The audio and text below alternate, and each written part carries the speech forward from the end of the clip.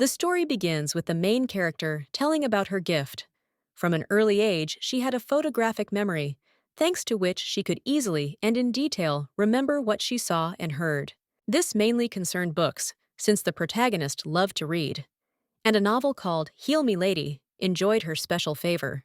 After this, the audience is shown a bedroom into which a young green-eyed maid hurriedly entered, carrying things and addressing a certain Lady Maleficent. The main character was confused by this, because the characters of the above-mentioned book addressed one of the main villains, the noblewoman Arinda Maleficent, in a similar way. The girl looked at the maid as closely as possible. She, in addition to unusually bright eyes, had chestnut hair and a lot of freckles on her face, exactly like Anna, the maid of the above-mentioned antagonist. The protagonist was very surprised that she had dreamed of the events and characters of her favorite book in such detail. And while she was checking herself in front of the mirror, the maid reminded her that the time for admission was coming up soon. Only after this did the girl turn around, showing the readers her face, and it really did look exactly like how the author of the book described one of its key heroines. As for the newcomer, thanks to these words, she very quickly guessed that she found herself at the very beginning of the original storyline, when Arinda was going to study at the academy. It was a huge, majestic, and beautiful building, but devoid of tasteless luxury. And in it, in addition to Maleficent, the main character of the original source was trained. However, this did not particularly bother the brunette. She continued to consider what was happening to be an extremely complex dream, and was surprised at how detailed her imagination played everything out. At the present moment, the time traveler, like the narrator, bitterly notes that she should have guessed everything at that moment. But then, after enrollment, the teacher scolded her for some misbehavior. As punishment, she ordered Arinda to goose-step 3 times around the stadium, and the girl could only open her mouth indignantly, unable to believe what was happening. It was understandable, however, because this stadium was truly enormous. The green field divided into lines stretched for many hundreds of meters, and it had to be walked through 3 times. The protagonist decided to close her eyes to this, because what was happening was still unreal, and diligently walked on half-bent knees until she collapsed on them from fatigue and severe pain. This made Maleficent seriously nervous, and even scared for the first time. After all, this is a dream. There is nothing real in a dream. So why then does she feel the pain from overstrained joints and muscles so clearly? A week passed. The main character was in some room and was thinking about the fact that the whole world around her was not a dream after all, no matter how crazy it sounded. She herself was lying on the bed at that moment, with an emotional face like a brick and her legs burning like fire. In this academy, they may not have used rods, but they knew how to punish no worse. At another moment, sitting at a lecture, the time traveler was thinking about the fact that things simply couldn't go on like this. She wasn't ready to seriously live the life of a villain. Therefore, the young brunette was much more concerned with the sacramental question than with her lessons. What did she need to do to find herself again in her native and familiar reality in her real body? If what was happening had really been a dream, then the girl would not have been worried at all. You never know what people dream about, but if the setting and the characters were real, then that's a completely different story. After all, Arinda Maleficent wasn't the main character, or the protagonist's friend, or even a peaceful supporting character. She was an out-and-out villain. But what was worse was that she was ultimately ordered to be executed by the main male character, a handsome young man with red eyes wearing noble regalia. And this happened not many decades later, when all the characters had grown old, had gray hair and wrinkles. No, the brunette's head was cut off in front of the entire people when she was in the prime of her youth. Now the time traveler was trying to figure out which strategy of action would be more optimal. She could follow the original plot exactly in the hope that after death she would return to Earth or completely destroy the script and live for her own pleasure with a harem of her favorite guys. She was so deep in thought that she completely forgot about everything else. Only the furious cry of the indignant teacher made Maleficent return to reality. Boiling with anger, she ordered the negligent student to immediately go to the stadium and do a goose-step circle again. And the girl unfortunately had no choice but to obey. When she finished, she collapsed exhausted onto the ground, thinking that the pain in her overstrained muscles would finish her off much sooner. But after catching her breath a little, the protagonist came to the conclusion that she had only one way out.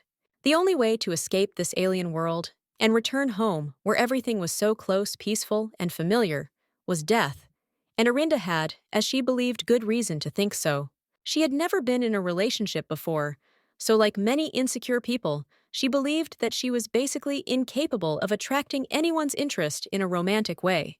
Another time, walking in front of a large mirror and seeing her new reflection, the heroine mentally acknowledged that her current body was certainly beautiful. However, there was one small but. The name of this but was Serena Eleanor, the protagonist of the novel, a light-eyed and fair-skinned blonde, beautiful like an incarnate deity of love. The former Earthling believed that Arinda had no chance of comparing with her.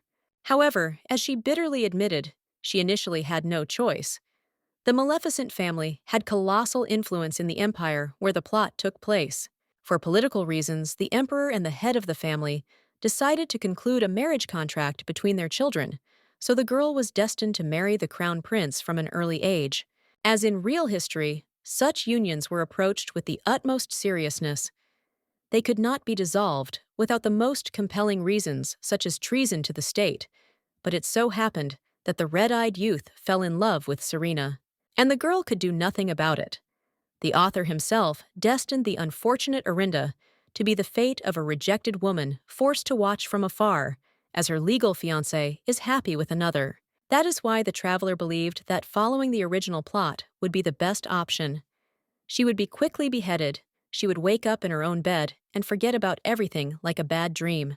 Naturally, the former dugout was not nearly as sure of this as she tried to prove, but any possible alternative option was even more frightening. However, the already difficult quest was further complicated by the fact that the protagonist was at least partly in love with Eleanor. She was so sweet, beautiful, and charming that it was simply impossible to resist. Now the blonde with a good-natured smile was handing the brunette a forgotten book, and she was trying to understand with horror. How could she force herself to be at odds with such a ray of sunshine? Unfortunately, Maleficent, as it seemed to her, had no choice. So she began, as in the original source, to mock Serena, although she felt like the last pig after each time. Moreover, these mockeries were not limited to banalities like tripping. In the book, Arinda did not disdain even such harsh pranks as a smoke bomb made of chemicals, and the dugout had to repeat it. And every time the unfortunate blonde suffered, cried from pain or humiliation, the brunette cried too, and therefore tried with all her might to hide and not give herself away. But these were still relatively harmless things. Then childhood ended, adulthood began, and the protagonist began to torment Eleanor with the help of the power of her clan. William Arinda's older brother played the leading role in this. He was attracted to Serena and wanted to make her his own, and when he was refused, he got angry and vowed to make the girl's life hell. However, this was not the worst thing. Not only the siblings, but the entire Maleficent family turned against the blonde for daring to steal their power, which could be obtained through an alliance with the crown. But since the clan had no intention of incurring the wrath of the imperial heir, everyone tried to pretend that it was only Arinda who was obsessed with hatred for Eleanor, and that her relatives had nothing to do with it. The protagonist knew all this perfectly well, but didn't pay attention. She was going to repeat the original plot anyway, and also sincerely wanted Serena to deserve a good ending. The most obvious way to ensure that she is like that is again to repeat all the actions of the real Maleficent, so the newcomer has resigned herself to the role of a jealous tormentor and a notorious viper. The outcome was exactly what the young aristocrat had expected. She was kneeling in the pouring rain, her hands tied, while the herald read out the death sentence. The main characters also watched this. While Eleanor could not bring herself to look at her former friend, the prince watched the execution with contempt and hidden anger. Arinda's relatives, as she had expected, did not try to protect her from the imperial court. Realizing that they would not gain more power, in any case the high-born schemers simply abandoned the girl to her fate. The protagonist wasn't angry. She always knew that this was how it would be. But before she died, she took one long look at the frightened Serena, who clearly regretted everything. The blonde's face was now marred by a scar left from a long, poorly healed cut. The former dugout did not want to do this, but the scenario left no alternative. Now, when there were only a few moments left before the climax, the brunette decided to say the last lines. Taking as much air into her chest as possible, she let out a furious scream. Looking at the girl who was destined to become empress in her place, Aranda Maleficent, seething with anger and envy, screamed that she hated her to the depths of her soul. Eleanor blushed, tears began to appear in her blue eyes, so a whole flock of court ladies surrounded her in a ring and unobtrusively led her away so as not to listen to such vile things anymore. In her mind, the main character bitterly said that this was not so. She had always liked Serena very much, but alas, the traveler had no other choice, and now they could only say goodbye. The protagonist was not afraid of death, and in fact would have been equally satisfied with either outcome, returning to Earth or eternal peace. But she certainly did not expect to return to the beginning of the novel. The scene was repeated down to the last detail. Again, Arinda Maleficent woke up in her luxurious bedroom again. Anna, panicking because she was late, burst into the chambers. The shock was so strong that for several seconds, the main character simply could not speak. She could not force her body to obey the signals of the brain to such an extent her whole being was numb. The brunette, not even suspecting the deep horror her mistress was experiencing, calmly went about her usual business, changing the bed, preparing daytime clothes, etc. The protagonist's numbness and fear were caused not only by the destruction of her hopes. She still felt echoes of the monstrous pain from the cutting of her vertebrae, and neck flesh she still felt a little dead. The idea of an endless Groundhog Day only lasting a lifetime rather than a day also seriously frightened the woman. But she quickly pulled herself together, deciding to simply try an alternative way of passing. After that, the action immediately moved forward many years. Arinda did not pretend to be a villain, and now attended the wedding of Serena and the prince, thinking that everything was not so bad. The high-born couple walked majestically along the scarlet path, surrounded on all sides by admiring spectators. But at some point, the eyes of Maleficent and Eleanor met. The main character smiled tenderly at the blonde, and thought that, yes, such a life was definitely much better, if only because there was no need to mock anyone. Immediately after this, readers are shown how Arinda sits in a dungeon and looks into the distance with annoyance, while someone's cold voice announces that she does not need two wives. After all, Serena wouldn't like such competition. That's what the noble crown prince said, looking at the protagonist with a mocking grin. The traveler was not so much frightened as simply extremely outraged. She could not even imagine that in reality, the young sovereign would turn out to be such a psychopath as to kill even without reason. But then the girl simply rolled her eyes and sighed deeply. She had just experienced firsthand the truth of the ancient proverb, "You can't escape fate." On the other hand, she was doomed anyway, and so she allowed herself to say what no one had ever said to the all-powerful prince before. "Hey, you bastard!" To say that the brunette was shocked would be a huge understatement. Very slowly, he turned to face his rejected bride, who mockingly warned that if the young man continued to do unfounded nonsense, he would definitely be overthrown. For the first few seconds, the emperor's heir looked at Arinda in amazement, and then he burst into contemptuous laughter, demonstrating what he thought of this attempt to insult him one last time. After finishing giggling, the guy mockingly suggested that Maleficent had simply gone crazy from the realization that very soon her head would be cut off like a commoner. One might assume that the rest of the clan would be outraged by such a decision and try to protect one of their own. But no. It turned out that the prince had already come to an agreement with them. In response, the now black-haired girl laughed hysterically, as if she had heard the funniest joke in the universe, and the prince, suddenly losing interest in his victim, ordered the guards to finish her off. The reason for Arinda's laughter was simple. Maleficent's clan had decided to use her like a thing, even this time, even though she wasn't trying to do anything bad. But the girl quickly stopped having fun because a deadly melancholy reigned in her soul. Over these two lives, she was very tired of the guise of the character in the novel. She still had nothing against her murder. The main thing was that it was final and allowed her to safely go to the next world without any jokes about reincarnation. These dreams did not come true again. Just a few seconds after the last breath escaped her body, the brunette opened her eyes to the scream of the maid Anna. The protagonist felt like the victim of a drawn-out, stupid, and completely unfunny joke. so ridiculous that she didn't even have the strength to actively get angry, so she just cursed dejectedly in her thoughts.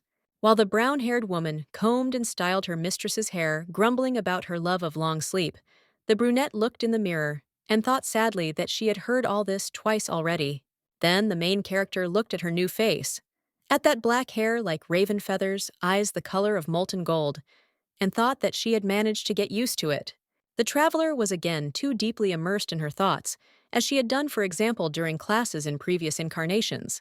To get her attention, Anna had to call out to her mistress. But the protagonist didn't react this time either. She just mentally noted that before she always answered the maid briefly, and in monosyllables, without wasting energy on a full-fledged conversation. Apparently, the main character felt ashamed in front of the maid, who had done nothing wrong, and even on the contrary, sincerely cared about her, because a moment later, Maleficent smiled and answered, "Of course." While the inspired and delighted Anna was doing her hair, Arinda reflected on the fact that it was this modest girl from a lower class, and not one of her relatives who had been with her until the end both times. Even during the first journey, when the protagonist diligently played the role of a complete scoundrel, the green-eyed brunette helped to play dirty tricks on Eleanor. Unfortunately, the price for this loyalty was clear. Beheading next to his beloved boss in front of numerous onlookers, Anna was killed first in front of Arinda's eyes. The unfortunate woman begged her mistress to help her until the very end, but the brunette could only watch in horror as her bloody head rolled across the ground. Fortunately, unlike the main character, the other characters did not remember what happened in the previous timelines, so the brunette carefreely helped the aristocrat get dressed. At this point, the protagonist noted to herself with dry humor how amazing it was to see in front of her the face of a man who had already died twice, implying that the prince had killed Anna as well. But then the former dug out with the same sarcasm, thought that no, there was nothing particularly outstanding about it, clearly referring to her own situation. If you look at it objectively, everything that was happening was sheer madness. So Arinda mentally prayed, asking God to stop these games and either bring her home or let her live an ordinary and normal life.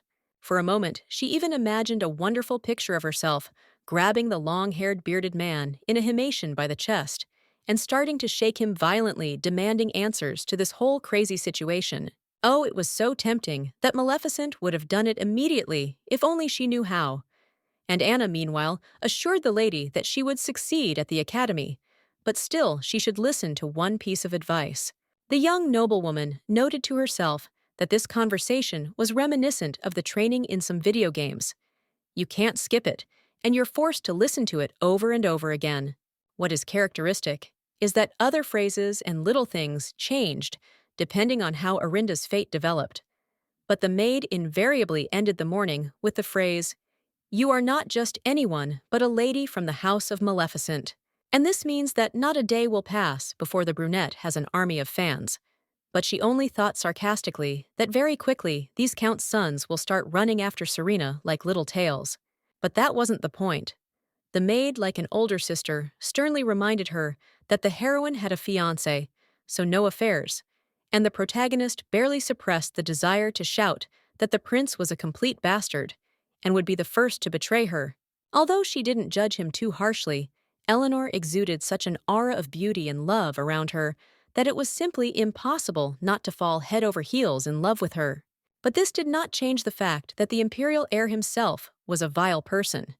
He had already killed her twice, and if the first time he was justified, then the second time went beyond all conceivable limits. Finally, Anna finished her ceremonial speech, reminding the young hostess that no matter how the situation developed, the aristocrat would always have her family behind her. The main character wasn't even angry. She had long ago realized that all the other members of Maleficent's family were complete scumbags who more than deserved to have a snake on their coat of arms. The head of the family, Arinda's biological father, as well as Noah, the crown prince of the empire. These are the two people whom the newcomer managed to hate to the very depths of her soul because of the problems they caused her.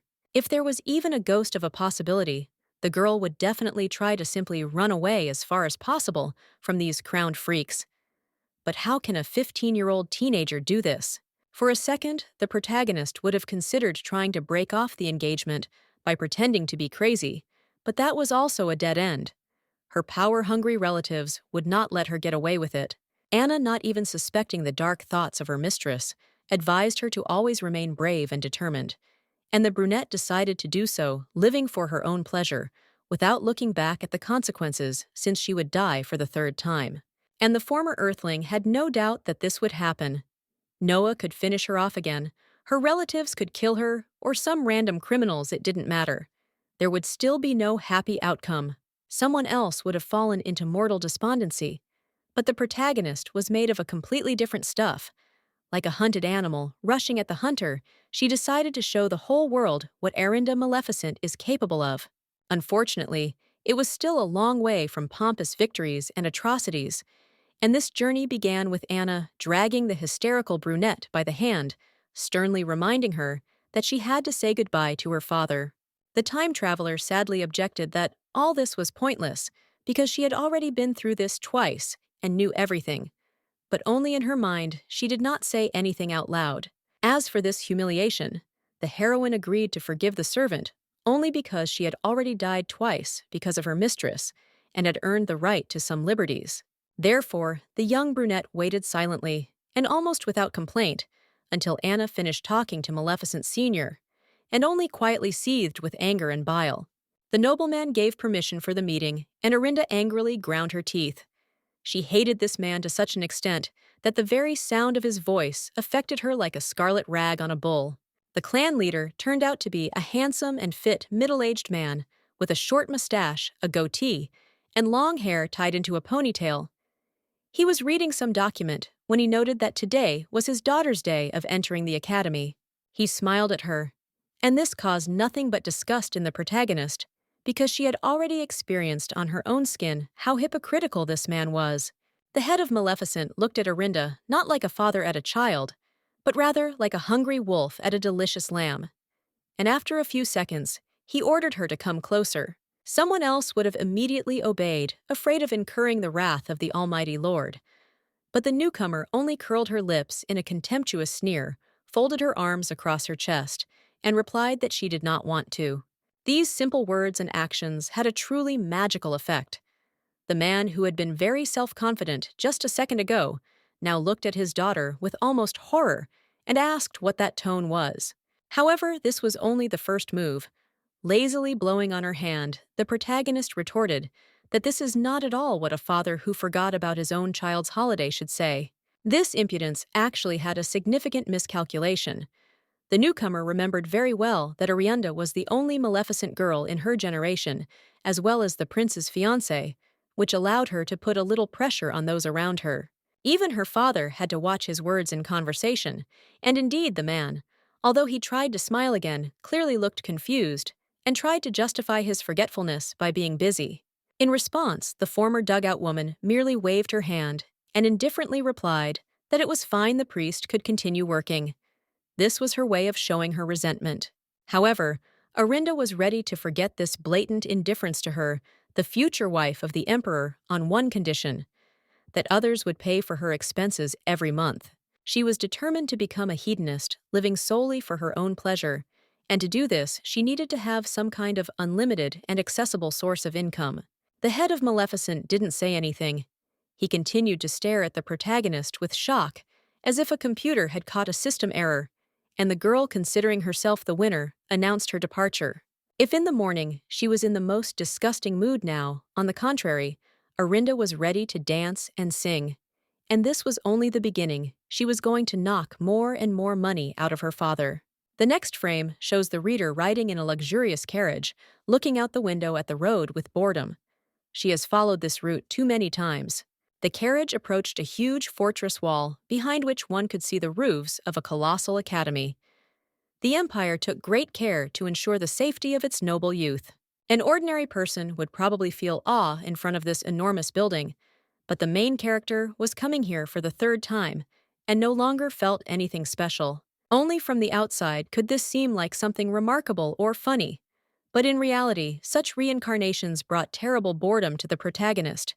For example, she had to take an exam for the third time, and nothing interesting is expected from now on either. Again, the struggle for the best grades, Again, the need to get out of bed at the crack of dawn, and attempts not to irritate the quarrelsome teachers. Because of this, the girl thought with a bitter smile that perhaps it would have been better if she had been kicked out of the academy altogether. Perhaps then she would not have died at a young age. And good-natured Anna, not suspecting what dark thoughts tormented her mistress, looked at her from the window for a long time, cried and waved her hand, begging her to send letters home regularly. What is characteristic is that Arinda saw this farewell for the third time already. But this simple affectionate address invariably touched her to the depths of her soul, so that she went to inspect the territory only after she herself had wiped away her tears. Maleficent quickly realized that something was wrong with the academy this time. It was completely deserted, with no teachers, cleaners, or other students in sight.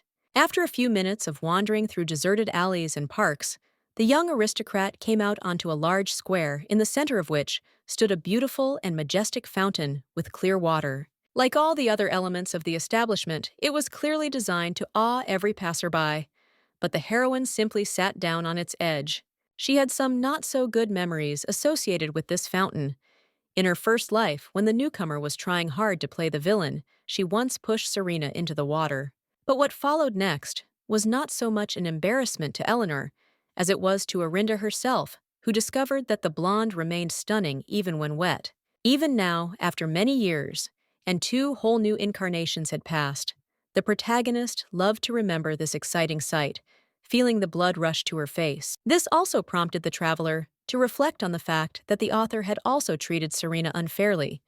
She was not only beautiful, but also very kind, and therefore such a bastard as Prince Noah simply did not deserve her. Then, Arinda thought with even greater excitement that if the situation had turned out a little differently, then Eleanor could have fallen in love with her.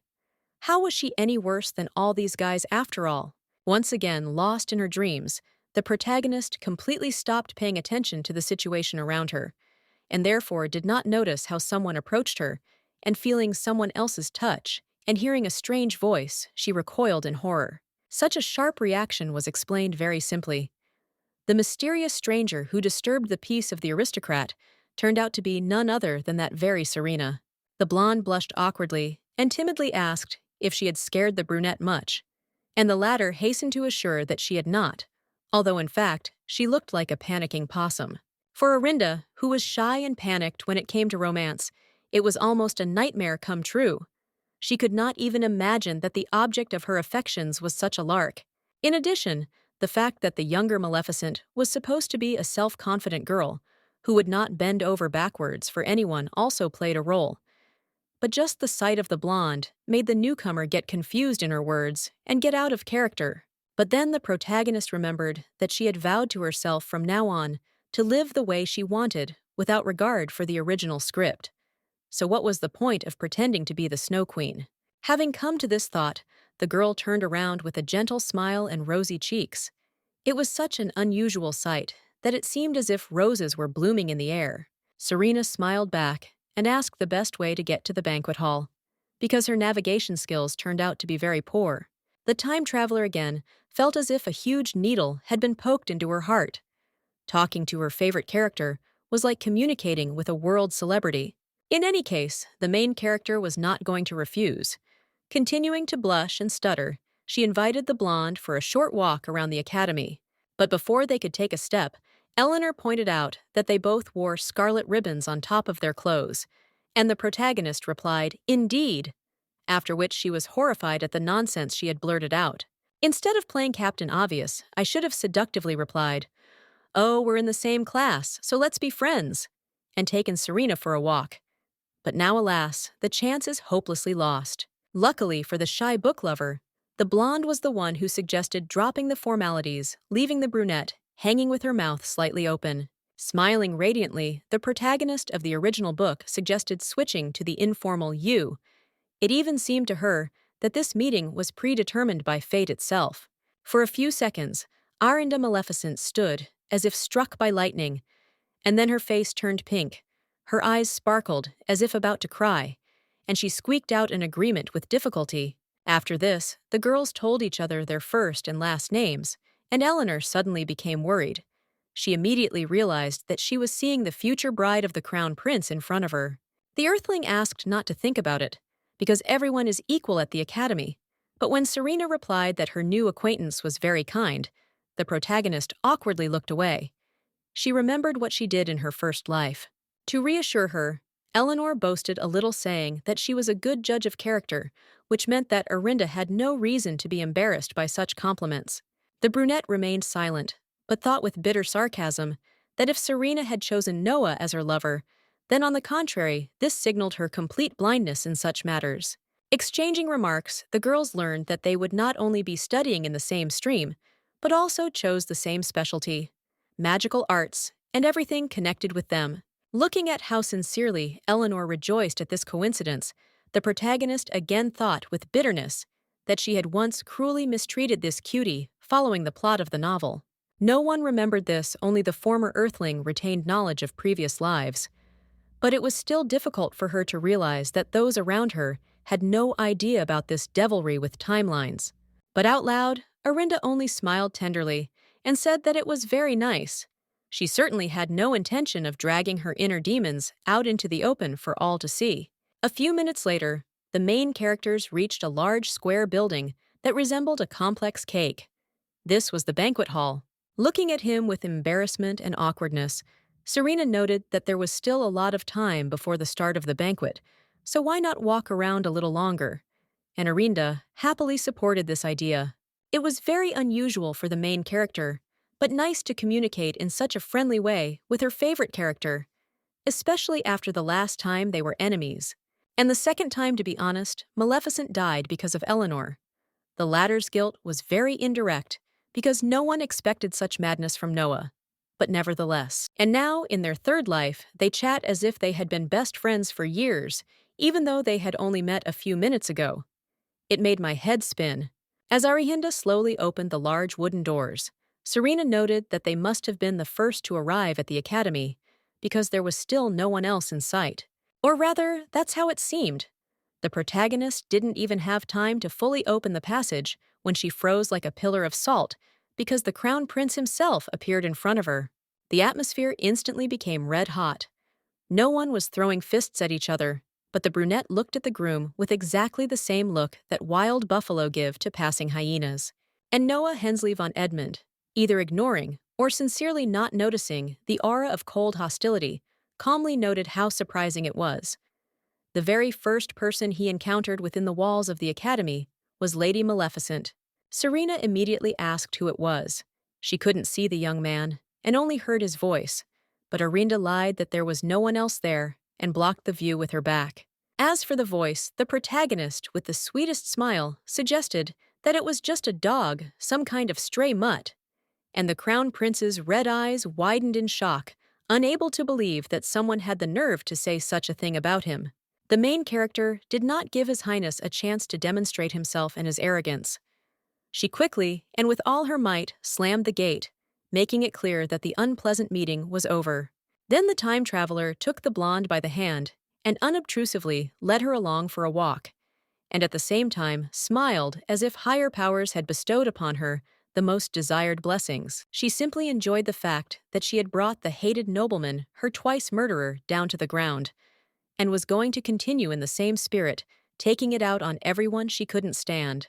After this, the girlfriends went to the greenhouse where beautiful orange flowers similar to roses were blooming. Serena, with admiration and the greatest care, picked one of them. Arinda, however, had no time for this. She was thinking about a way to separate Noah and Eleanor forever, but it was clearly beyond the power of an ordinary character, even a villain. No matter how events unfolded, two key elements of the plot remained unchanged. The blonde fell in love with the crown tyrant, and Maleficent lost her head on the chopping block. After that, she will most likely wake up in her bed again under Anna's stern shouts and start the passage from the very beginning, like a prisoner of a time loop or a persistent gamer with her favorite game. The protagonist thought, with slight melancholy, that if reincarnation really existed, it would be very good if she became someone. But she did not have time to finish the thought due to interference. Serena, seeing that her new friend had once again dived into the depths of her thoughts, pulled her back into reality to ask if everything was okay. And Arinda lied that it was. Eleanor, however, was not going to calm down. She repeated whether everything was really okay. Then Maleficent drooped too sharply, and then suddenly she herself became bored. As it turned out from the narrator's explanations, the protagonist of the novel possessed a magical gift. She could feel the true emotions of the people around her. It was also because of this that she got together with Noah. Serena felt that under this cold and arrogant shell, there was a surprisingly emotional soul, and this is where their affair began. True, in the book, the blonde told almost no one about this peculiarity of hers, and the time traveler decided to assure her friend, just in case, that sharing the secret was not necessary. Then Eleanor smiled again, as if the sun had come out from behind the clouds, and chirped that it was not in vain that she had spoken to Orinda. The latter really was a wonderful person. As a token of gratitude, she handed the brunette a bud of that very flower, and said that its orange leaves were very reminiscent of the golden eyes of the main character. Then Serena simply said, "You are beautiful," and those words made the former Earthling stare ahead, dumbfounded, her cheeks suddenly turning pink. While the protagonist was sobbing hoarsely from a quiet hysteria, life began to appear in the park. Dozens of people began to fill the academy, bringing echoes of conversation, the sounds of footsteps, and other noise. This was the best sign that the time for walking was over. The annual celebration was about to begin, so the girls decided to hurry. Looking sadly at the small flower in her hands, Orinda thought that now the plot would really begin. It was at the banquet that Eleanor would meet all the main male characters. Among them, of course, will be the damned Noah Edmund, the red-eyed heir to the throne. And the time traveler presented this situation as if it were happening in reality. Here is Serena, slightly out of breath from being late, running into the room and looking around in confusion. Everyone else looks at her in shock, in response struck by her beauty, and the girl awkwardly takes a step back, bumping into someone. It turns out, of course, to be the prince with all his cold arrogance, majestically asking those gathered what all the noise was about. What happens next is very reminiscent of cliched scenes from formulaic romantic movies. The main characters look at each other for a while, as if the rest of the world has disappeared, turned into emptiness. Then, as if an invisible lever clicked, Noah's eyes widened, unable to believe that he was seeing such beauty, while the young man's heart beat even faster and louder than before. This is exactly how the meeting of the protagonists in the book went, and Orinda now could not help but feel a bitter irony. Back then on Earth, she sincerely believed that the prince loved Eleanor and did not just feel lust. The hall, meanwhile, was already packed with people like a barrel with herring, and Serena noted with a good-natured smile that they had even acted smartly by not leaving their luggage there. As they crossed the threshold, there was a deathly silence. Dozens of young people of both sexes stared at the new arrivals almost exactly as it was in the original novel. Blushing slightly, the blonde suggested that they were too late to cause such a reaction, but Arinda quietly replied that it was because of her appearance. Feeling hundreds of eyes following them, the protagonist suggested that her new friend take a secluded place somewhere in the corner. But then Noah stepped in front of them. The brunette pretended that she didn't care about the prince at all, but in fact it wasn't so. She was even scared because in the previous timelines, von Edmund never did such a thing. What happened next was even worse. Hensley grabbed the future bride by the hand without any respect, and then, looking straight into her frightened eyes, spoke coldly and slowly.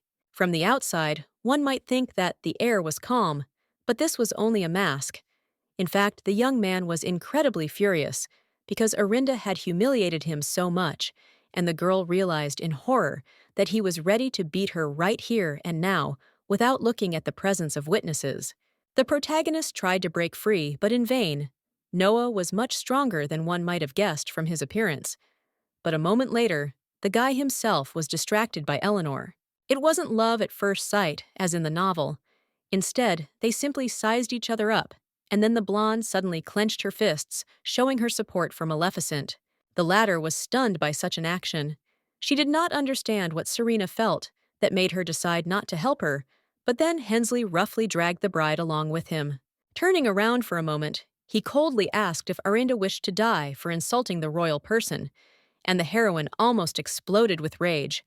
After all this, crowned psycho could not finish her off so early in front of a dozen witnesses. Grinding her teeth furiously and mentally cursing the hated man, She continued to try to break free, but in vain. She might as well have tried to slow down a glacier sliding down a mountain.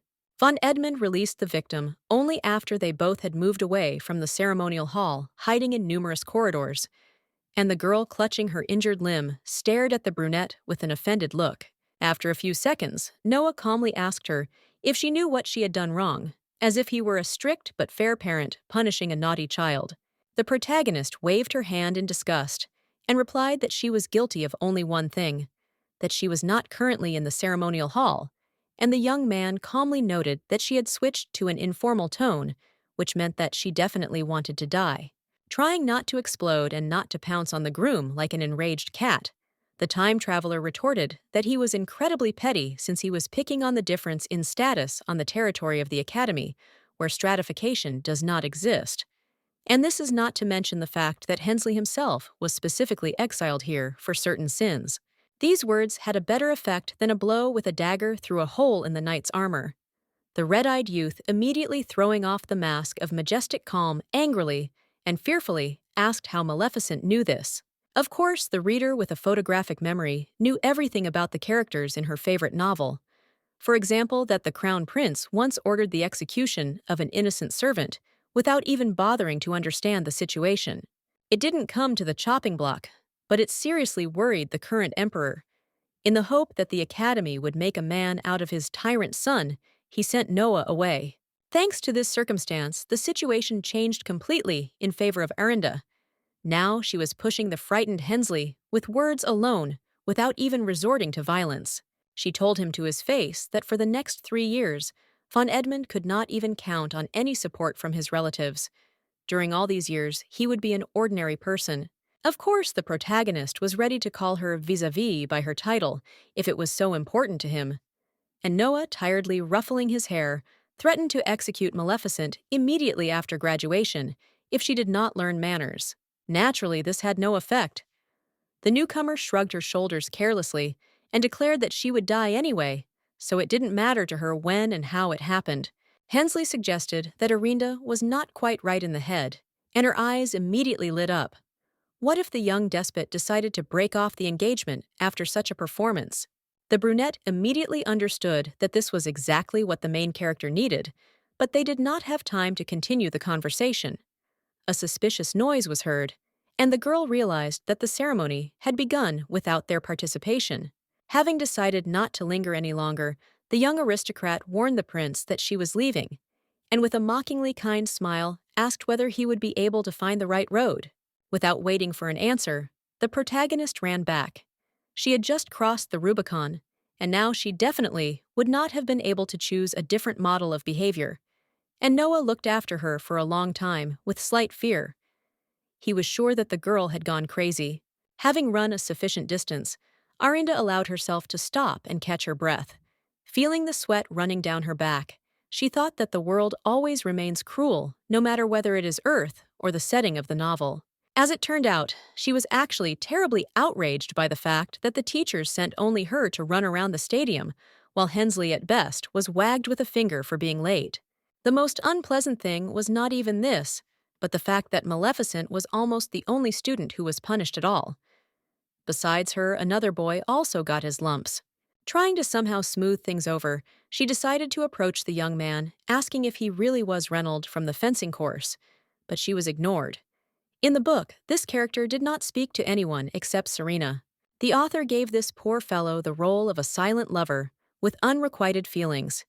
He faithfully defended Eleanor all his life, never finding the strength to admit that he loved her. His full name was Reynold Watson. Despite his terrible shyness, narrow-mindedness, and habit of being late, he remained the main character's favorite character. And having the opportunity to talk to him personally, as a real person, Arinda did not want to back down so easily. She stubbornly tried to get the red-haired guy to talk. He measured the protagonist with a long look and seemed about to send her to a certain address, but no, just the opposite. The future knight asked if it was difficult for her to run on all fours and talk at the same time. The time traveler smiled with all her might and assured Reynold that no, because her legs did not hurt at all. But in fact, they ached so terribly that the girl wanted to lie down on the grass and die, and it sucked all the strength out of the brunette. Very slowly, as if in slow motion, she collapsed to the ground desperately and hoarsely breathing, while Watson calmly continued on his way. A few seconds later, the former Earthling calmly stood up and looked after her favorite with annoyance. As it turned out, she had managed to make a magical improvement for her body, so the ignoring bothered her much more than fatigue. Deciding that she couldn't tolerate such treatment, the brunette closed her eyes. And a moment later, a supernatural lavender glow burst out from under the ground around her. Not even a second had passed before Arinda caught up with her favorite, and with her former ease tried to get him to talk. After all, they were both punished anyway. In response, Reynolds looked at the persistent girl with some surprise and asked again, had she really managed to recover, since just recently she looked like a walking corpse? The young noblewoman only gasped stupidly, but as it turned out, Watson didn't need an answer. He assumed that Maleficent was simply very athletic, and for the first time smiled at her. After this, the main character realized that she had completely forgotten to introduce herself and told her new acquaintance her first and last name, and then told him his own.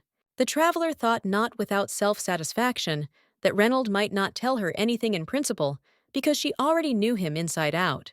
After some hesitation, the young man remembered that Arinda was late for yesterday's entrance ceremony and asked if she understood fencing, to which the protagonist answered negatively. This puzzled Watson because such good endurance can only be developed through diligent and regular physical training. And then the girl admitted that it was all magic. After this, the heroine immediately came to her senses. She managed to forget that Reynolds is a very honest and straightforward person who prefers to communicate with the same people, and the intriguers who walk over their heads only cause him hatred. In other words, the young knight couldn't stand any form of deception or trickery no matter what. A dagger stab in the back, a cheat sheet during an exam, or a magical buff, and she admitted to him that she had resorted to such. She imagined too vividly Watson scolding her harshly for cheating during her punishment, and his sympathy meter dropping to rock bottom just like in a game. To steer the conversation away from the dangerous topic, Maleficent laughed with exaggerated nonchalance and said that such things become much easier when you already train for an hour a day. Reynolds asked if she really only did 1 hour a day, and the girl, sweating profusely, increased the time to 2, and only then realized what nonsense she had blurted out. In her mind, the protagonist had already said goodbye to the failed relationship because the young man also hated lies. But he suddenly noted that Arinda should definitely learn to wield a blade. She was wasting an incredible talent. This surprised her because the change was too abrupt, not like how the boy communicated with Serena in the novel. But the young man was already carried away by his thoughts. They shared that they were studying in Class A for magically gifted teenagers and in Class B for those who were more into physical training, and the schemer Noah was assigned to Class C. This made the young aristocrat think and remember that among her classmates, there was one young wizard who could also be called the main character. But she didn't have time to tell the readers what kind of person he was. Reynolds reminded them that in the second half of the semester, students have the opportunity to change courses and advised them to think about it, but Arinda flatly refused. Watson, however, was not going to give in. He insisted and even promised to teach Maleficent everything himself, and she thought sarcastically that running 100 meters without magic was already the limit of what was possible for her. To demonstrate this, she not very naturally depicted how she suddenly lost her breath, and along with it all, her strength left her body. Of course, such a performance would not have fooled even a simpleton like Reynolds, and he directly reported that Arinda was lying to her great displeasure. Luckily for her, the unpleasant run ended soon after. The young people left the stadium, and Eleanor was already rushing towards the protagonist with a handkerchief to wipe away the sweat. The brunette accepted the gift with gratitude, but she was alarmed by the fact that Watson was still standing nearby and looking at them. Was Serena's presence holding him back? But he didn't look at the blonde at all. All of Reynolds' attention was focused only on the main character, and having borrowed a handkerchief from her, he once again asked her first and last names. Wiping the moisture from his face and neck, the red-haired youth noted that Arinda hated blade training so much that she was even willing to lie to his face about it. The protagonist realized that she had trapped herself in a classic liar's trap. She had gotten entangled in a lie, having told too many of them, and now she realized that she should have told about the magic right away. She was already gathering her strength to at least now confess everything to Watson, but he again managed to stun the brunette, assuring her that she would enjoy classes with him. Reynold really wanted Arinda to try her hand at handling a sword and become a great warrior, and he asked her to try again. At the same time, the guy looked straight at Maleficent's face, not taking his green emerald-like eyes off her, and at some point he even blushed a little, which did not go unnoticed. The main character hesitated for only 1 second, if not less. She simply could not refuse such a noble, handsome man, and completely forgot about Eleanor's presence. The confused blonde reminded her friend how she herself, half a minute ago, admitted that she hated fencing, but the protagonist simply brushed it off, after which she clung to Reynold. She didn't consider her behavior bad for the simple reason that she continued to believe in the immutability of the plot. No matter what she does now, Watson will still fall in love with Serena later. Accordingly, there would be nothing wrong with the girl training with this strong young knight. At least that's what it seemed to her at that moment. A little later, as the friends walked down the hallway, Eleanor reminded them that Ray was one of the most talented warriors in the academy. He even earned a scholarship, and it was simply scary to fight him. The blonde was worried that this bull would harm Arinda, for example, by sending her into a faint with one blow. But the brunette, head over heels in love, simply brushed it off. She assured her interlocutor that Watson was a good person. This was clear even after a short first conversation, and Serena eventually backed down, although she did not approve of such an idea. This prejudice made the newcomer nervous. Eleanor had never behaved like this before, especially around Reynold. But then the signal sounded for the start of classes, and the brunette suggested going back.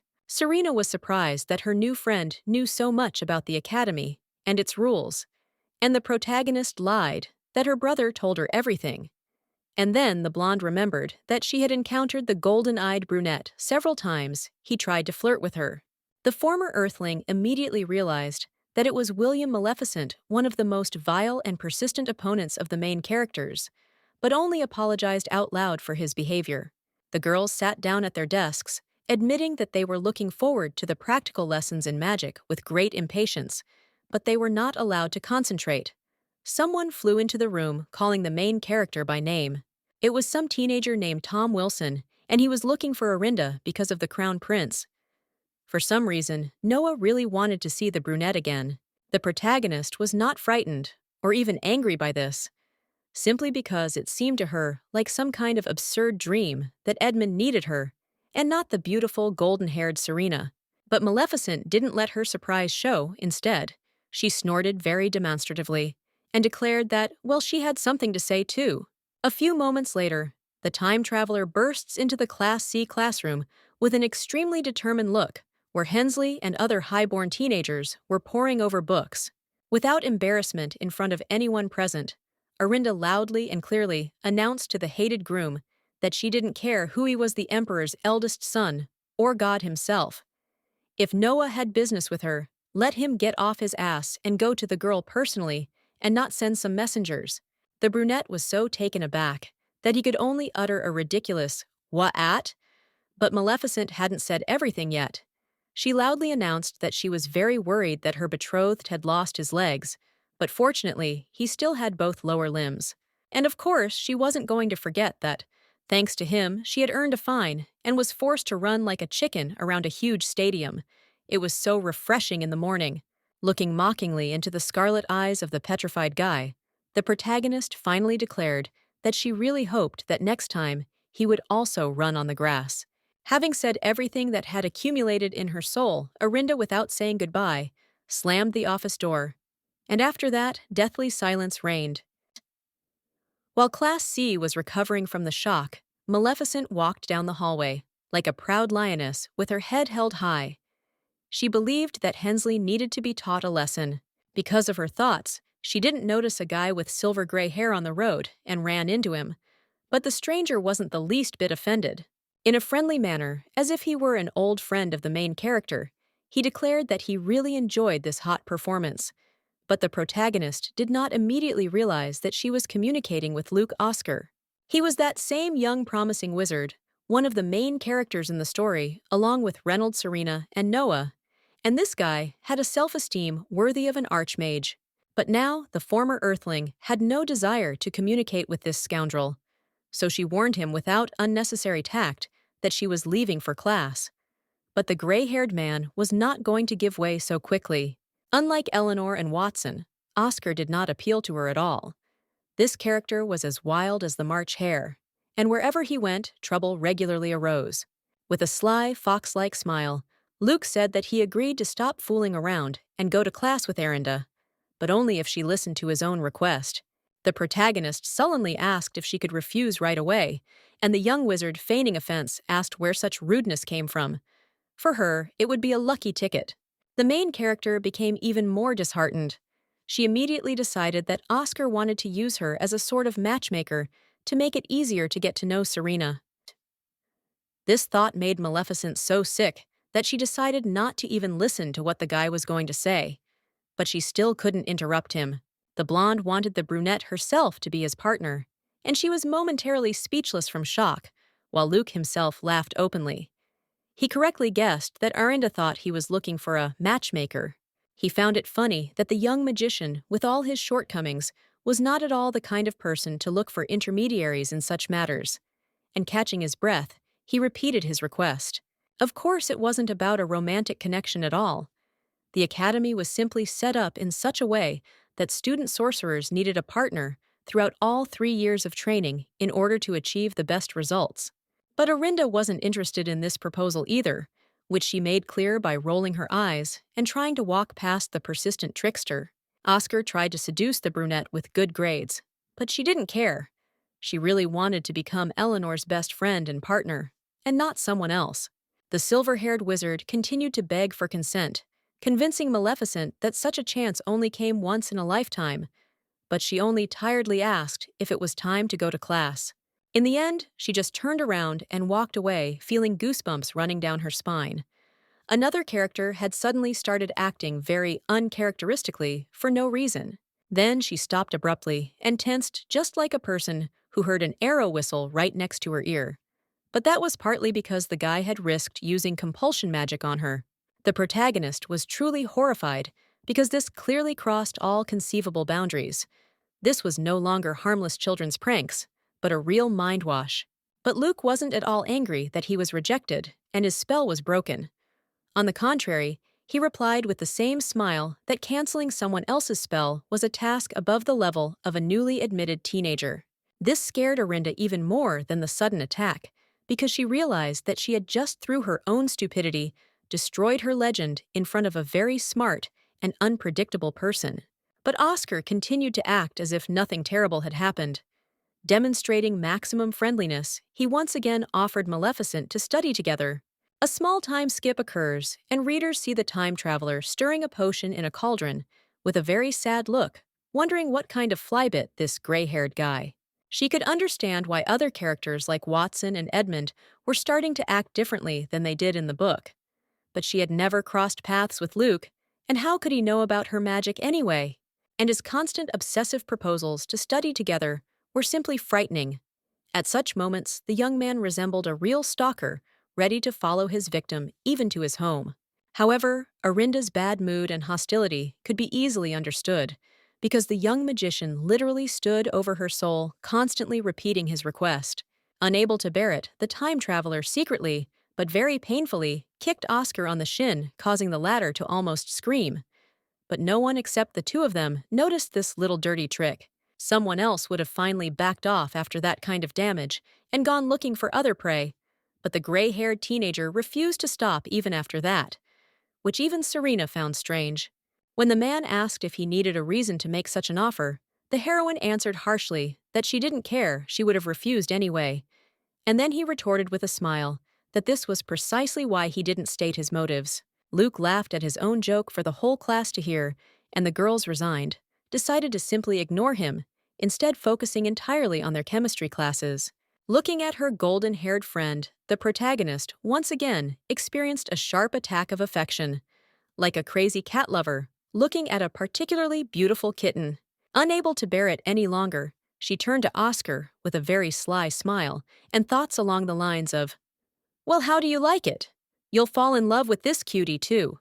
momentarily forgetting that she had sent the plot down a completely different track. That is why the young man, contrary to her expectations, did not pay any attention to Eleanor.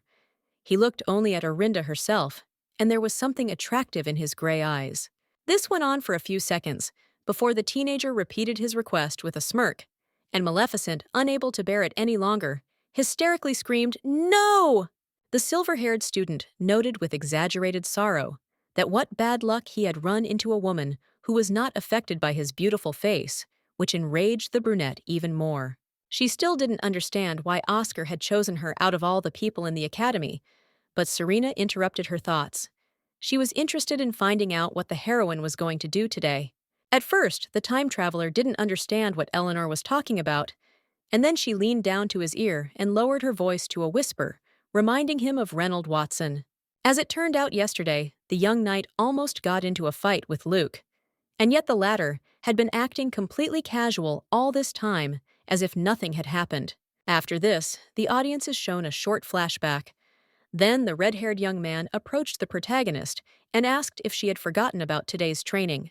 And Oscar was right there hearing everything, and with his characteristic mocking directness, noted that the attempt to teach a wizard physical combat was completely absurd. Reynold tried to explain that basic physical training was useful for anyone, regardless of course, but the gray-haired teenager only snorted. Looking at Watson as if he were a fool who had decided to wear his underpants on his head instead of a hat, the young wizard asked him if he really believed what he had just said. The author did not show the audience the conflict that had flared up, which almost escalated into a fight, but instead showed Orinda's thoughts. After thinking about it all thoroughly, she realized what the problem was. Fate was supposed to have it that all the prominent men of the academy would fall head over heels in love with Serena, as the author of the novel intended. But for some reason, everything changed so that the young men began to flirt with Maleficent instead. Eleanor also asked how Noah was doing, because the last time she had passed Edmund, the latter had been feeling depressed, probably because of the public humiliation. What bothered the brunette was not this, but the fact that Hensley simply walked past the blonde without trying to force an acquaintance on her. With the same success, one could imagine how the moon would one day simply walk away from the earth. The second girl, of course, didn't know that she was a character in a romantic book, and therefore didn't attach any importance to what happened. After all, what reason would a complete stranger, and even an engaged guy, have to pester her? Because of this, the former dugout once again felt like the victim of some absurd and excessively drawn-out prank. She knew perfectly well that Noah had a very significant reason. Only after this did the protagonist seriously consider that her behavior could have had too much of an impact on the world around her, since the main characters now began to ignore each other. On the other hand, this meant that now the main character might not die at 20 years old. Instead, she could be killed for any reason, and at any moment, which made the girl feel a terrible heaviness in her soul. Orinda had simply come to terms with the fact that she would only live 5 years until she turned 20, and now it was as if the ground had been pulled out from under her feet. She even began to think about whether to erase the crown prince's memory or even kill him on the sly.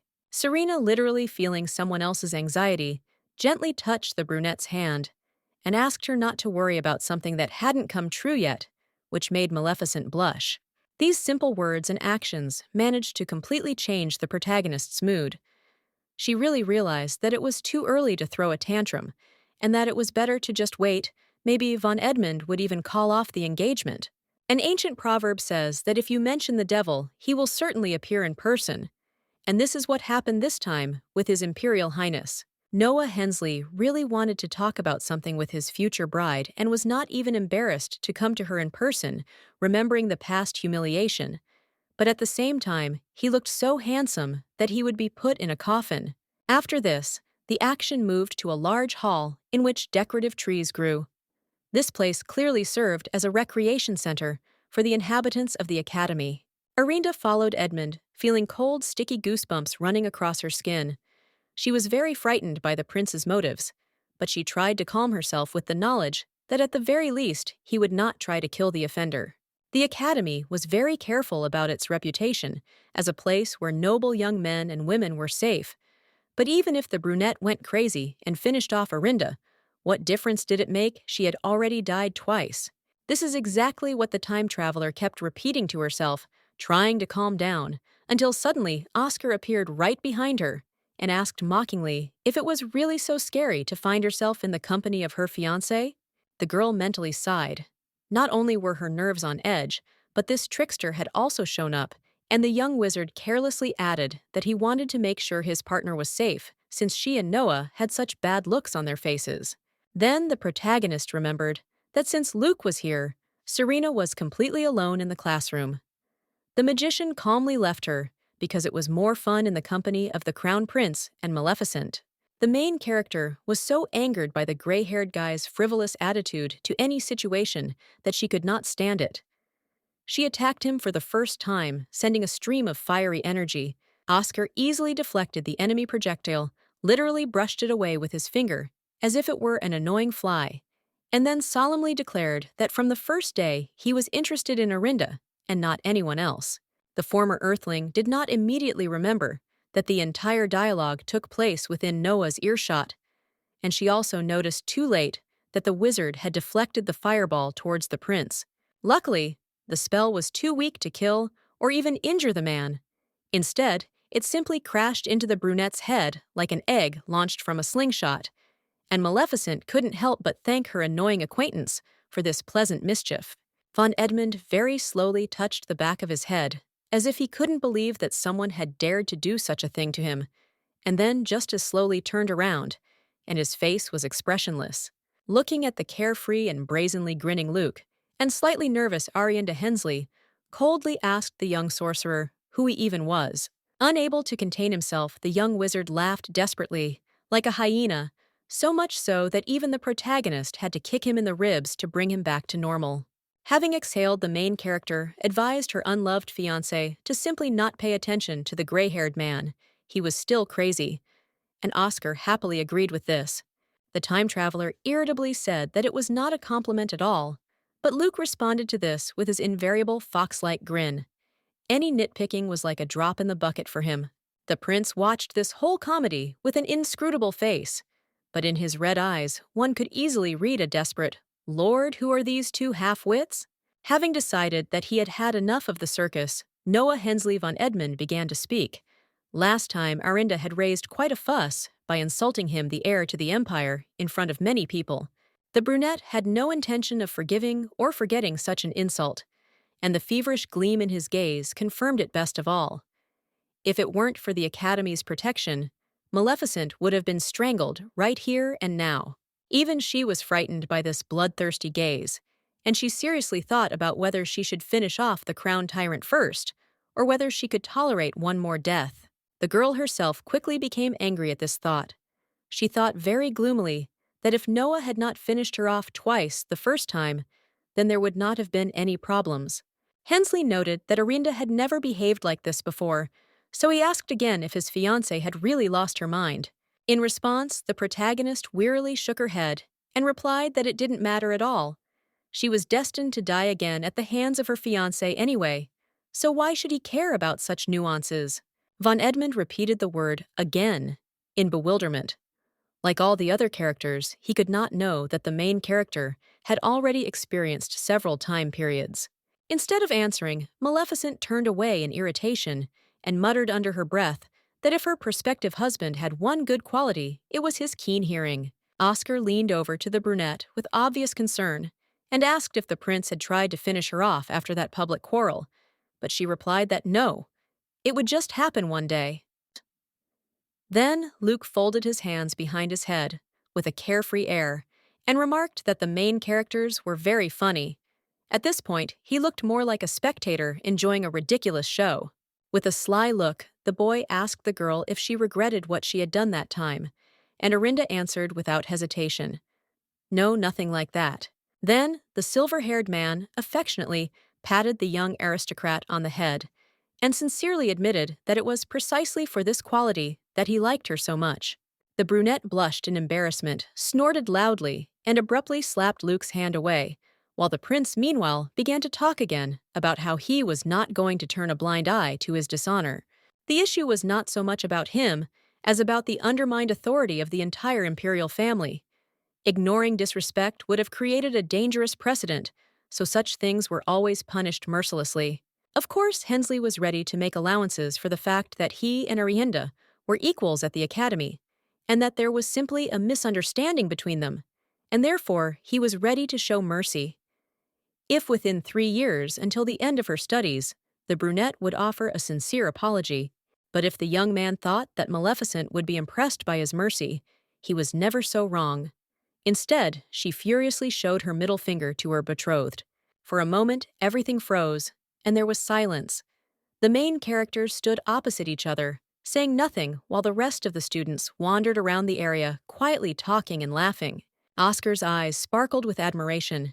Even he, a considerable joker and trickster, was very impressed by such a rude and frank message from the future ruler of the empire. A second later, he gently squeezed the heroine's hand and began to squeal excitedly about how much he liked her, just like a little child in love. The protagonist dryly noted that it was she who did not want to please Luke, but the latter, without a shadow of embarrassment, retorted that everything was fine. This is how he really feels. They argued for a few seconds, until Noah interrupted them. Trying to control himself, the prince reminded them that even such a powerful clan as Maleficent would definitely be punished for a crime against the crown. The time traveler clarified whether this was really an attempt to threaten her using her relatives, but Orinda's face and gaze did not show fear at all, quite the opposite. Hensley did not miss this. Folding his arms across his chest, he calmly asked if the young aristocrat really was indifferent to the fates of her father and brother. And yes, she didn't give a damn. These two were first-class scumbags and scoundrels, so the protagonist would not shed a tear for the rest of Maleficent's family, and for this answer, Oscar tried to hug her to no avail. The heroine chained his feet to the floor with ice. This trick puzzled the crown prince even more, because he knew that the brunette had not studied magic before entering the academy. So why was she casting spells with such ease? The young aristocrat realized with horror that she had made a fool of herself again, and in front of her sworn enemy too. And the young gray-haired wizard, freed from his shackles, enthusiastically repeated his request for partnership. The former earthling tried to retort, saying that the young man would do well to learn to determine when he could poke his nose into other people's business, and when he couldn't. But the young sorcerer, not at all offended, replied that now was just the time to act. Still smiling, he must have cast some kind of spell without even opening his mouth, because they were both engulfed in a strange supernatural silver glow. Arienda immediately realized that this was an external manifestation of the magic of the promise, and she tensed up a little, and Luke, leaning towards her ear, clarified that along with the partnership he was offering membership in the Magic Tower, and Maleficent should know what that meant. As it turned out, the Emperor's power in this state was not absolute at all. There was a special order of magicians created as a counterweight to the secular authorities, and their cooperation helped maintain peace. And the sorcerers from the tower were absolutely untouchable. New members were recruited only once every 20 years, so even the eldest heir could not order the killing of one of the neophytes or adult wizards. In previous lives, Arinda had never even dreamed of gaining such power, but she still didn't understand. Why, out of all the possible candidates, Luke was targeting her? With a cheerful grin, Oscar explained that the tower needed people like Maleficent. Otherwise, the current head of the order had fallen ill, and since then, there was no one to quarrel with the Emperor. But this was the only entertainment for the wizards in the tower. And now, until the supreme leader returns to normal gray boredom and mortal despondency, reign there. Both Arinda and Noah were stunned by the fact that the young magician seriously used such a petty and ridiculous pretext. And then the blonde reminded them that by entering the tower, the brunette would remain alive, even if her entire family was hanged on the gallows and the lands were burned and sprinkled with salt. The former dugout found herself in deep thought. On the one hand, if she accepted this offer, the familiar plot would finally go downhill, and she would lose the main advantage in the form of knowledge of future events. But on the other hand, it would provide reliable protection from the Edmund's revenge. Living to a ripe old age, breathing deeply, and not fearing getting a knife in the back every second. All this sounded incredibly attractive to the time traveler. After careful consideration, she decided that the benefits far outweighed the drawbacks and decisively agreed to the partnership and admission. Oscar smiled, extended his hand to the protagonist, and made a formal vow.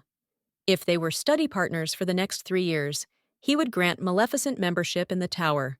The brunette looked away for a few seconds, saw a shocked and slightly frightened Noah, and with even greater determination declared, "Yes, now she will be able to cheat fate itself." Now, the magical contract between the two young people was officially concluded, and only after that, Luke playfully reminded that the protection works both ways. Magicians have no right to attack members of the ruling family. A purple pentagram, reminiscent of demonic summoning circles, began to glow under the feet of the young wizards, and Arinda finally decided to turn to her hated fiancé. Now, she had no right to take revenge on him, or even do anything nasty, but that was okay. Instead, Maleficent would sincerely pray that Noah Hensley von Edmund himself would die one day. After that, both she and Oscar disappeared in a flash of light, to the impotent fury of the young prince. Only a barely noticeable purple haze remained to indicate their presence. However, the brunette could have been at least partly consoled by the fact that after this, the main characters caught the eye of the strict teacher. She was very outraged by the tardiness and violation of the academy rules on the use of charms. What's even funnier is that they weren't thrown into a corridor, or an outside park, or anywhere else, but straight into the auditorium. So dozens of people were staring at the two offenders in shock. The outcome was exactly what could have been expected. The young man and woman were once again sentenced to a difficult and humiliating run around the stadium, and Arinda, suffering and sweating, asked, "Does Oscar really just hate her?" The gray-haired man, feigning offense, reminded him that he couldn't say that because now they were fellow students and guildmates, and Maleficent finally exploded with indignation. She screamed, "Why did he set them both up like that then?" Because of the screams and anger, the brunette lost her rhythm. She awkwardly placed her foot and fell on her knee, and only Luke's help prevented the protagonist from falling face down in the grass. With his ever-present grin, he advised them to be careful, and then innocently explained that they had to go to the auditorium anyway, so the shortest and easiest route had been chosen. The traveler rolled her eyes tiredly and sighed. It was incredibly difficult for her now to believe that this grown-up child was the future head of the greatest order of sorcerers. Oscar then asked why Arinda was suffering for real, instead of just using magic like she did when she met Reynold. But Maleficent refused to explain or cheat, and so she ended up feeling half dead while the blonde sat there as if nothing had happened. Eleanor was already hurrying towards them. Just like last time, she had prepared a handkerchief for her best friend, and the protagonist was happier to receive it than the prospector was to receive a huge gold nugget. And then the ill-fated teacher appeared. Pathetically adjusting her glasses, she began to read a speech on the topic of how everyone is equal in the academy, and that they do not distinguish between kings, dukes, and commoners. The traveler nodded sadly, feigning attentiveness. She had heard these words several times in previous timelines, but then, however, running had been much harder. When one of the mentors appeared on the horizon, Luke immediately changed. The relaxation disappeared from his posture. He began to breathe heavily, and his whole appearance demonstrated how much the punishment had exhausted him. And this really angered the main character. Of the two of them, only she was actually working off the fine, and this crook was now putting on a hypocritical show. That's why the protagonist, without any pity, told the teacher that the gray-haired man secretly used a charm. And this was the first time Oscar was afraid of something. As it turned out, this was the reason why Arinda did not want to use magic. She wanted to take revenge on the trickster for his annoying antics and obsession so much that she was ready to endure terrible fatigue and pain. While the teacher scolded him and sentenced him to run 5 laps around the huge stadium, the teenager tried to attract Maleficent's attention and get help, but she only gave him the most affectionate and mocking grin possible. And no, the newcomer had absolutely no sympathy for her new partner. She believed that he got away with all his antics too often, so punishment would only be beneficial, and therefore focused on talking to Serena. As it turned out, Eleanor was very worried about her relationship with Maleficent. It seemed to her that she herself was too intrusive, essentially forcing the brunette to communicate with her. The protagonist listened to this with her mouth open and her eyes wide open. She couldn't believe that this sweet little son could think such nasty things about herself. That's why she tried very ardently and fiercely to convince the blonde that everything was fine, like a lover comforting her dearest person after a hard day. The blonde was genuinely surprised by such a reaction, but then she smiled sweetly and admitted that she also liked Arinda and did not regret their acquaintance. The main character was so embarrassed by this simple and harmless confession that she abruptly turned away and went somewhere, dragging the bewildered Eleanor along with her. Serena tried to find out what thought had come into Maleficent's head again, but she refused to reveal the surprise. She only winked playfully and smiled. As it quickly turned out, the protagonist decided to use the classic approach to courtship.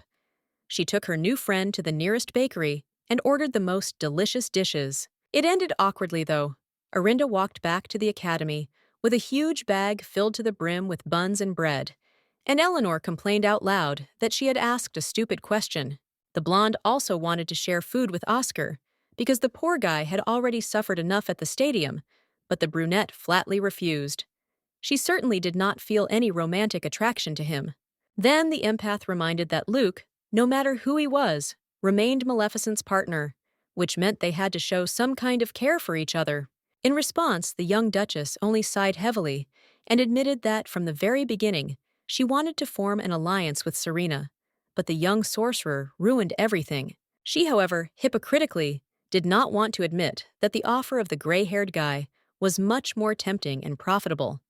No matter how you look at it, the absolute shield against Noah was just what you needed.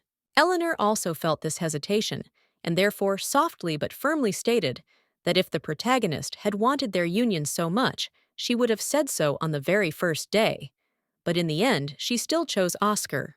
The empath added that a missed opportunity never comes back, as if she were a wise old woman teaching her ignorant granddaughter about life. Arinda looked at this with her eyes wide open in surprise.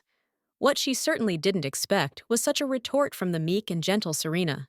She still didn't understand how all this related to the need to feed Luke with her own money, but in the end, she decided not to continue the argument and back down. Eleanor then shocked the Duchess with the news that the rest of Class A couldn't stand them for some reason, so it would be better if the three of them formed their own group. She didn't have time to develop this topic. Reynold Watson suddenly appeared right in front of the girls, as always cold and stern, and Arinda hurried to greet him. For a few seconds, the young knight stared at the heroine, and then, very slowly and awkwardly, waved back at her.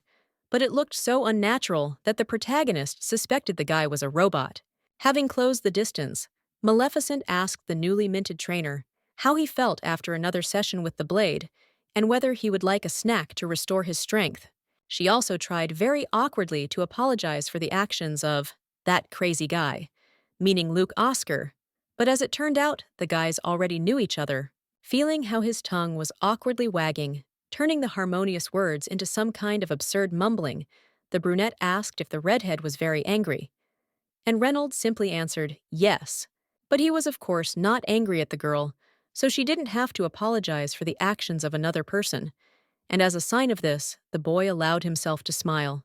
Besides, Watson felt no less guilty because he had insisted too much on fencing lessons and decided to apologize for it. Pleased that everything had been resolved in the most peaceful way, the newcomer shook Reynolds' hand and assured him that in any case, she was glad of their meetings. And the boy, slightly embarrassed, agreed, although he continued to think that Arinda's refusal of the sword was a monstrous waste of talents. It was a small but real victory. The former Earthling managed to get a little closer to one of her favorite heroes and was already going to share this with Serena. However, she didn't have time. Eleanor approached the young knight holding a large bag of purchased buns in her hands and kindly offered to satisfy his hunger with them. After this, there is another tiny time skip, and the audience is shown a close-up of Luke's outraged, almost tear-stained face, accusing Maleficent of betrayal. Instead of answering, the brunette took a large piece of bread and shoved it down the young wizard's throat. She didn't even deign to turn around. She didn't care so much. The gray-haired teenager chewed it up and swallowed it very quickly, and then, not at all embarrassed by the indifference, continued to whine to his new partner about his problems. But what angered Oscar most was not even this, but Reynolds' presence at the table. He even unceremoniously pointed his finger at him and asked, "What is this guy doing here?" The protagonist, sweating from his angry gaze, tried to awkwardly joke. Like she will be a wolf, a wizard, and a swordsman. And to which camp is this definition closer? Watson, of course, declared it closer to swordsman due to the two syllables in common. Serena pointed out that Nick was in both words, and Luke simply rolled his eyes theatrically, complaining about having to deal with such an audience. Someone else would have been offended by this, but the empath just smiled happily and carefreely replied that they didn't have any other friends here anyway. That is the saying about being without fish applies. Oscar indignantly declared that he was not going to be friends with Watson, and Arinda, unable to restrain herself, began to coo mockingly. Like what kindergarten our little boy doesn't want to be friends, oops. But she could tease and be sarcastic as much as she wanted. But in reality, Maleficent was happy. For the first time in her life, she found real friends with whom she could just sit at the same table and fool around, and without that nasty Noah. It was ordinary human happiness, but it was precisely this that now made the newcomer laugh and smile heartily without worrying about tomorrow. Suddenly, Luke looked very intently and irritably straight at the main character, and she became worried. Had she really gone too far in her ridicule and offended the guy? But it turned out that the young man was simply continuing to sulk about that setup at the stadium, so he firmly stated that all these smiles would not help. He was still angry. Such a petty reason made Arinda laugh, and when Oscar asked what kind she needed the protagonist, half jokingly and half seriously said, "So that you feel bad when I smile." As the narrator explained, it was much more than just a sarcastic jab. That's what the High Prince Noah had told her in one of her past lives. Edmund's mood was spoiled when he saw his unloved bride smile no matter what the reason. And hearing this, the time traveler only miraculously retained her composure. And now she decided to replay the situation with Oscar, the least favorite of her new acquaintances. But unlike her, the young wizard took it with humor. But he quickly wiped the grin off his face, crossed his arms over his chest, and declared that he was still angry. After all, running kilometers on all fours is not easy at all. At this point, Reynold entered the conversation, declaring that it was a piece of cake, provided that you trained regularly and diligently. And the time traveler realized that things were heading towards another argument. And so, of course, it happened a second later. Looking intently at Watson, Luke said with an exaggeratedly surprised look, "Oh, we have a slowpoke here." Not wanting to listen to another session of swearing between the men, Arinda simply pinched the gray-haired man on the side with such force that he screamed throughout the dining room. While the young sorcerer was cradling the injured area, the women remembered that the Academy's management was planning to hold a special dance evening this weekend. This was no ordinary ball, but a special event, a sort of second welcoming ceremony for the freshmen. And Eleanor would have been very happy to attend it. Reynold didn't understand what the point of doing something like this was, and Serena explained that they would be studying for 3 years, and during that time, they would have almost no opportunity to meet students from other groups, so this was a kind of compensation. In reality, of course, everything was much simpler. The author came up with this ball as a template, but beautiful way to unite Edmund with the blonde, starting their love story. Watson, meanwhile, was completely disheartened. Not afraid of training with weapons and grueling runs across a huge field, he was very afraid of being disgraced because of his inability to dance. Luke, of course, couldn't miss such an opportunity to tease his hated rival, and the atmosphere instantly grew heavier. The guys hadn't yet stooped to direct insults, but there was still an aura of threat in the air, like when two wolves were fighting. The protagonist watched this with a bored look.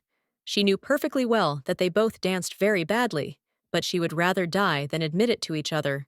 Reynold was the first to leave the table, and the brunette also decided to take her leave, but Oscar stopped her. The sorcerer was interested in whether the main character danced well. Arinda snapped back that she was definitely doing it better than Luke, but she was actually concerned about this strange interest, and the teenager grinned and asked, "Do you remember who your partner is?" Indignant, she demanded that this not be mentioned. They allegedly entered into an agreement against her will. And then the young man reminded that Maleficent owed him a favor, so why not return it through dance training? The time traveler found herself backed against the wall and decided to agree clearly, believing that nothing terrible would happen anyway. But she underestimated Luke's lack of talent. He danced terribly regularly, stepping on his partner's feet. The offended wizard tried to blame Arinda for simply not knowing how to do it right, But Serena, who was watching their torment, confirmed that the protagonist was right. Oscar simply had bad technique. While they continued their studies, the former Earthling directly asked why the young magician had asked to study if he couldn't stand criticism. And the blonde calmly explained that he wanted to become better than Watson, and he also hoped to have some fun. Hearing this, Maleficent was ready to give up and stop, but the young man returned her motivation, promising to teach her some unique spells that only members of the tower possess, and they can be used to take revenge on enemies. After the main character agreed to one more final tryout, everything changed dramatically. The guy began to dance so skillfully and beautifully, as if he had been learning this since birth. The protagonist immediately realized that this was too unnatural, that it was impossible to learn something like this on the first day, but she did not have time to question the young sorcerer. He decided to leave immediately after the end of the classes. After a while, the audience is shown how the main characters are looking for clothes for the upcoming ball. Arinda grumbled that there was nothing suitable anywhere, and they even skipped lunch for the chance to quickly find something original and attractive. Serena tried to console her friend, assuring her that the appearance of the clothes didn't really matter. The main thing was that they fit well, but it was just after that the girls finally got lucky. Beaming with delight, Maleficent solemnly pulled out from the bins a very beautiful and bright blue and white dress that seemed to have been created for a Disney film about a princess. It was this outfit that Eleanor wore every year for the gala balls in the novel. But then Arinda remembered that it was the same one that attracted Noah's attention, and she abruptly changed her mind about giving it to the blonde. Unfortunately, it was too late to hide it.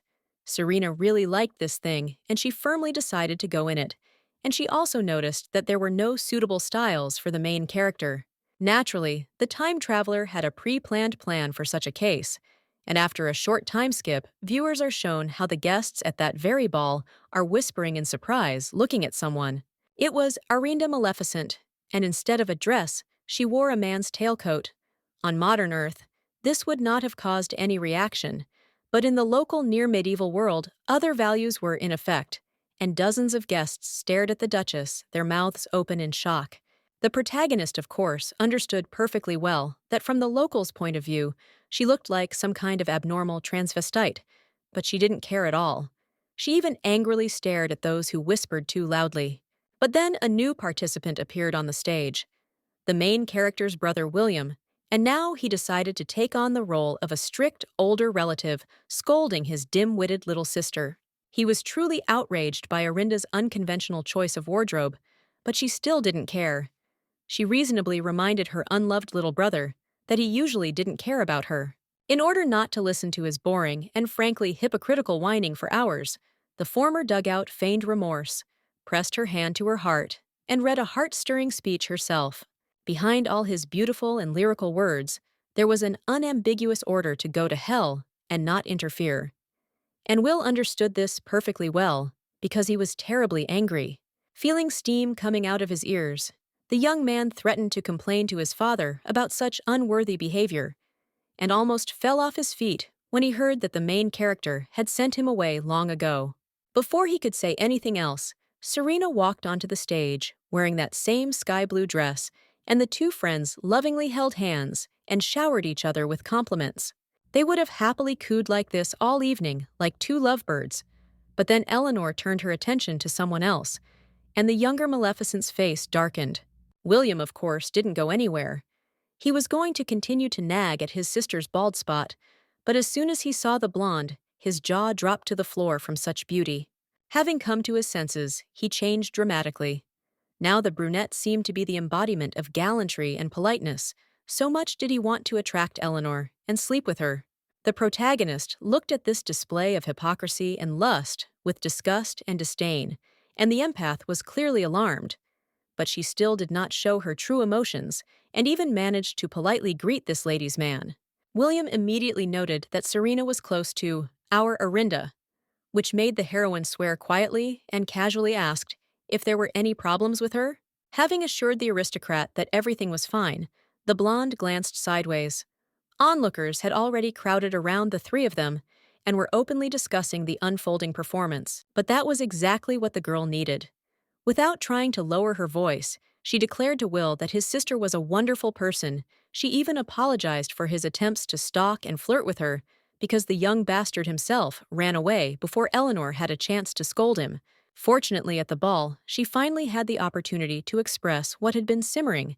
And at the end, the empath expressed the hope that the brunette would never allow himself to repeat such mistakes again. Young Maleficent turned terribly purple, and his words turned into an inarticulate wheeze, but the blonde calmly repeated how sorry she felt for her friend, forced to take responsibility for her brother's actions, and that he would act like a gentleman if he left the girls alone forever. Immediately after this, Serena took the protagonist by the arm and decisively led her away, but the brunette managed to mockingly stick out her tongue at the hated and humiliated relative.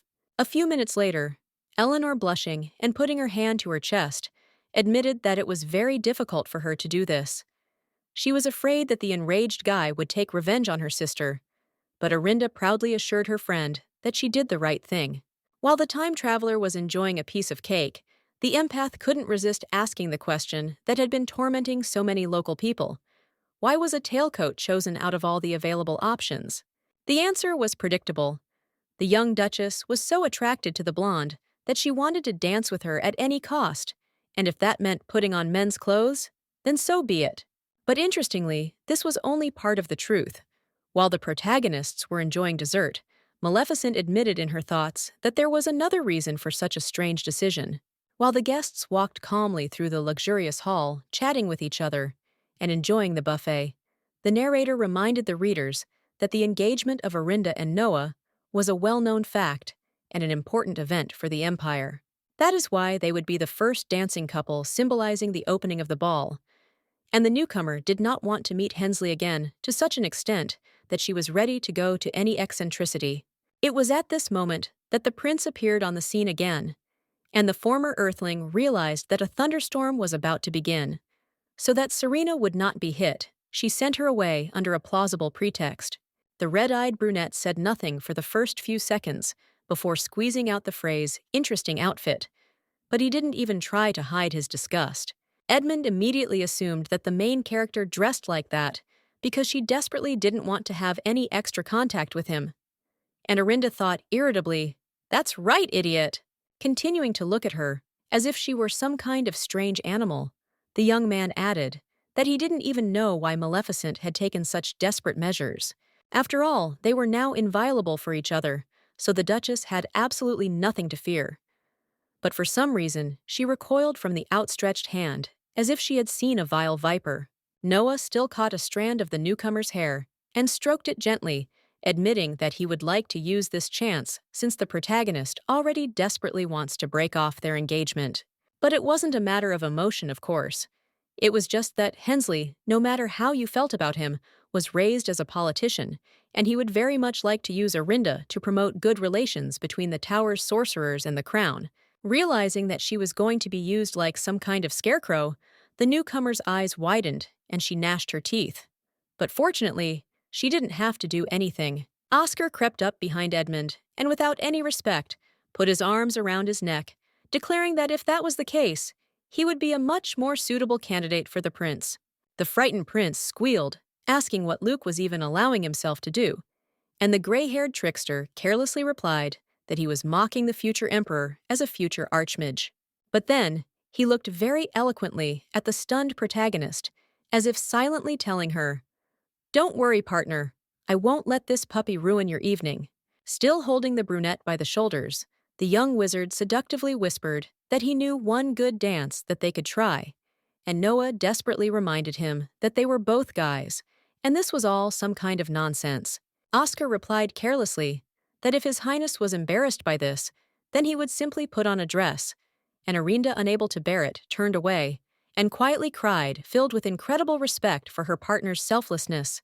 A few minutes passed. The youngest Maleficent jumped out of the hall onto the balcony and was now desperately trying to catch her breath, thinking about the fact that another plot thread had completely gone haywire. Here, someone quietly called the main character by name. Looking up, she saw Reynold in a similar black and white suit and very awkwardly rubbing his neck. The young knight admitted with embarrassment that he simply didn't like such places, and then Luke actually conjured up a woman's dress for himself and dragged Hensley into a dance, turning the ceremony into some kind of circus. The protagonist treated this reason for escaping from the hall with sincere understanding, and for some time the main characters simply looked at the night sky, until Watson mentioned that he had indeed taken dance courses. He really wanted to wipe the nose of the self-confident Oscar, but now that the sorcerer was busy with something completely different, the red-haired teenager wanted Arinda to appreciate his skills.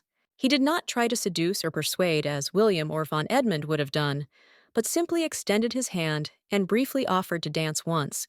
The main character blushed noticeably again, as if she had just visited a bathhouse, after which she timidly placed her hand in Reynolds' strong palm and responded with consent. After this, readers are shown the interior of the palace where the ball is held. All those present had already dispersed into couples and were moving elegantly to the sounds of the melody. Among them were the main characters. Trying to find a common rhythm with Watson Maleficent asked how he learned it, and the boy admitted that he listened to a fencing teacher. This man, of course, was among the visitors. He watched his favorite pupil for a long time, and without stopping, and had such a proud look, as if Watson were his son who had won a glorious victory. True, one nuance soon came to light. The man taught Reynolds to dance as well as to wield a blade, so the protagonists did not so much move as rush around the room, almost knocking people down along with the furniture. When the music ended and the time came for the gentlemen to kiss the hands of their chosen ones, the young knight took the brunette by the hand and embarrassedly admitted that he probably had not moved very well due to inexperience.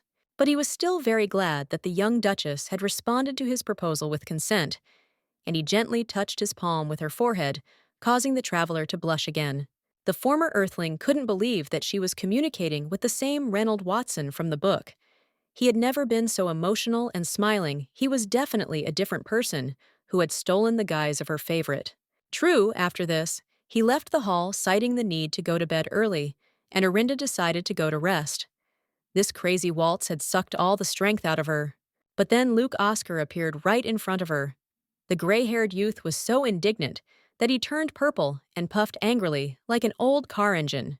The young wizard simply could not believe that the protagonist had betrayed him once again.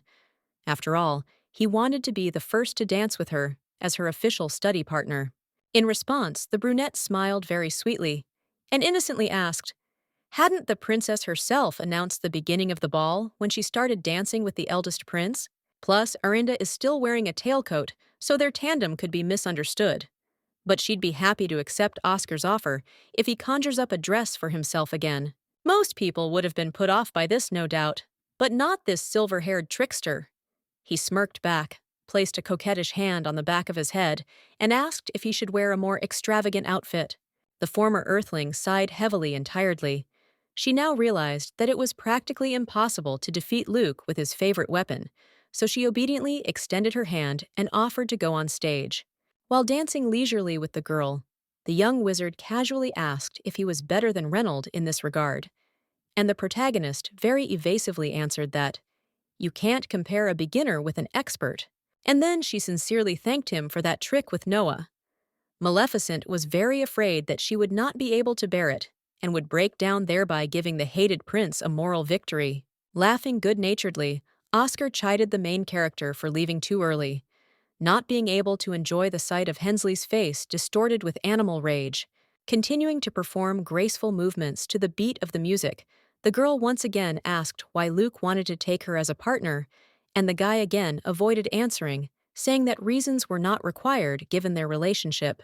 The former dugout retorted that this was precisely the question that worried her. Their strange relationship, after which the gray-haired teenager, with theatrical sadness, accused his partner of heartlessness. The time traveler reminded that an ordinary person, even the most altruistic one, would never disgrace himself by putting on a woman's dress and dancing with a man for the sake of an ordinary friend whom he had known for a week at most. But the young man simply replied that it was natural for him with his reputation. Feeling growing despair, the protagonist called her partner by his first and last name, and he, looking away, asked a rhetorical question.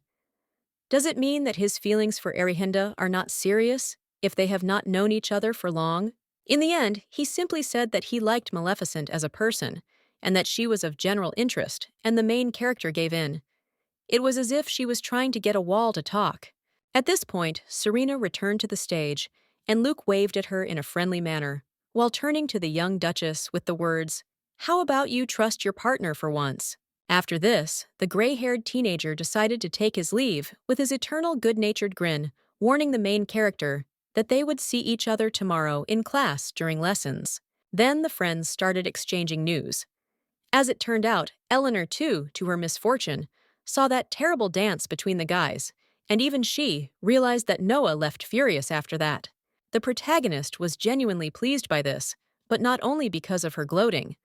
Oscar's prank led to the prince and the blonde not meeting at the ball, as was the case in the book.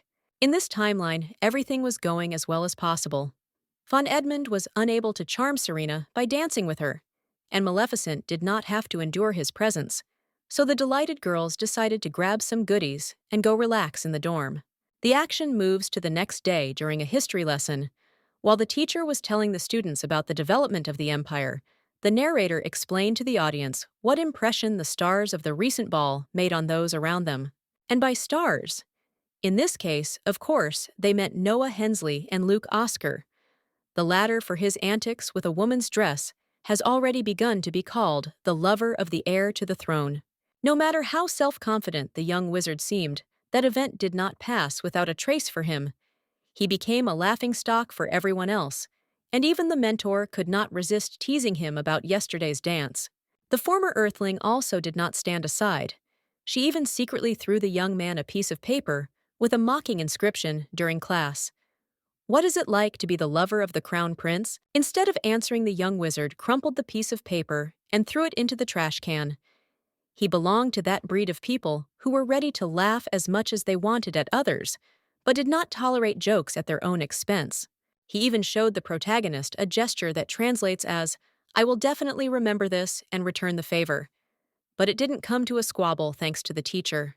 She sternly called out to Orinda Maleficent, and the brunette obediently rose from her chair, mentally preparing to answer some kind of teeth-grinding question. And so it was. With a sly gleam in her eyes, the woman asked what the name of the commander of the punitive detachment of the empire of past centuries was, believing that the protagonist would definitely not say it. A deathly silence fell over the entire classroom as the young Duchess, without a second's hesitation, answered that the man was Eric Nod Saya. Having overcome the shock, the mentor confirmed that the answer was correct, and added that although Eric did not obey the orders of his superiors in this way, he saved many lives. After that, Serena quietly asked how her friend could have found out about this, since the question was clearly a trick question, and the newcomer awkwardly joked it off, reminding her that repetition is the mother of learning. Technically, it wasn't even a lie, because Erinda remembered the answers she needed from her 2 previous lives. And after the lesson was over, Luke approached her with an offer to study in her free time. Oscar had promised that he would teach the girl unique spells from the tower, so he had to keep his word. But he was sulking so cartoonishly that Maleficent couldn't help but roll her eyes. After their quartet of friends had already entered the corridor, the main character asked what exactly the young wizard was going to teach her, and Reynold, who was walking ahead, immediately became wary. Wanting to annoy him, the young trickster familiarly hugged the protagonist by the shoulders and lied that he also knew a little about swordplay, and so he demonstrated his tricks to the Duchess. But this time, the trick didn't work. Watson, no matter how straightforward a person he was, didn't fall for such an obvious pretext and simply stated that he didn't believe Luke. Trying to somehow regain face, Oscar admitted that he planned to, instead, teach Orinda to throw meteorites pulled from the sky at the enemy. And this even caused a restrained "wow" from those around him. The main character, tired of all these pranks and jokes, simply asked the young wizard to at least sometimes tell the truth. And the offended guy said that he should be trusted unconditionally. This is the basis of their relationship. In response, the protagonist seriously said that Luke had not inspired her trust from the very first day, so since when should she blindly take their word for it now? And Reynold nodded in agreement. The angry teenager, puffing like a teapot, was indignant. How dare they treat the future supreme mage like that? Are they not afraid at all? And the main character very mockingly drawled, Yeah, I'm rushing to fall at your feet and beg for mercy. However, none of this was a serious insult. The four friends walked calmly side by side, quietly bickering, laughing at each other, but that's all. The main characters chose a large empty auditorium as their training ground, where Oscar, becoming serious for the first time, explained to the newcomer that she didn't have much mana, but he would still unlock her potential. When asked how exactly, the young trickster explained with a grin that the method was very simple. Maleficent would simply have to release all the magical energy that was present in her body. Erinda admitted that she already knows how to use some spells, but knows nothing about how to sense their source. But this did not surprise Luke. The tower's mages guard this secret like watchdogs. To make it easier for the girl to understand what was required of her, the guy created a ball of gentle bluish glow in his hand and asked her to imagine how all the power accumulated in her chest. The protagonist obediently closed her eyes, took a deep breath, and concentrated, trying to follow the instructions. And the young mentor praised her, encouraging her to continue in the same spirit. This was one of the few times when Oscar didn't try to play the fool. He was very attentive to every change in Arinda's aura, and assured her that even if she began to lose strength, she had to endure it, and he would ensure her in case of failure. This is exactly what happened in the end. The newcomer quickly felt how her entire body was enveloped in heat, how it was rapidly weakening, and how a blissful emptiness reigned in her head.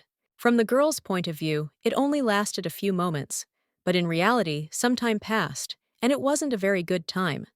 Luke grabbed Maleficent by the shoulders, ordering her to stop immediately, and Serena looked scared. No, the main character did not hurt anyone or destroy anything, but her own body suffered noticeable damage. Her once black hair turned completely white and now resembled white ribbons. In another situation, Arinda might have exploded from indignation and fear, but now she was simply too weak for that. She was noticeably swaying, so that her friends were even afraid whether she would be able to even stand without help. But the protagonist quickly assured them that she felt completely normal. Her head was ringing and her senses were noticeably heightened, but otherwise there were no problems. To lighten the mood, Maleficent tried to laugh it off by asking for a mirror to check her appearance. But Oscar, of all people, didn't appreciate the joke. He was so scared by what had happened. Eleanor asked again if everything was really okay with her friend, and Arinda confirmed that, yes, everything was fine, and she was just feeling a little sleepy, that's all. After this, Luke suddenly picked her up and explained that the Duchess really needed to rest. She had released too much energy. Because of this, her body was exhausted. In another situation, the girl would most likely have been indignant and demanded to be let go. But after her feigned bravado, the fatigue from the unsuccessful experiment came like a tsunami. After some time, she woke up in bed. Her hair had turned black again, but she was brought back to life by the feeling that even the bed linen was very hard and trying to cause pain. The protagonist jumped up too abruptly, as if a huge bell had rung above her, so Luke gently but persistently pressed on her shoulders, urging her to lie down again, and Serena hastened to ask how she was feeling. They were not in one of the dormitory bedrooms, as one might have thought, but in the medical center. And there was no doctor nearby, because Oscar assured him that he could handle the problem himself. Taking advantage of the opportunity, the main character asked the mentor why this happened at all, and the young sorcerer explained. The body could not withstand the load of mana, so the hair turned gray, and now Maleficent was still too weak and with unstable mana, so she needed rest. But what's most interesting is that this was not an ordinary case. Each person has their own limit, and the body automatically blocks the flow of magic when it goes beyond it. But Arinda, as practice showed, did not have this very limit, and the girl, not believing her ears, asked again, does she really have an endless supply of witchcraft power? But the future Archmage warned her not to be too happy about it. In practice, it doesn't really matter how much mana you have, whether it's a river or an entire ocean, because the body won't withstand too much stress anyway. He gave hair as an example. Just recently, it was white like snow, because the body did not have the strength for pigmentation. But what will happen next? Will the internal organs fail? While saying all this, Oscar did not joke or smile, which sincerely struck the girl. But it also made her take the problem seriously and think about finding some kind of golden mean. Luke wearily replied that this was of course wonderful, But Arinda now only needed to rest, and nothing more, so the brunette, even more tired, gave in. In the next shot, the audience is shown the protagonist trudging sadly to class, loudly complaining about her hard lot. Studying and working after a short break was incredibly difficult. It turned out that her partner had gotten her a 5-day sick leave. Maleficent had no idea how he had managed to do this without revealing to the director that they were violating the ban on using magic at the academy. But the fact remained a fact. But now the blissful time of idleness and bed rest had come to an end, and it was necessary to dive headlong into learning again, which caused the unfortunate woman bitter tears and gnashing of teeth. Luckily, she had a best friend in Serena Eleanor, who was able to sweeten this suffering a little. The blonde collected notes from all the lessons that the girl missed. The time traveler didn't really need this, because thanks to her photographic memory and previous timelines, she already knew everything. But the very fact of such care moved her to tears. From an excess of emotions, she literally squeezed the empath in a bear hug and would have cried on her shoulder for a long time if Oscar had not intervened, pulling the girls apart with a disgruntled question. "What's with the passions this morning?" The protagonist greeted her partner politely, and he, horrified, asked her not to act so uncharacteristically. It was scary. And when he heard that he himself had previously asked her to show him more politeness, he simply replied, "Oh, right." Digging into his pocket, the silver-haired youth pulled out a glowing purple crystal on a chain. This artifact was created as a restraining mechanism that would cut off Maleficent's mana supply if her body was pushed to its limits again. It was a very difficult, literally delicate job, but Luke coped with it. He was, after all, a child prodigy in terms of everything related to magic, and he was destined to become the youngest archmage in history. Serena also helped, donating her own mana to the work of spells and risking her health for the sake of her friend. And this delighted Arinda so much that she instantly forgot about poor Oscar, staring at the blonde with a loving look.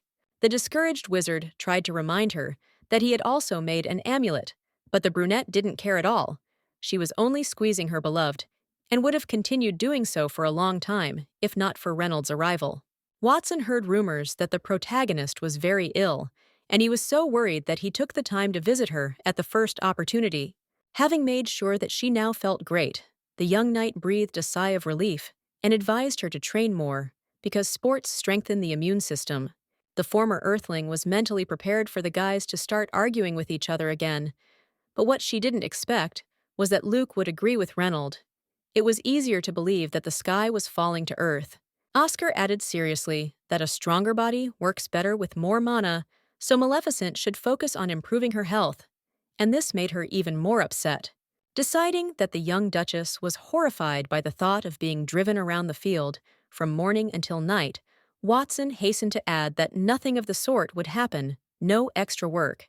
And before the girl had time to rejoice, the knight brought her down to earth, declaring that they would be better off starting with a trifle in the form of 5 laps around the stadium. And for a house mouse like Arinda, this was already hellish torment. And Luke, of course, did not miss the opportunity to take revenge for that old setup with the teacher. He maliciously informed that he would be very careful to ensure that the heroine did not use magic or cheat in class. Realizing that she was cornered, the protagonist decided to confess to Reynolds that she used magic at their first meeting, but as it turned out, he had already found out about it from the well-known gray-haired trickster. This, however, did not frighten the newcomer, but on the contrary, made her look at Watson with the same loving gaze as she had earlier at Serena. After all, he was a well-known hater of liars and cheaters, but he found the strength to forgive Arinda. But then, this beautiful moment was hopelessly ruined. Realizing that there was very little time left before the start of classes, the young knight ordered 3 laps to be completed today, and full classes would begin early tomorrow morning. And all of Maleficent's pleas went in one ear and out the other. The red-haired guy grabbed the protagonist by the hand and dragged her towards the exit. She desperately tried to convince him that she would not be able to attend classes because of the sweat, but Luke destroyed her last hope, promising to solve this problem with charms. After a short time, skip viewers are shown the time traveler after these classes. She felt half dead, and this is only after 3 laps, not the promised 5. Serena, who supported this idea, guiltily explained that it was also good for mages to have good health, so it was for Arinda's benefit, and she mentally forgave Eleanor because she was very cute. Then came the hour of unscheduled tests, conducted by the same teacher in glasses, and the teenagers groaned in horror. And it was hard to say what frightened them more, the type of classes themselves, or the personality of the teacher. According to the terms of the task, it was necessary to write and supplement the formulas for the barrier, the dividing space, and the spells that cause time fluctuations. But the result, at least, did not affect the grade, but simply helped to assess the overall potential of the students. While the woman was performing the spell, dozens of young people clutched their heads, and they could be understood because they first-year students were given a task of the highest level of difficulty. The protagonist, of course, knew the right answers, but for some time thought about hiding it so as not to stand out. However, she abandoned this idea in order to enter the tower. After class, the main character and Oscar were left behind after class. Rachel once again reminded them that even though the brunette comes from a great family, she won't get away with such things here. Looking intently at the newcomer, through translucent glasses, the mentor said that if the young duchess had a conscience, she should confess to what she had done. The former earthling, either sincerely or for cover, replied that she had no idea what the teacher was accusing her of, but Rachel was not at all impressed. Realizing that the conversation was about that unfortunate test, the girl tried to prove that she hadn't copied anything, but the teacher only chuckled with satisfaction. Like, since she was the first to talk about it, it meant she was guilty. However, the brunette's nerves were much stronger than one might think. She calmly lied that she came to this conclusion from the consideration that the professor, who was not responsible for their class, could only call them about recent classes.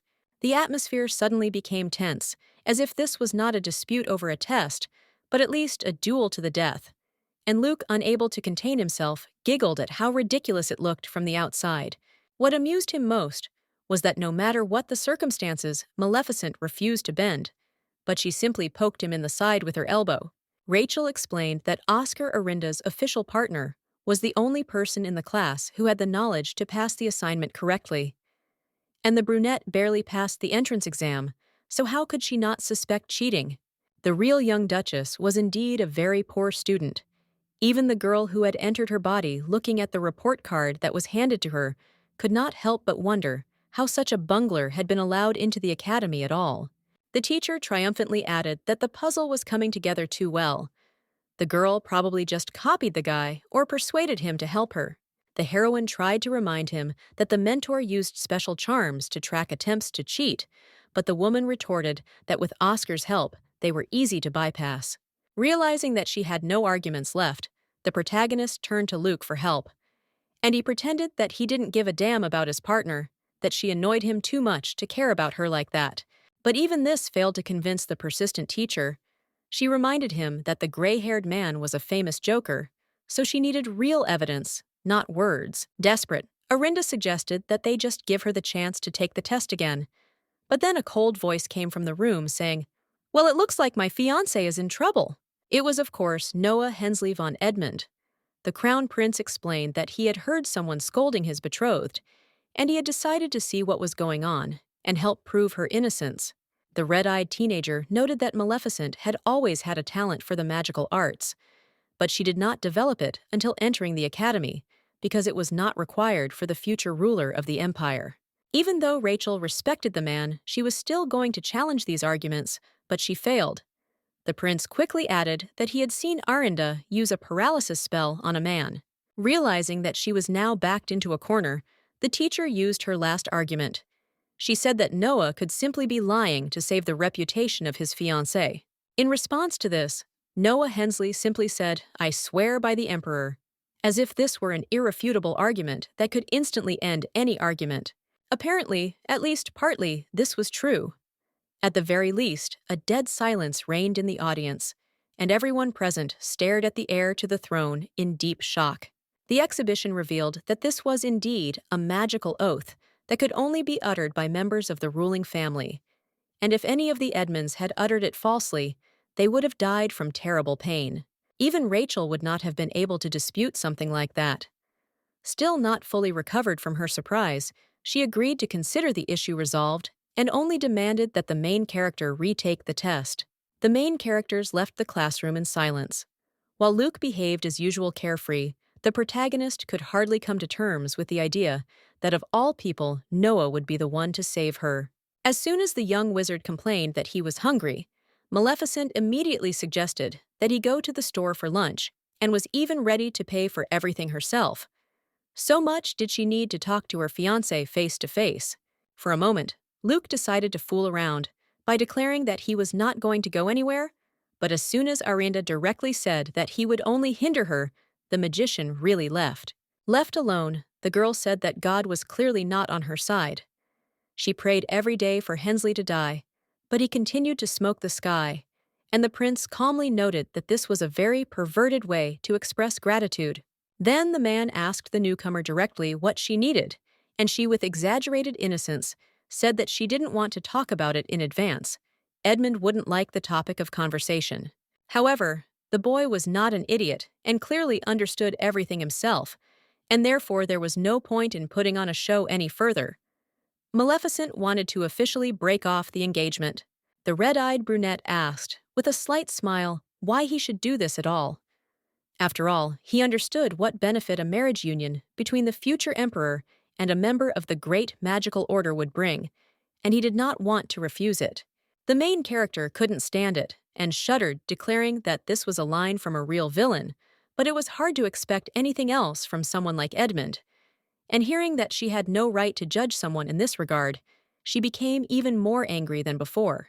Having caught her breath with some difficulty, the protagonist mockingly suggested that the crown prince make Luke his husband especially, since they had already danced. But Noah pointedly, calmly replied that the gray-haired wizard hated him. This was the last straw. Arinda almost hysterically screamed that she herself hated Hensley more than words could express, more than anyone could even imagine. Oddly enough, Von Edmund was clearly offended by this, because he stared at his interlocutor in genuine surprise, and then quietly quoted, "I am happy to enter the academy with you."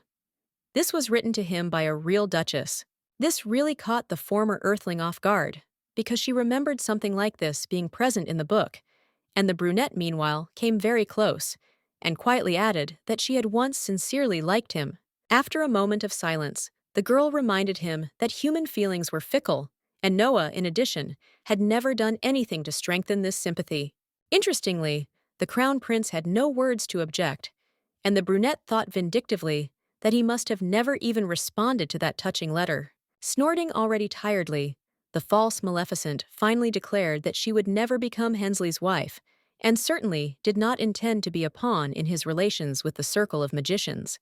Moreover, in order to achieve her goal, the time traveler was ready to take the most desperate measures. For example, she would destroy all her relatives herself, and if that was not enough, she would simply finish off Noah, despite all the prohibitions and taboos.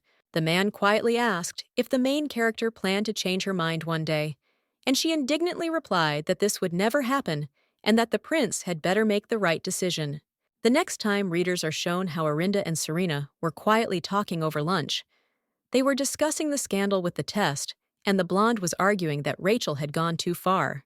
The former Earthling didn't particularly care, since everything ended in her favor, and she was much more interested in the whereabouts of Reynold, who immediately quietly appeared behind her.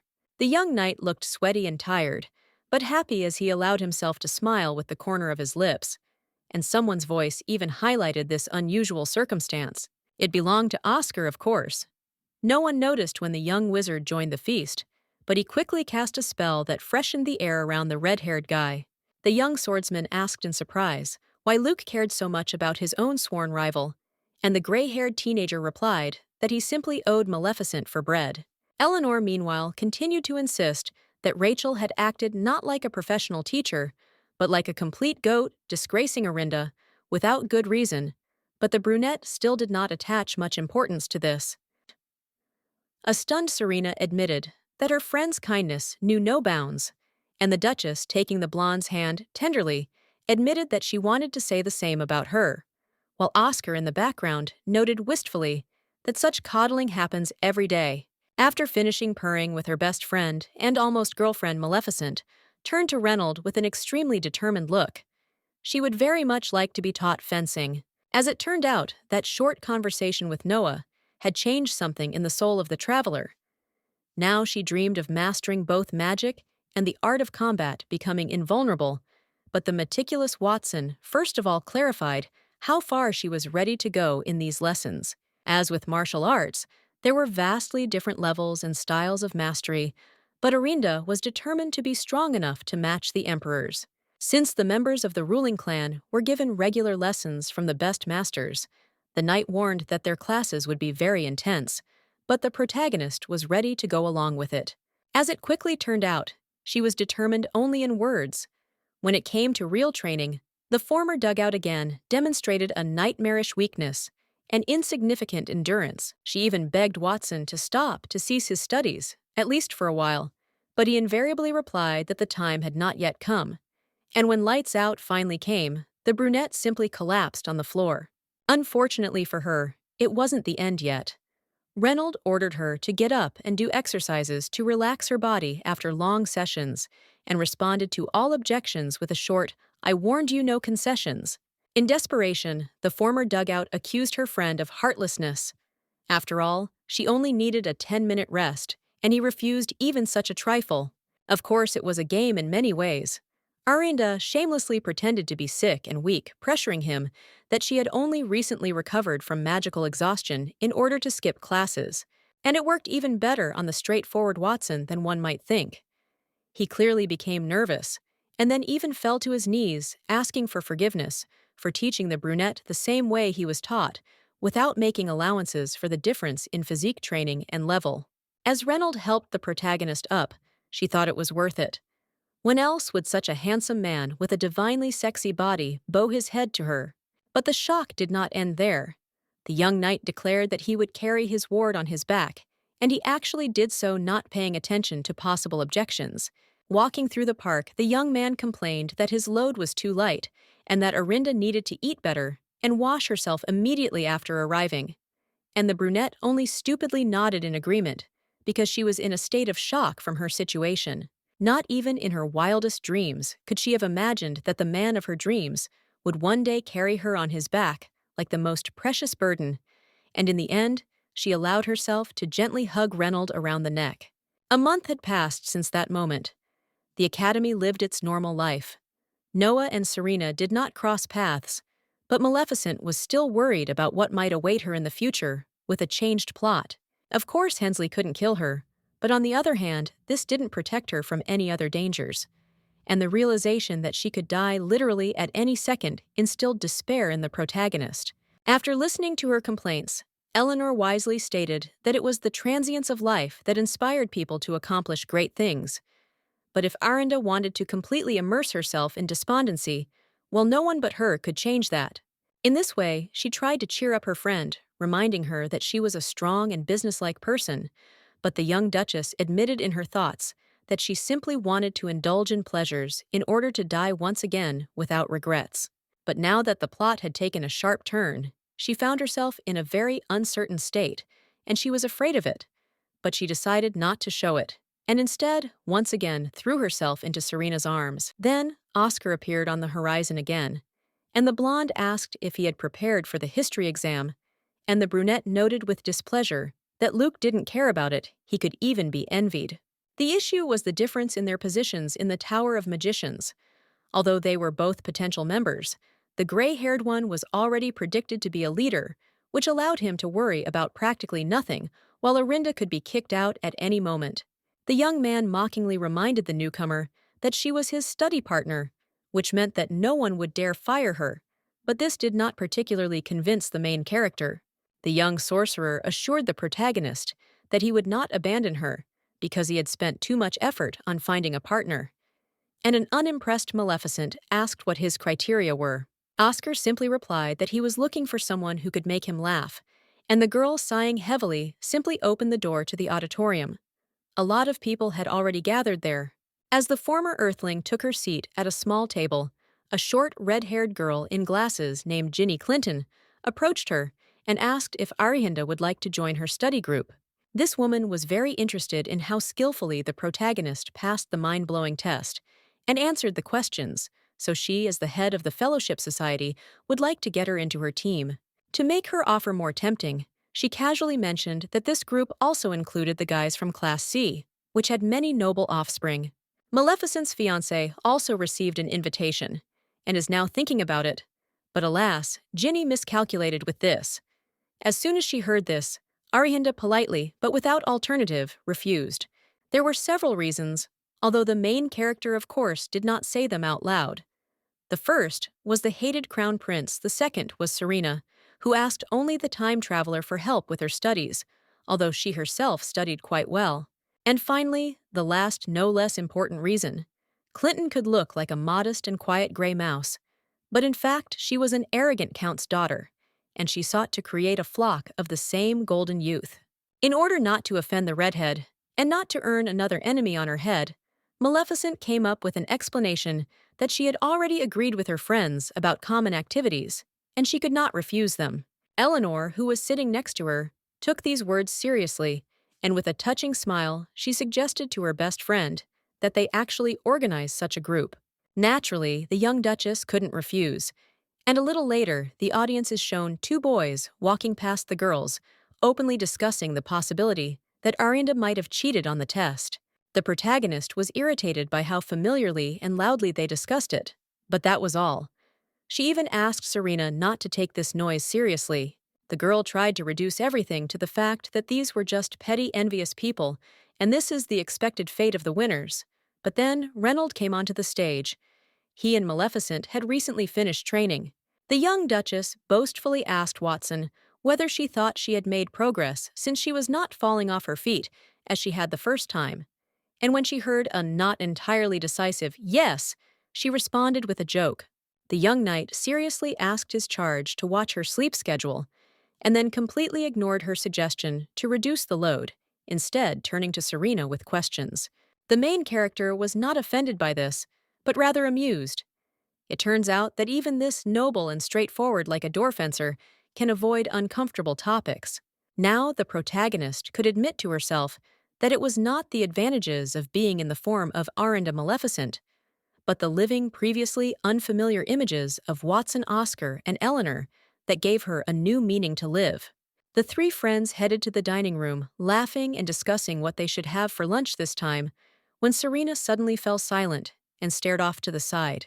The time traveler followed her gaze and almost cursed because William and Noah were sitting together not far from them, as if they themselves had become bosom buddies. It was hard to imagine a worse situation. The two people the heroine hated most were now sitting calmly at the same table, so she decided to simply ignore them so as not to lose her mind. But Watson did not let his student calmly leave the unpleasant topic. He firmly, albeit carefully, took her hand and warned that if these guys were bothering her, it was enough to simply say so. Arihinda asked what Reynold would do in that case. Would he beat them up? And cold shivers ran down her spine, because for such a thing in the Empire, the death penalty was imposed without any options. The red-haired young man looked very seriously straight into the protagonist's eyes and calmly confirmed that, yes, he would do it without hesitation if that was her wish. Pulling her hand away, Maleficent stepped aside and warned that this was not worth doing. After all, William was her older brother, and von Edmund was her fiancé. Ray repeated the word fiancé in a very strange voice, and the earthling hastened to explain that she was going to break off the engagement and all ties with the family. It took her a moment to realize how shocked Watson was looking at her. The young knight quickly came to his senses and declared that nothing had happened. His interlocutor simply thought that he had been staring at her for a few seconds with a distorted face and bulging eyes. A little later, the brunette complained about how difficult it was for him to see his little sister, but the protagonist was never deceived. She understood that she was simply serving as an excuse to meet Serena. Without attempting to feign even a shadow of respect, Arihinda sighed heavily and admitted that yes, it was very difficult for her to avoid confrontations with these hypocrites, and Will instantly became angry. In her heart, Maleficent was triumphant and gloating. No matter how hard her two-faced brother tried, he had not yet been able to find Eleanor. It was Oscar's merit. At the request of the main character, he used special concealment charms, and now the lustful scoundrel would never see or feel the blonde, even if she was literally under his nose. Having suffered another humiliating defeat, William tried to change the subject to the dissolution of the engagement with the imperial house. But here, too, the girl made it clear that she did not want to discuss it. Will ignored this, and instead continued to nag, arguing about how important this was to their family, and how much effort Noah had put into getting back into Arinda's good graces. The latter really struck the girl. She stared in shock at her older relative, and he confirmed that the crown prince was planning to talk to Maleficent again when she cooled down. Before leaving, the young man told the protagonist that she had long since outgrown childhood, so it was time to stop being capricious and realize that a political marriage did not depend on her alone. The young brunette couldn't understand how it had come to this. In all of her previous lives, Hensley had mercilessly rejected her and even killed her, and now for some reason he desperately wanted to maintain her affection. So desperately that very soon the red-eyed brunette showered the Duchess with luxurious gifts. But this only caused her disgust and even horror. Noah had no idea what kind of things his fiancée liked, so he relied on his own taste and Will's advice, so that Arinda could only mutter that the couple agreed even on their idiotic thoughts. Feeling her face burning with shame and a mountain falling on her shoulders, the protagonist sighed and asked with quiet despair, "Doesn't Noah at least feel sorry for the people who pay him taxes?" The guy calmly retorted that all these luxurious gifts were investments in the future of the empire, and once again reminded them that the ruling family would benefit from their marriage. Poor Maleficent no longer had the strength to joke about it. Trying not to scream out loud, she simply asked him to get out of her sight and throw out all this trash. Von Edmund seemed genuinely confused about how anyone could be angry about ignoring someone for so long. To make up for it, he apologized for that old execution threat. But hey, how was he supposed to know how useful Orinda would be later? The girl finally realized that no one was listening to her, and no one was going to listen. The guy was completely absorbed in himself and his desires, so she ordered Hensley to get out for the last time. The heir to the throne did not allow the protagonist to simply close the door. Grabbing it, the brunette warned that he would not finish yet, and if Maleficent ran away, even more, gifts would await her tomorrow. An ordinary girl might have been truly frightened by this, but the main character simply snorted, contemptuously snapped her fingers, and all the gifts, to Noah's horror, went up in flames. This was one of those rare occasions when the young tyrant completely lost his cool, demonstrating that he could be as afraid as ordinary people. But now that was not what frightened him.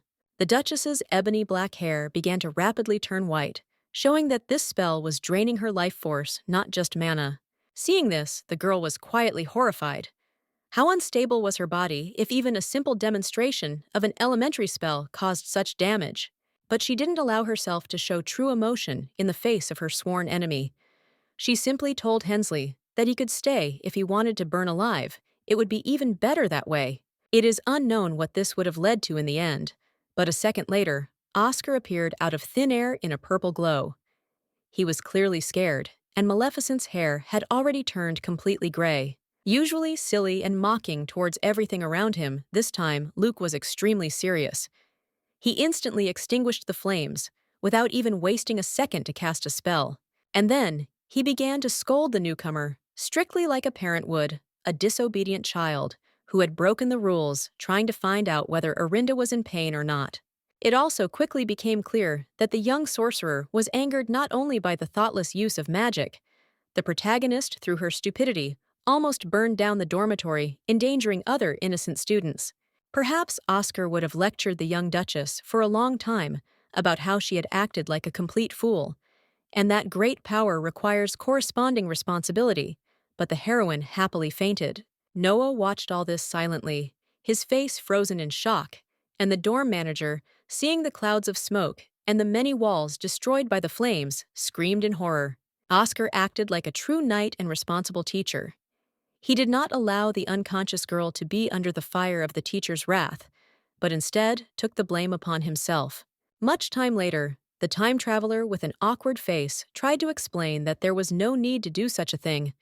They were not friends or lovers, and became study partners out of interest, so such sacrifices were unnecessary. In fact, the Earthling was increasingly confused by the differences from the original source. In the original, Luke was nothing more than a joker with magical abilities, and she could not imagine him voluntarily accepting punishment for someone else. Out loud, she simply asked him to never do that again. The gray-haired teenager was already helping her all the time. She was starting to feel like a debtor, but the wizard just grinned widely. The future archmage declared that everything was fine, because he planned to take what was due to him anyway, and laughed devilishly, which genuinely frightened the protagonist. Serena, who had been nearby the whole time, sternly yelled at her friends to stop fooling around and finally focus on their studies. But Oscar started whining that he didn't like doing homework during lunch. It also turned out that Reynold had been sitting next to them the whole time, so the young magician didn't miss the chance to mock him, hinting at his lack of intelligence. Watson characteristically completely ignored the obvious jab at him and instead pushed his test towards Maleficent, asking her to look at a question. The protagonist was very surprised and even laughed nervously. Who would have thought that this straightforward swashbuckler would completely ignore the gray-haired trickster to his great irritation? Then the former Earthling thought sadly that most likely the guys would soon start showing signs of attention to Serena, and if so, then let the blonde get together with Reynold. They would be happy together. But the brunette, as before, did not allow her true emotions to burst out, and instead skillfully changed the subject, suggesting that Watson ask his questions to Eleanor. Watching the two of them struggle with a mind-boggling puzzle, the girl thought just like a stereotypical fanfic writer and shipper. She demanded that they start looking at each other with interest. She didn't notice that Luke had been staring straight at her the entire time, and was caught off guard when the mage, with a predatory smile, suggested that they run away together. He reasonably noted that the main character knew the answers perfectly well, and therefore was not obliged to waste time that could be more usefully spent on learning charms. And Luke also realized that for some reason, the brunette wanted to bring her friends together. No, he didn't judge. On the contrary, he noted that it was much easier for people to demonstrate true feelings for each other when they were alone. And the protagonist couldn't dispute this argument. After a few seconds of thought, the young Duchess turned an eloquent glance at the wizard, and they both stood in the teleportation circle, only having time to warn Serena and Ray about leaving. They were transported to an auditorium located on the upper floors of the central building of the Academy, and the glow was so strong that it could be seen far beyond the premises. Only then did Maleficent realize what she had done, and she grabbed her head. Eleanor was a gentle angel, of course, but even she could have been offended by such a prank. As for Luke, he now decided to directly ask the question that had been bothering him for a long time.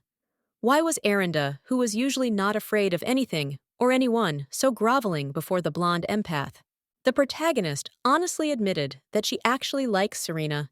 And isn't it natural to treat someone who evokes positive emotions in you with care? Oscar chuckled, thought for a moment, and then kindly asked what about Noah.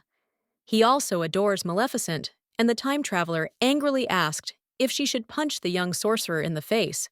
Having finished his sarcasm, the magician seriously asked what the Earthling saw in Eleanor, and the brunette simply answered that the blonde was very beautiful and kind. The puzzled young man reminded her that there are a huge number of people in the world who can equally be called beautiful and kind, but Erinda jealously replied that no one can compare with Serena. The teenager noted that this was a mistake, and then moved closer to the protagonist and whispered, "There's another girl like that, and she's right in front of me right now." The main character opened her mouth in shock, unable to say anything intelligible, and Luke, looking at her with an admiring gaze and rosy cheeks, noted that Maleficent was also very beautiful. And when consciousness finally returned to the traveler, she quickly lowered her gaze and muttered that Eleanor was as far away as the moon on foot, but the future archmage only snorted when he heard that. After a few seconds, his stifled chuckle turned into hysterical laughter, and the protagonist became very angry, deciding that this had been some kind of twisted prank from the very beginning. With difficulty restraining herself, she growled that, "Why don't they get back to studying?" It just turned out that the guy wasn't even joking, and he very gently stroked the brunette's head, causing her to freeze in shock and turn pink. Feeling as if her cheeks and ears were being scorched by flames, and her heart threatening to fly out of her chest, breaking her ribs, the girl screamed what the hell was that, and that Oscar had ruined her hair. Not paying any attention to this, the gray-haired boy placed his hand on Arinda's shoulder and noted that the mana had stabilized in her body much earlier than even he had expected. He gently patted the protagonist on the head, praising her for having really trained hard, and the aristocrat, sighing, admitted that Reynolds' method had borne fruit. Luke was even more delighted and encouraged her to continue in the same spirit, because he, as the future supreme sorcerer, needed capable subordinates. And Maleficent even fell into a stupor from such enthusiasm. Having gathered her thoughts, the former Earthling decided to directly ask her friend the question that had been bothering her since the first days. How did he even know that she could use even high-class spells? As mentioned earlier, the real Arihinda was a very poor student. She passed the exams to enter the academy with great difficulty and did not even know how to use elementary charms. True, in order to truly understand this, the time traveler had to meet the executioner's axe twice, and this was a very high price for any knowledge. Looking at his interlocutor, without his usual mischief and malice, the young sorcerer explained that the pattern of mana flows in the brunette's body was different from all the other first-year students. For ordinary people, the path and volume of magical power in the body is extremely limited, especially for the young and inexperienced. But the protagonist stood out from the first day like a giant diamond against a background of small, rough gems. And of course, there was fun. Oscar wasn't kidding when he said he liked the way Maleficent was sending her fiancé, and the Duchess muttered sadly that in that case, the results of his choice were really insignificant. The young man gently stroked the girl's neck and hair, urging her not to say such nonsense. After all, thanks to her, his own life had become much more interesting. For the sake of such fun, the young wizard was ready to do anything help in any endeavors and work off academic fines for the rest of his life. And after that, he hugged Arinda. As it turned out, a second later, the boy not only hugged the black-haired aristocrat, but also removed from her neck that very artifact decoration for controlling magic, completely ignoring all objections. The unfortunate protagonist no longer knew what to think. The atmosphere in the room had somehow subtly changed, and now any of Oscar's actions caused strange confusion. Luckily for her, after that, the man himself offered to return to magical training, assuring that this time there would definitely not be such serious problems. And if he was wrong, the gray-haired man swore that from now on, he would address Reynold with the highest respect as an older sworn brother. The main character did not miss the opportunity to tease the young sorcerer about the fact that he actually had a soft spot for Watson, but immediately concentrated and prepared for the lessons. Just like the very first time the former Earthling tried to concentrate all her strength in her chest, and her body began to emit a white-blue supernatural glow. The boy who was carefully watching her every step advised her to do the exercise much more slowly, as if the girl were gradually inhaling and then exhaling air. Maleficent dutifully followed this instruction, imagining that she was slowly inflating her lungs, and it clearly helped. The glow became much brighter, filling almost the entire room. But then something went wrong again. The protagonist felt sick. She began to breathe heavily and gustily, and sweat appeared on her face, so Luke fearfully ordered her to immediately stop the exercise. Before the Duchess's hair became whiter than the mountain snow again, a more experienced sorcerer approached her, holding that same protective medallion in his hands, and pronounced a spell in an unknown language. It worked well. The stone seemed to absorb the excess of witchcraft energy, removing the exhaustion and discomfort. And Oscar assured with a smile that Arinda had done very well. And then he most unceremoniously pinched the black-haired aristocrat on the cheek and pulled, exactly as if the newcomer was actually a cute little child. But what happened next made even his eyes widen in shock. The protagonist did not snap back, did not slap him as she could have done earlier, but on the contrary, smiled innocently and tenderly. For a few seconds, Luke was completely thrown off balance. He didn't blink and was even afraid to breathe, because he had just seen the most beautiful sight of his life. Maleficent didn't notice this because she had closed her eyes. She noted that it was time for them to go back, and this time the gray-haired trickster chose to give a short hoot.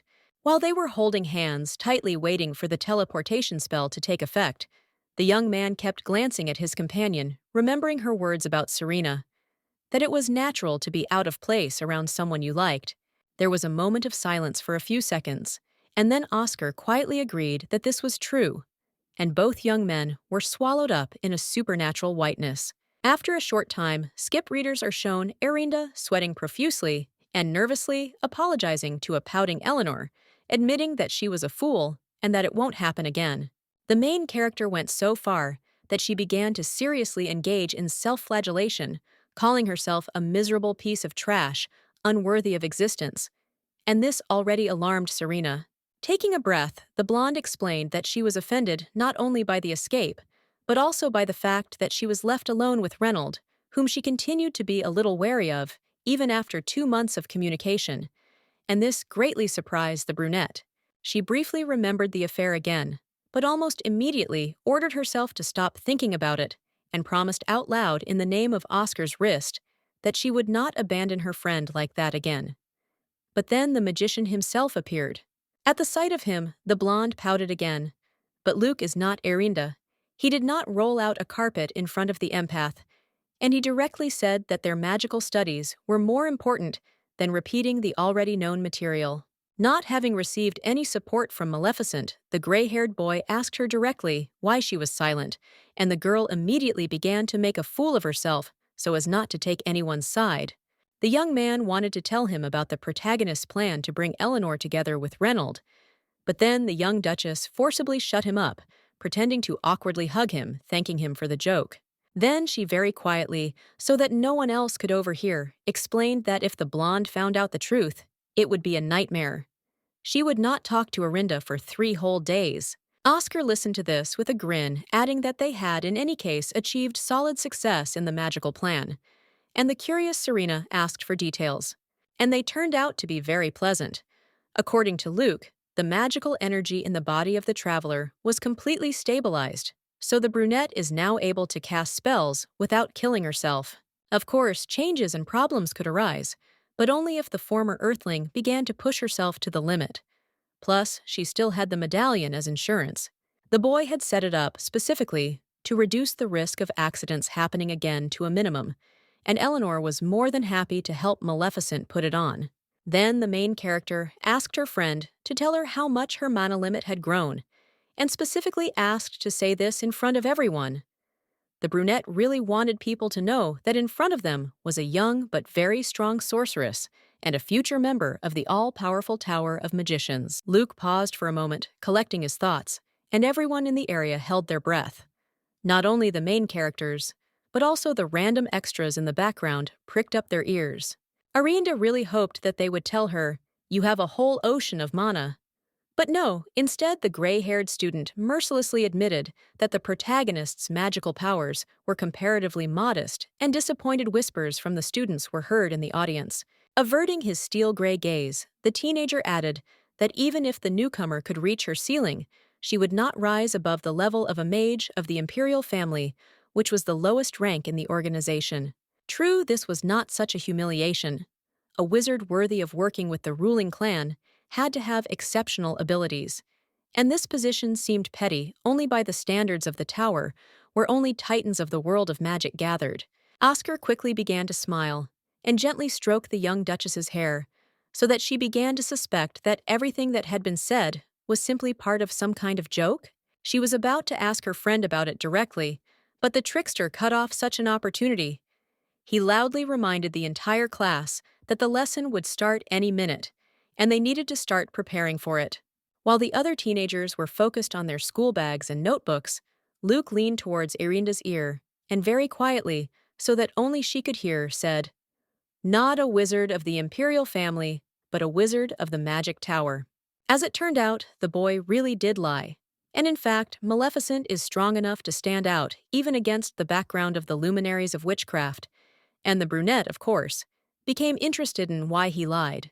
No matter how much of a fool the young man seemed, he understood perfectly well what happens to those who are too superior to those around them. And with a grin, he said that he did not want to create trouble for his friend. The protagonist tried to remind her that she already had enough problems, so one more wouldn't make a difference. But the teenager was adamant on this issue. No extra troubles, he couldn't stand them. He ended his speech with the phrase, "therefore," but there was no continuation. so the young aristocrat sullenly wondered what the point of all this was. Then Eleanor behaved strangely. She gasped, stared at a certain point, and said, "Strange," which immediately alerted the former Earthling.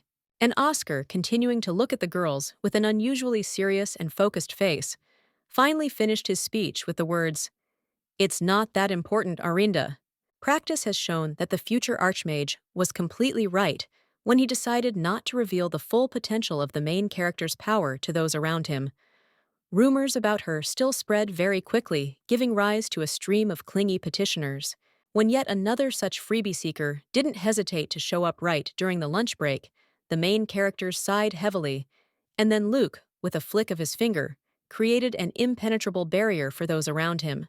Now that the meal could be finished in relative peace, Maleficent smiled sweetly at her young mentor and asked what he thought about all this. Having complained about ordinary people with their simple lives, the gray-haired teenager admitted that he would have known about this in advance.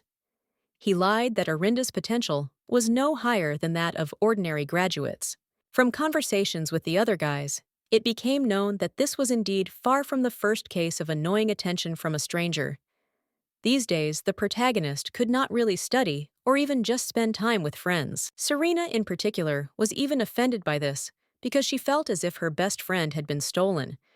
And the brunette mentally squealed with affection, admitting that only this blonde bun was allowed to be jealous and possessive towards her. She took Watson's statement absolutely seriously. The young knight usually ignored things that did not concern him, and even if he complained about some pestering, it meant that the situation had crossed all boundaries. Oscar rested his head lazily on his hand and repeated that his mistakes in judgment had caused Maleficent a lot of trouble, and Reynold repeated his words very slowly. No, he wasn't seething with rage towards his opponent, as could have been resolved, but he simply sincerely didn't understand the essence of the problem, and they explained to him that what Luke said was tantamount to a lie, that Arinda fenced at the level of Imperial Knights. The red-haired youth opened his mouth in surprise, muttered under his breath, "That's what it is," and then looked at the protagonist with sincere admiration, and admitted that she was an even greater person than she had seemed before.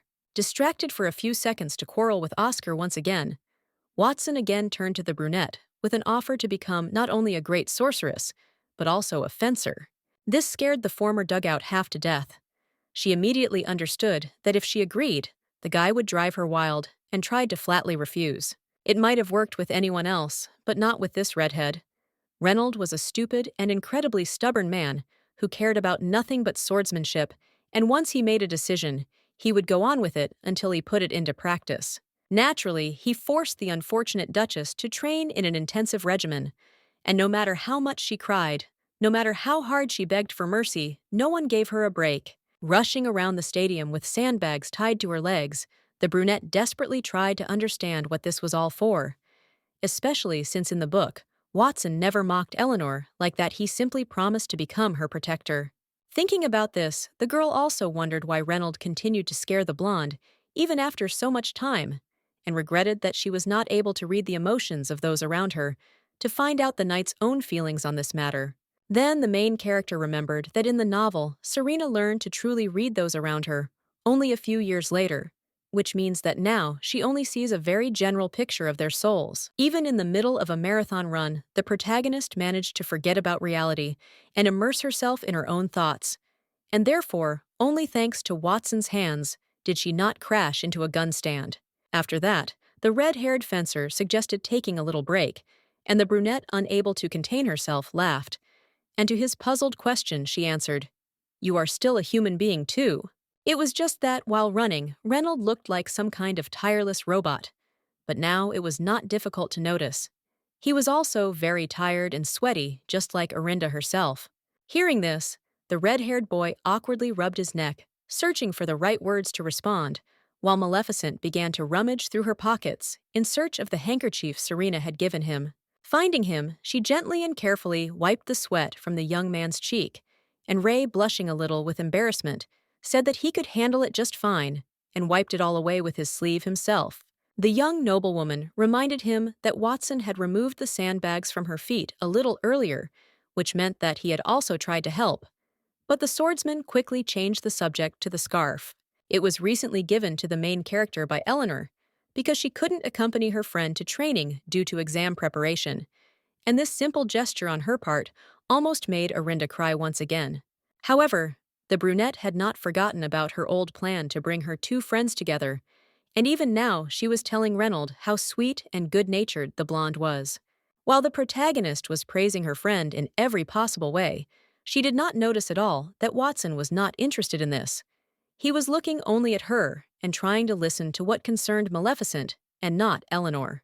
When it came to that unsuccessful stunt with teleportation, the red-haired swordsman looked away and calmly admitted that yes, leaving him alone with the blonde had been a mistake. Here, the newcomer realized that she had blurted out something unnecessary and tried to return the topic to the merits of the empath, but the fencer, already a little tired, interrupted her. Like, yes, Serena is a wonderful person, but never do that again. The Duchess felt something inside her twitch unpleasantly, and goosebumps ran down her spine. For some reason, Reynold refused to listen to this stream of praise and turned the conversation to her. The time traveler, however, calmed down when Watson agreed that yes, the blonde was the type of person that everyone liked, considering this a sign of her victory. The young knight noted that a good man attracts other good men, and judging by his very eloquent look, he was not talking about Eleanor at all. And so it turned out. The young man directly told the protagonist that she was good, and this simple in essence phrase made the black-haired girl freeze as if struck by thunder. But that wasn't the end of it. Ray demonstrated that he wasn't the complete fool that many people thought he was, by asking Arinda to stop trying to matchmake him with their mutual friend. The shock of the former Earthling was so strong that she didn't even scream in her thoughts. She just quietly muttered, "Good," after which the green-eyed swordsman smiled. As the main characters returned to the dorm under the light of the setting sun, the time traveler frantically tried to understand who exactly Watson had feelings for if it wasn't Eleanor, and in the end, it became clear that there was only one candidate. Of course, it could only be Maleficent herself, and the realization of this made the protagonist feel as if her body had been struck by invisible lightning. In her very first life back on Earth, the main character had read a bunch of short stories about women who ended up in the bodies of minor characters who made all the important men fall in love with them, but she was scared to think that the same thing could happen to her. In addition, the brunette never forgot that the true owner of her body was a villain, and she also felt like a thief who stole from Serena what should have rightfully gone to her. All these thoughts carried Arinda away so much that she once again stopped noticing the reality around her. It took a light poke from Reynold to bring her to her senses. The main character awkwardly lied that everything was fine, but Watson, with his characteristic directness, advised her not to think so deeply when Maleficent was alone. Otherwise, she would hit her head on something. Then the Duchess asked what they were having for dinner, and the knight shared that Eleanor had told him about the student steak hamburger. And after that, the brunette wondered what else her supposedly stupid friend might know. As if reading her thoughts, the swordsman confirmed that he knew what question he would be asked, and this only made the protagonist's suspicions grow because it didn't fit at all with the canonical Watson. The former Earthling found herself in a very delicate situation. She was not exactly sure that Reynold loved her, and she was afraid to ask directly. What if the answer was positive? For herself, Arinda decided that no matter what the outcome, she would in any case try not to hurt Eleanor and respect her feelings. As long as it didn't concern Noah, he shouldn't get together with the blonde at all. And at that very moment, as if on purpose, everyone's favorite crown prince appeared out of nowhere. He crept up on the bride from behind and scared her so much that the latter almost jumped out of her pants. Hensley calmly asked the noblewoman if she was going to dinner, and the woman thought with despair, what if His Highness is an inveterate masochist and thirsts for hatred since he does not want to back down, even after direct admissions of hostility? Her nerves were already at their limit, and she was about to send Edmund to distant erotic things once again, but she didn't have time. A red-haired young man stood between them and coldly asked what the brunette wanted. The heir to the throne responded to this with very dry sarcasm. Last time he said the defender was Luke Oscar, and now a new candidate has appeared. The protagonist thought with slight fear that she personally might be untouchable for the eldest prince, but the same could not be said about Watson. he was risking his neck. It was precisely to protect her best friend that the young Duchess stepped forward and gently but firmly asked the knight to stand aside. It was her personal business, nothing more. As in previous times, the conversation between the two main characters very quickly turned into an exchange of barbs and insults. Noah reproached Arianda for her disrespectful manner of speech, and she reproached him for stalking and persistence. Hearing, "I told you not to catch my eye," the young man once again reminded Maleficent that she has a fiancé. And it is himself, of course, and he not so subtly hinted to the protagonist that she shouldn't hang around with other guys, to which the brunette retorted that Hensley, as the heir to the crown, should take care of his life. He only has one. After this, Edmund admitted that he wanted to talk to the newcomer for the sake of one honest answer. And even his face changed, becoming from cold and condescending to pleading. Orinda had never seen such an expression on the future ruler of the empire before, and it puzzled and alarmed her so much that the woman forgot about her hatred for a moment. Noah reminded him that in his last letter, Maleficent had said how much she liked him, and the girl had noticed how hard and furiously the usually cold-blooded Reynold clenched his fists. Meanwhile, the prince wanted to know when and why he was hated, and the earthling thought for a while about how best to explain her problem with reincarnations to those around her, before snapping, "I just hate you, nothing more to add." After that, she turned away and resolutely walked away, asking the surprised Watson to follow her. But Hensley threw back at her that in that case, he would wait. It's not just about politics, he's genuinely curious, but the prince didn't have time to finish his sentence. The protagonist, completely furious, ordered him to shut his mouth. She'd seen this scene in novels hundreds of times, two enemies gradually becoming closer and making peace, and she didn't want to go through it with the man who'd killed her twice. But Noah still finished his sentence by saying, "I'm curious about you." In Asian works, and not only in them, a plot device was widespread. The main character, having died at the hands of her beloved man, is reborn in an old body, sees how her offender has changed, and sincerely forgives him, and even falls in love again. But in reality, this is only possible if there are at least some shoots left from past feelings.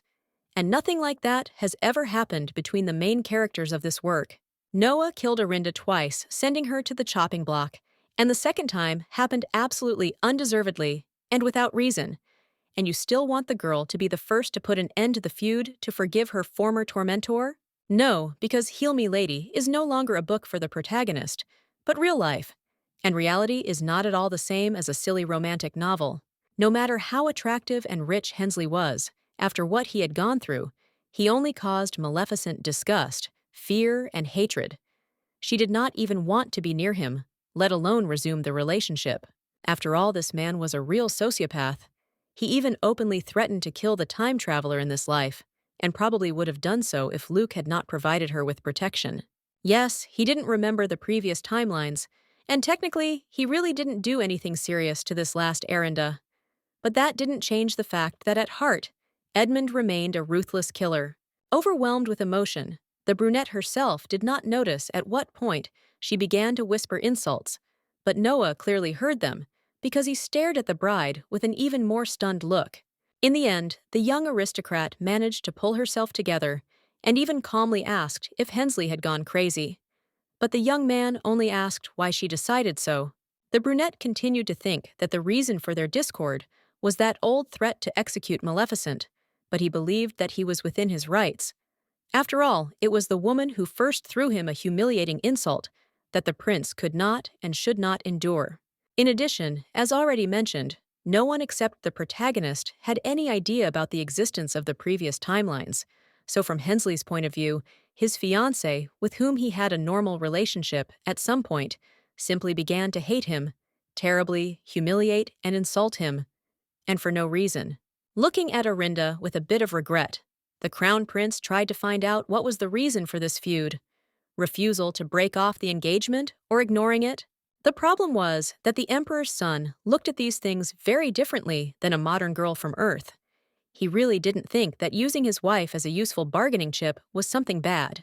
Against her will, the main character thought that Noah was right in his own way. He acted in accordance with his morals, and she was the first to start the feud, so now the time traveler even bit her lip trying to understand whether she should ask for forgiveness and make peace. But then the boy opened his red eyes in horror, as if the most terrible and disgusting nightmare had appeared right in front of his face, and shouted, "Arinda Maleficent, you again!"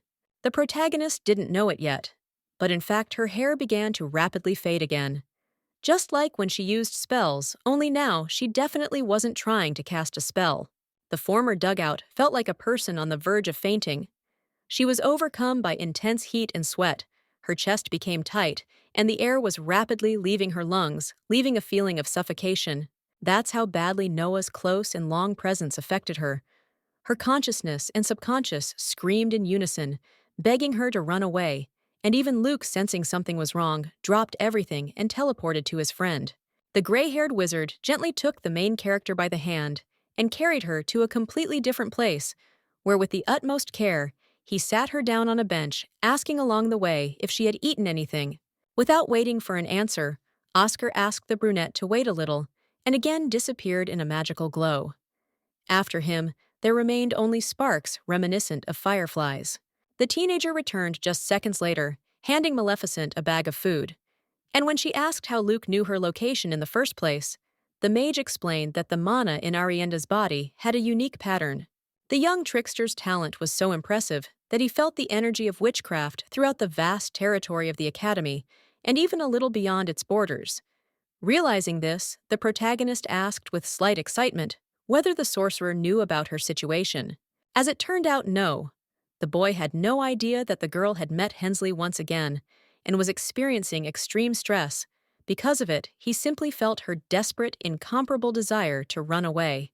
Then, he opened the bag of pies he had brought and almost forcefully shoved one of them into the girl's mouth. She needed to restore her body's strength and energy and not chatter away.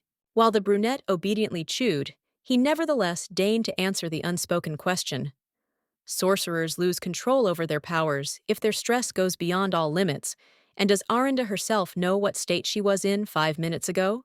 In any case, she had to be very careful, because even the protective medallion did not provide absolute protection from such troubles. But Maleficent only asked if Oscar would like to know the details of the incident. In response, the young wizard looked eloquently at his interlocutor and calmly asked, even if he asked, would the protagonist share something like that?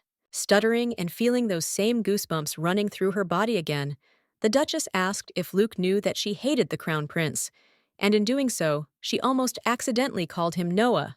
He knew, and of course almost immediately guessed, that everything that had happened was connected with Hensley, and the woman began to think about how best to explain that she was in fact a traveler from another world, that she had already died twice because of Edmund, and was afraid of him because of this. Seeing and feeling the terrible confusion his girlfriend was in, Oscar calmly asked her not to rush. He did not need an immediate answer here and now. In the end, the brunette awkwardly explained that there was a reason why she despised and hated her fiancé, but the aristocrat could not name it due to certain circumstances, and the event that caused the rift between them had not yet happened, as wild as it may sound.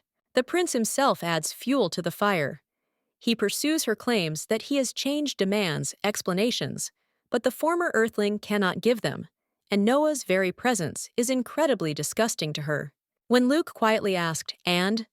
the protagonist admitted that she herself was no longer sure whether she was doing the right thing at all, continuing to treat with anger someone who perhaps did not deserve it.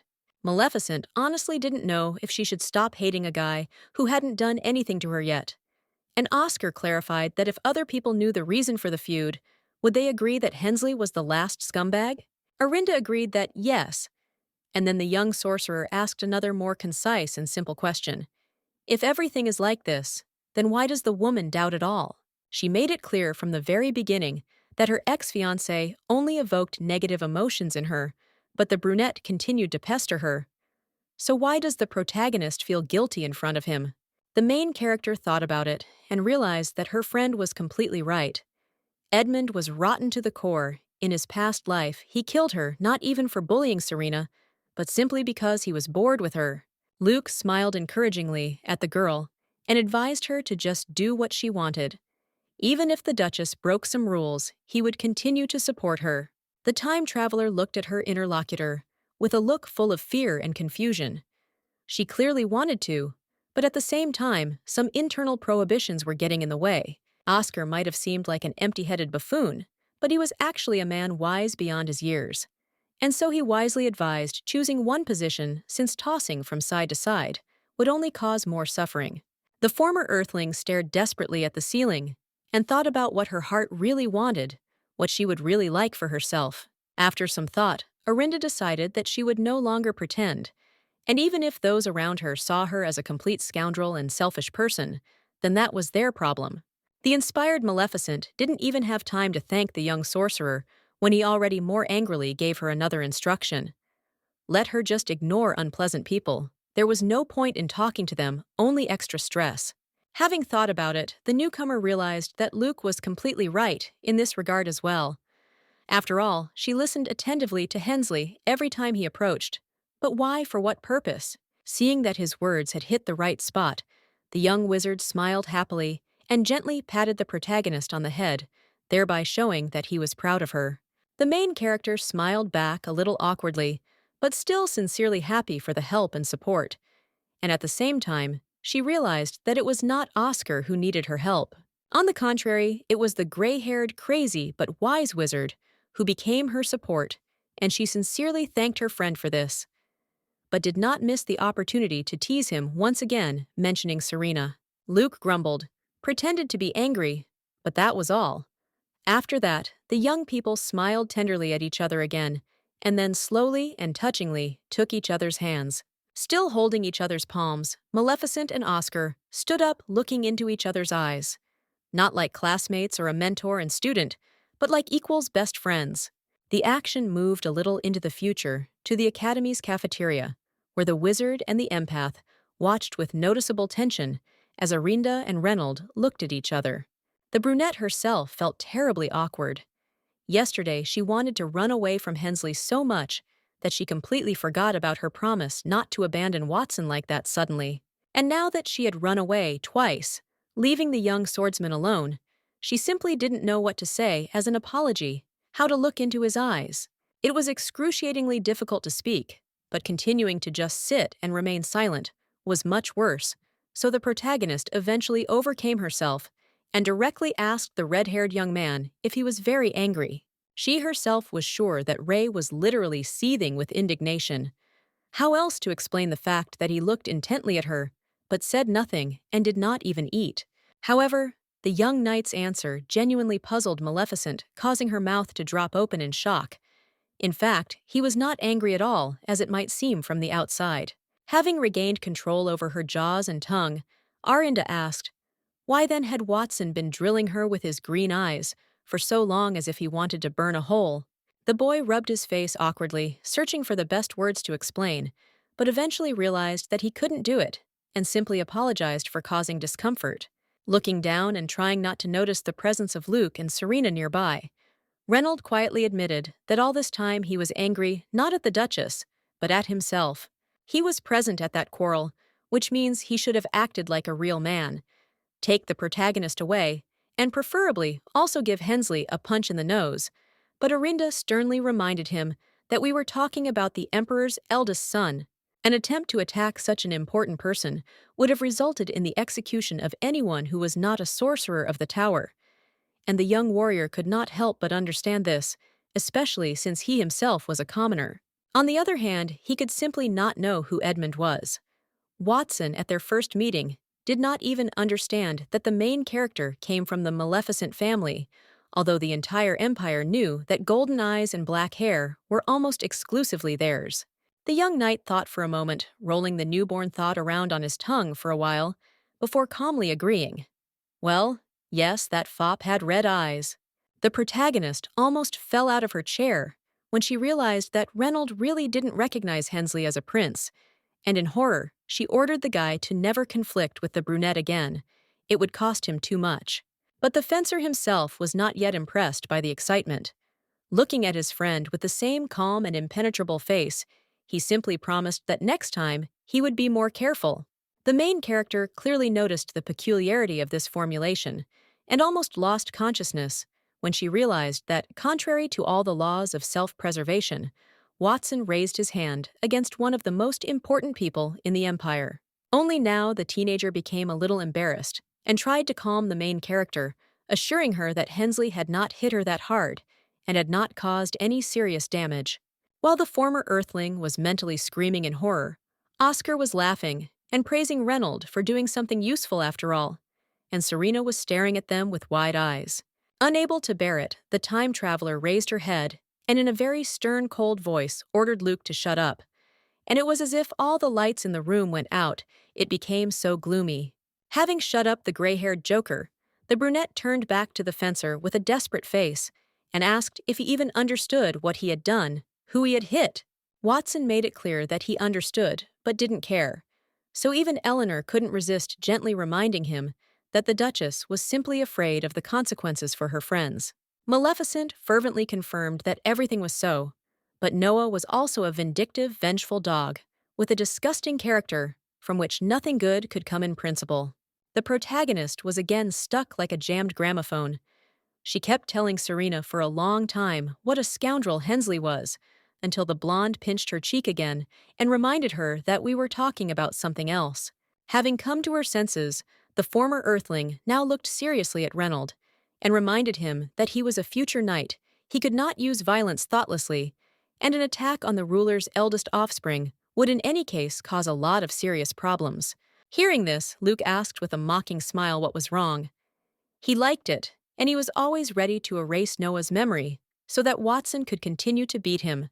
The time traveler made a tired face splay, and the young wizard wisely hastened to shut up, while the red-haired swordsman agreed that yes, mindless violence was bad in any case. But at the same time, the man was confused by one thing. It seemed to him that the words of his interlocutor conveyed the meaning that Edmund cannot be touched just because he is the ruler's son. But Reynold couldn't care less about it. Even if he had known from the start who Hensley was, he would have knocked out all his teeth for insulting and threatening Arinda, and he would definitely knock them out in the future if the brunette didn't calm down no matter what the price. Watson genuinely didn't care how much power this guy had, whose son he was, or how many thugs were ready to stand up for him. He did something unforgivable by offending the protagonist.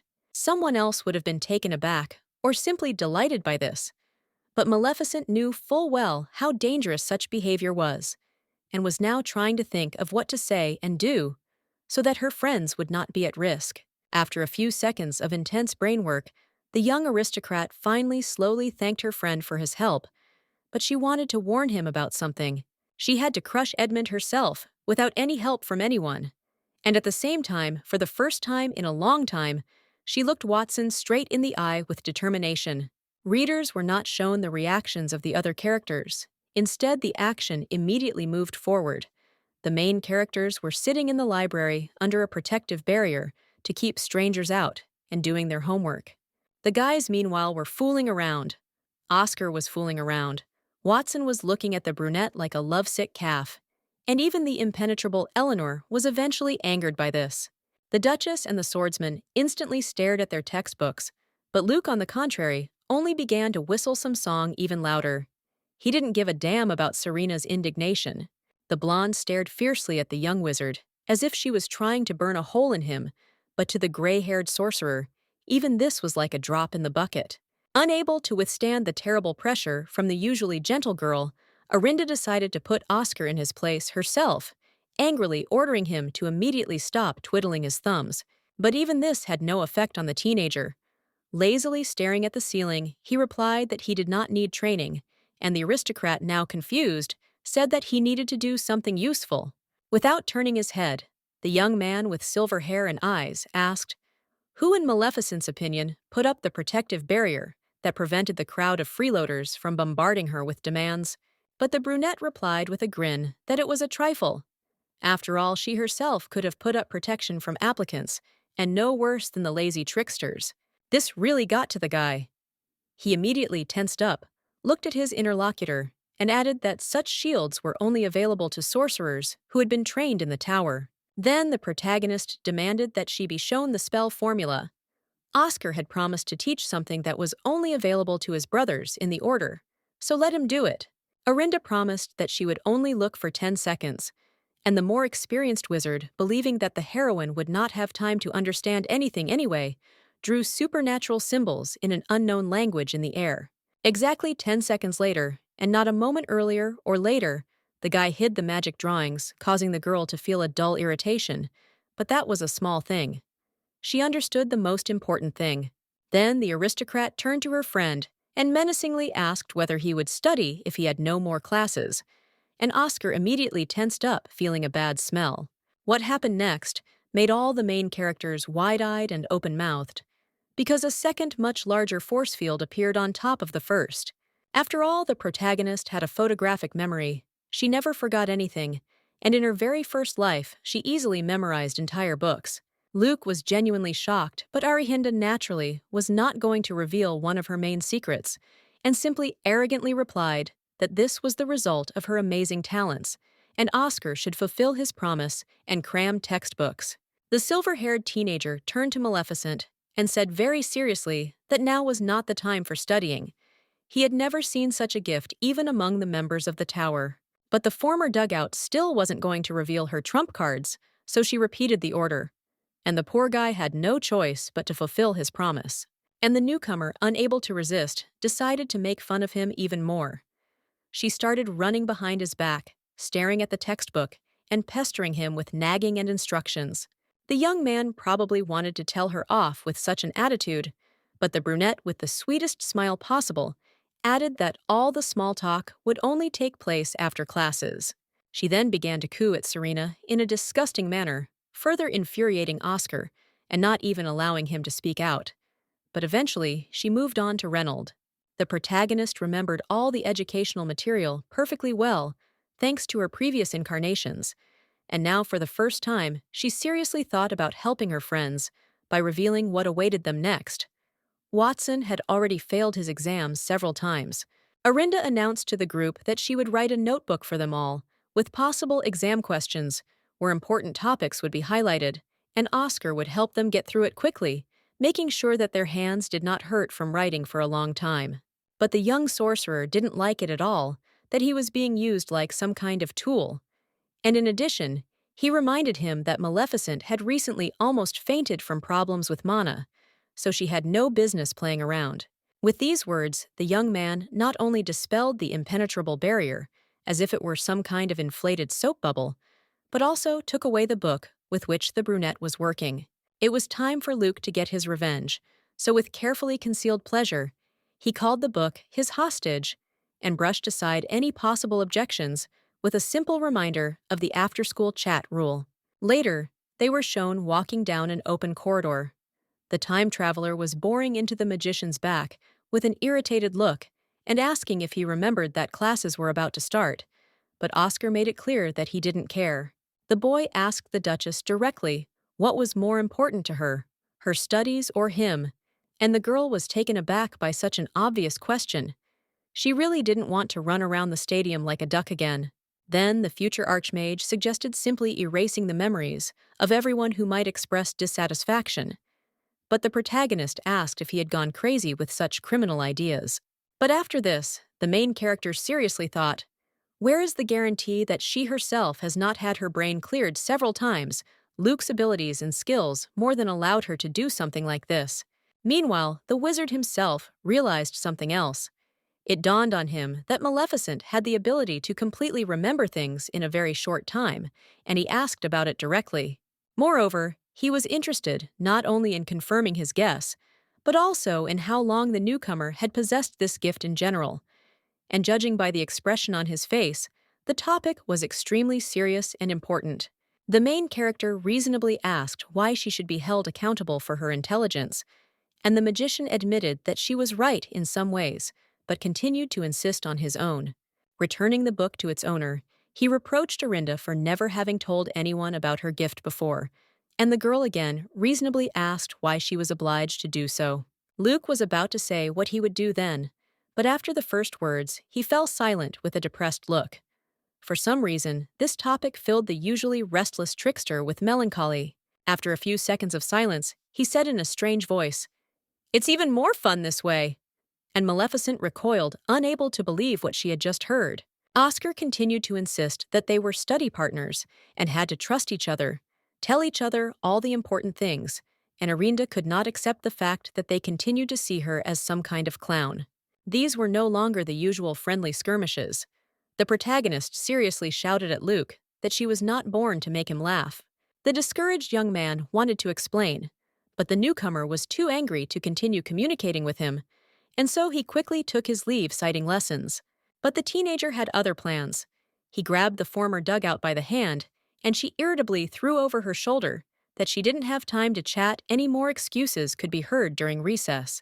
The girl didn't have time to finish the sentence completely because they were surrounded by a magical blue glow, like when a portal was activated, and Oscar allowed his interlocutor to jump. They both teleported near the right classroom, but didn't jump into it. Luke had learned his lesson from last time, and the lesson was again being taught by Rachel, who loved to punish students. Serena had already taken her usual place next to Arinda and had prepared all the school supplies, but the other characters didn't pay much attention to this. The wounds from the quarrel were still too fresh. Literally feeling with her skin that something had gone wrong, Eleanor wrote on her notebook, "Did you have a fight?" And Maleficent quickly scribbled down a reply. "No, I'm the only one who was offended." The blonde noted that Oscar actually looked depressed as well, perhaps because of how easily the protagonist had reversed his spell, and the heroine even admitted that this might be true. After thinking hard about what to say to her friends, so as not to further antagonize them, the empath eventually added another caption. "Maybe he's upset that you didn't tell him?" While Rachel read the material from the textbook and wrote it down on the board, the friends continued to quietly text each other. And at some point, Serena rightly noted that suddenly poking someone in the nose is not the same as saying it directly.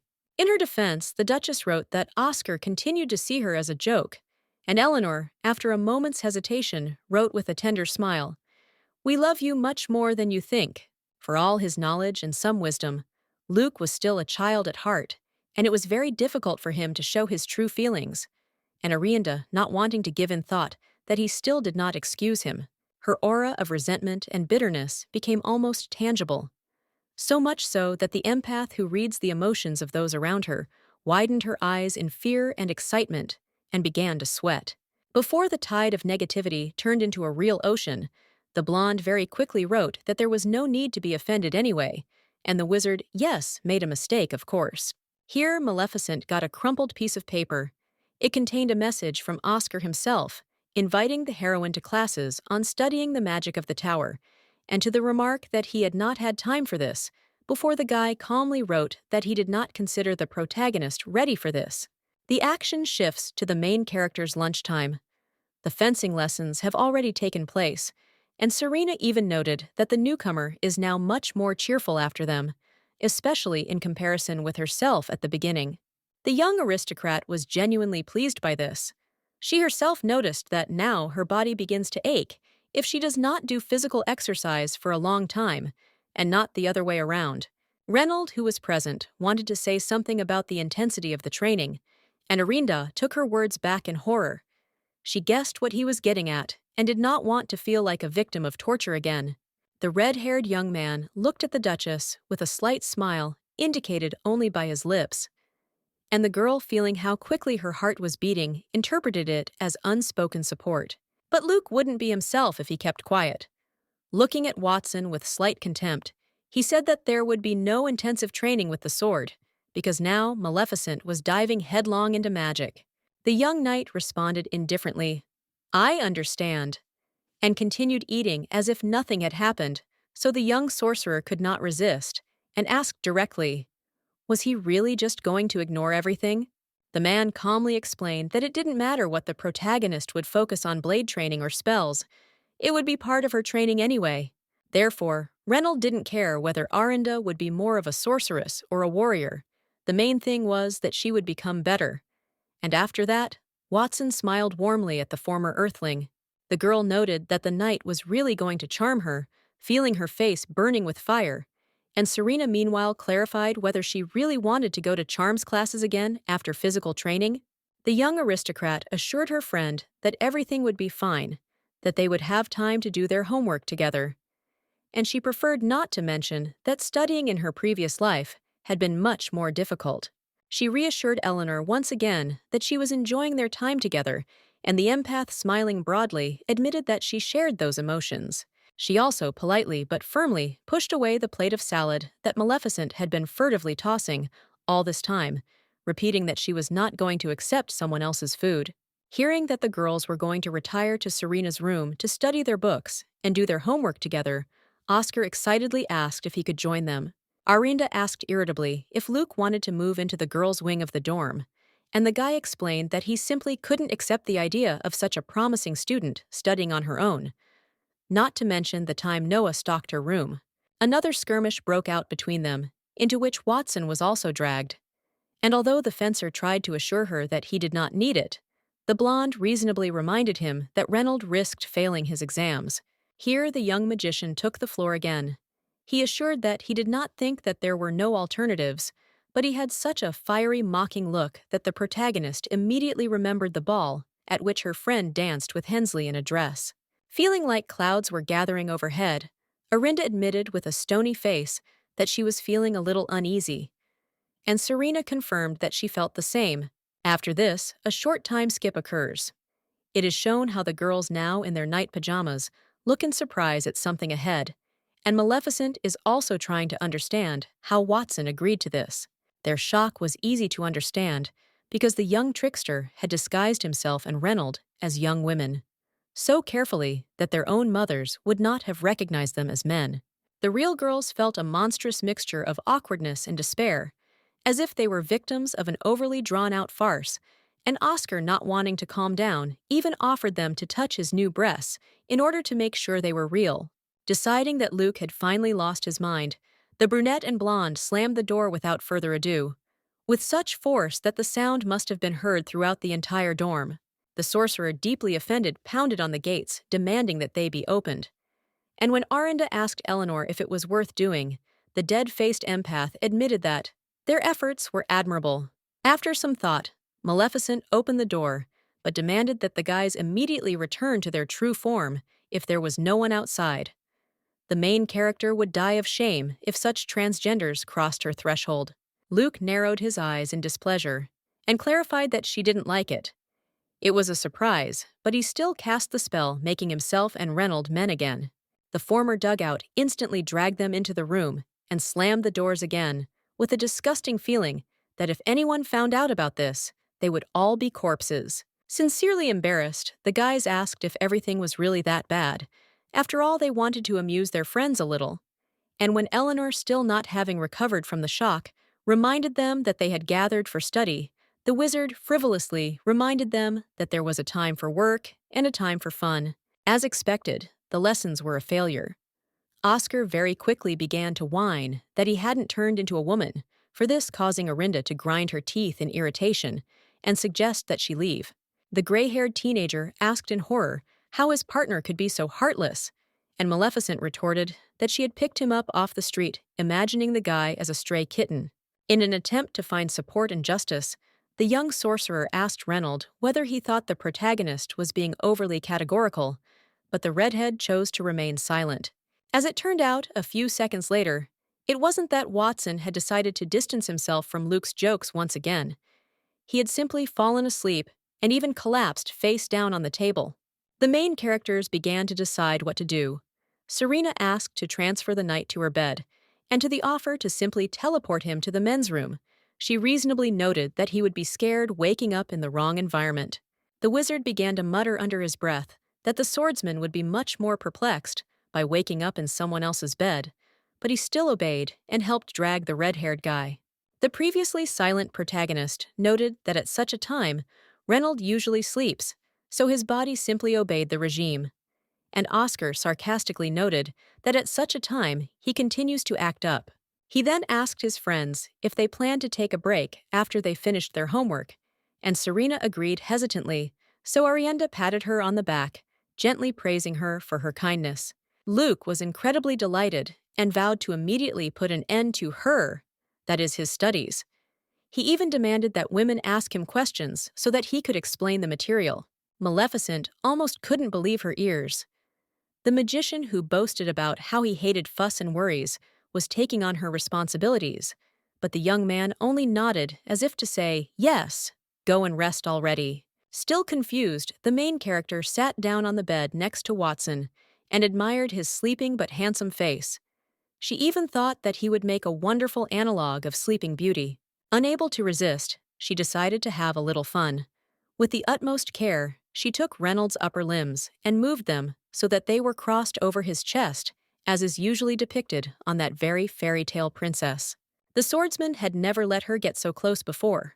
But now, when she could admire him as much as she wanted and notice those details that the author of the book had not invented, the traveler felt as if she herself had fallen into a dream. Unable to resist the temptation, the brunette again reached for the strong, muscular palms of the young fencer, only for him to suddenly grab her. Naturally, the protagonist was scared and worried. Had she accidentally woken up Watson with her little pranks, and now he would be angry with her? A few seconds later, the young man opened his green eyes with some difficulty and looked at the Duchess. But fortunately, he did not look angry and even quietly called his friend by name. Very gently and carefully, the future knight took Arinda's fragile hand in his palms, pressed it to his heart, and in such a touching position, he fell asleep again as if nothing had happened. Perhaps he hoped to please Maleficent in this way, but if so, the young man miscalculated. In fact, the girl felt monstrously awkward and wanted to remove her hand. Here, Serena and Luke noticed the protagonist frozen over Watson in a strange pose, and the brunette, almost dying of shame and fear, instantly pulled her hand away and pretended that nothing strange had happened. Luckily for her, Eleanor decided to ignore what she saw. Instead, she bragged that she had already finished her homework because Oscar was surprisingly good at explaining the material. As for the wizard himself, he, on the contrary, clearly suspected something because he snorted irritably, took the main character by the hand, and said that he sent her to rest and not to do all sorts of nonsense. When the Duchess snorted in response and asked what he would do when the long-awaited hour of rest finally arrived, the young sorcerer agreed, snapped his fingers, and the room instantly plunged into darkness. After that, he created a fireball in his hand, giving off a weak light like from a fire, and in a conspiratorial tone asked, "Do the girls know about the terrible history of their beloved academy?" Lowering his voice even further, to a hoarse, eerie whisper, the magician explained that the fountain in the park, which they see every day, is actually unusual. If you approach it as soon as the sun rises above the horizon, there will be blood in its water. But that's not all. If someone is brave enough to approach this terrible place and look into the blood, he will get a chance to see something. A huge, bloody, disembodied hand that would grab the curious victim in a vice and drag him into a bloody abyss would be the last thing the unfortunate student would see. And on that note, Oscar ended the tale. True, at the same time, he also grabbed Orinda to scare her, and very quickly regretted it, because Maleficent, out of fear and anger, hit him in the stomach with all her might with her fist. The teenager doubled over and croaked that in the future the protagonist would be better off using magic rather than physical blows. They were a bit too much. And the brunette even felt remorse for hitting her friend too hard. Forcing a smile through his tears, the young wizard noted that his partner was a very scary person, much worse than any bedtime horror story, and the girl, angry again, threatened to hit him again, this time in the face. Instead of being scared, Luke mockingly said, "How scary," and patted the girl on the head so that she actually thought about whether she should give him another slap. In any case, she would not have had time to carry out her threat, because the gray-haired young man was about to leave. Having returned the illumination to the room, he warned that roll call would soon begin. Serena thanked him with a sweet smile for everything he had done, assuring him that she would always be in his debt, but Maleficent looked as if she didn't know whether she was happy about his departure or not. Oscar hoisted the unconscious Reynolds onto his shoulder as if he were a sack of potatoes and warned the girls that they would see each other again tomorrow. But first, one more thing. Smiling so hard that his lips almost cracked, the gray-haired teenager said that wandering around the girls' dorm alone could be dangerous. What if you run into a ghost? After bidding Aranda good night, Luke teleported away in a blue glow, while Eleanor looked at her astonished friend with surprise and interest. Serena probably interpreted all this as a sign that the main character was afraid of scary stories, because later the friends slept in the same bed. And while the empath tenderly hugged the Duchess like a mother, Maleficent did not tire of cursing the guy for this nastiness. The next day, while the girl was walking down the hallway, two other students shared a creepy rumor. It turns out that their mutual friend had met two completely unfamiliar girls in the hallway the day before, and subsequently was unable to even find any records about them in the documents. While they were discussing what it could be, the former dugout stopped, became wary thought, and came to the conclusion that she knew perfectly well what kind of women they were talking about. Meanwhile, the gossips described to each other in detail the appearance of the mysterious strangers. And yes, they exactly matched the female alter egos of Oscar and Reynold. When the friends were reunited on the arm, Maleficent turned to the young wizard and asked him, not without irritation, what was it like to become famous overnight, huh? At first, the sorcerer didn't understand what he was talking about, and the brunette, looking at him with disgust and disgust, rephrased it. What's it like to become a celebrity ghost overnight? Now, Luke understood what it was about, and Eleanor understood too. She experienced an incredible surge of Spanish shame, remembering how the guys came to their room in female form, and the protagonist ordered the magician to erase her memories for her own good. Hearing the question, "What memories?" Arinda screamed furiously at the entire audience, and when she realized this, she shyly switched to a whisper, but Oscar only offendedly stated that he had been preparing for this trick for a long time in order to appear a real beauty. In any case, he refused to fulfill this particular wish of Maleficent, citing that he simply was not able to cleanse Serena's mind. As it turned out, there was a very serious reason for this. Mind magic was a very complex task, requiring a delicate approach from the sorcerer, and one awkward action could lead to the loss of valuable and useful information. The former Earthling was genuinely confused by this. After all, she remembered very well how easily and confidently Oscar had recently suggested erasing the memories of teachers, or Noah. The young mage explained that using such spells on his girlfriends, and on everyone else, were completely different things for him, and now the protagonist clearly realized that all other people were just extras for him, who could be joked about with fun and impunity. He thought exactly the same way as Arinda herself, in her previous lives, not perceiving other people as something worthy of attention, and the girl felt so ashamed that she simply quietly asked her friend not to joke like that anymore. Meanwhile, Eleanor, with even greater excitement, told her friends that a combined fencing exam was coming up soon, and the main character realized, aha, that time had already come. In the original book, this episode involved a sword duel between Oscar and Hensley, but the brunette decided to pretend she didn't know anything so that those around her wouldn't suspect anything. Talentedly feigning shock, the newcomer noted that it was unfair. The boys from Class B specialize in hand-to-hand combat and would easily win, and the blonde clarified that therefore the fights would only be held between young magicians and politicians. Realizing that final exams would begin during these classes, the protagonist hugged Eleanor, not because she was as terrified of the upcoming tests as one might have thought, but because the Earthling desperately did not want summer vacation to begin. The reason is simple. Then the main character will have no choice but to return to Maleficent's native estate, the very one that in her eyes has long since turned into an abode of evil. And then the hellish years will begin. Arinda will again have to endure William's hateful, smug face, listen to her father's hypocritical instructions, and pretend to be an exemplary daughter. She will again need to read mountains of letters, with various invitations and proposals, and what is most terrible, she will again need to contact Noah, so that the old emperor can boast of his son and his passionate balls. For the former Earthling, this was a fate worse than death, and she was determined to escape, taking with her only a couple of the most necessary things. Fortunately, Serena was kind enough to agree to shelter her friend for the summer. Meanwhile, the forgotten Luke reasonably wondered if Maleficent was planning to beat up Noah herself during the upcoming lesson. Otherwise, why would she take regular lessons from Reynold? For added drama, Oscar even repeated word for word Arinda's old promise that Hensley, if he is crushed, it will be by me personally, to the brunette's great displeasure. But when it came to execution, the Duchess immediately started to fidget, reminding that she didn't even fully remember which side of the blade to hold, and in response to the magician's good-natured words, that the force of a blow to the solar plexus would guarantee victory. The brunette threatened to hit him again.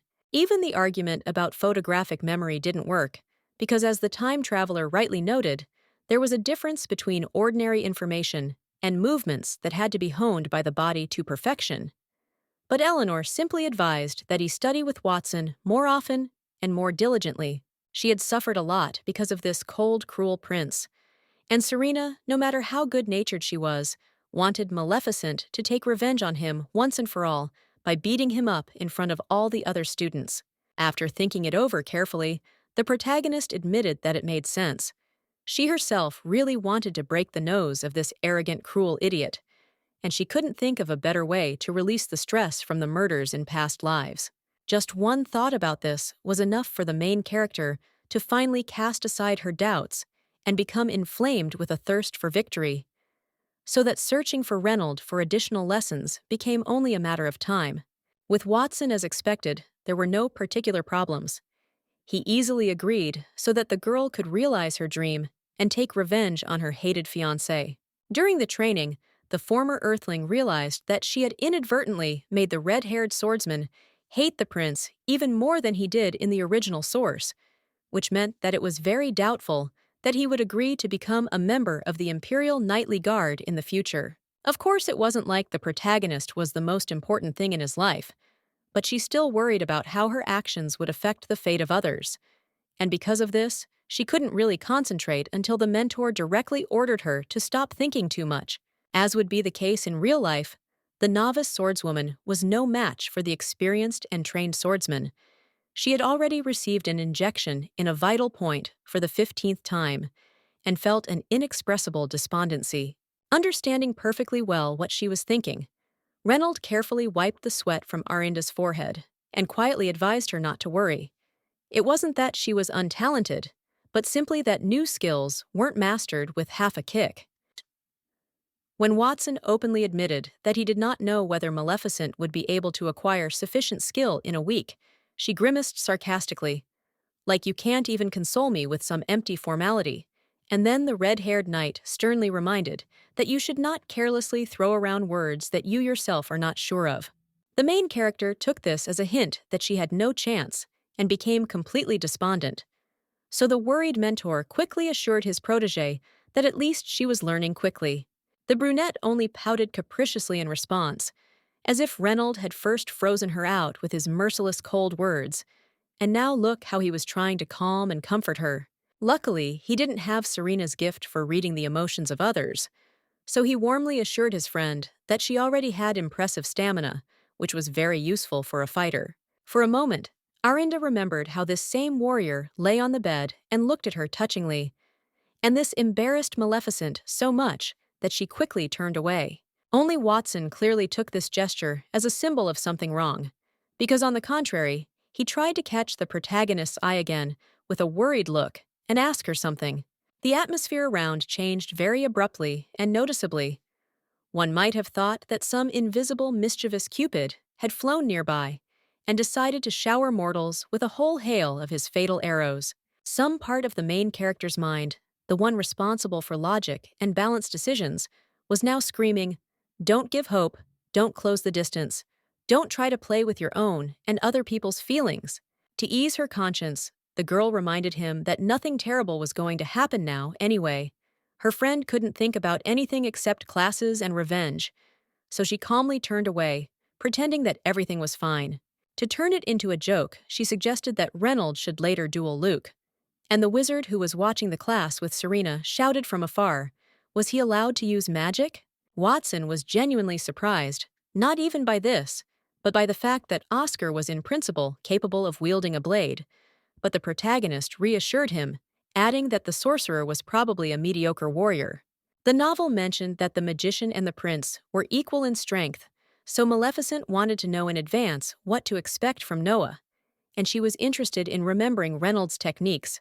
But he himself was worried because he had never fought with the wolf before. To calm her friend down and see the desired duel, the main character quietly whispered that the knight had nothing to fear. He would surely emerge victorious from this fight. The man turned pink and smiled. Someone else would have seen through such an elementary provocation with ease, but he was too straightforward and trusting for that. The young man and the girl agreed that they would fight each other one more time for the last time in order to make sure that Arenda was made of really strong stuff, and Oscar shouted in the background, like, "Dear sirs, don't you want to know my opinion about the duel?" The next shot shows Maleficent sitting side by side with Eleanor and how they both watched the boys fight, with the blonde noting not without surprise that Luke is actually a good swordsman. It was unknown whether the gray-haired teenager used some kind of magic to give his red-haired opponent a beating, or whether he was naturally gifted with colossal talent, but so far the fight was on equal terms, with no clear advantage for either side. As it turned out, from the thoughts of the traveler, nothing of the sort. It was not a matter of witchcraft or some innate abilities. It was just that the trickster, despite the ridicule directed at swordsmen, had diligently studied fencing from a young age. Watching the fight, the protagonist noted that the teenage sorcerer may be inferior to such a genius of chivalry as Watson, but he is still a great fighter, even more skilled than the author described. Oscar and Reynold continued to skirmish for a few seconds, before the latter, with one powerful movement, knocked the wooden blade out of his opponent's hands and placed his own at his throat, marking a mortal wound. As it turned out, the fight did not last very long, only 1 minute and 30 seconds.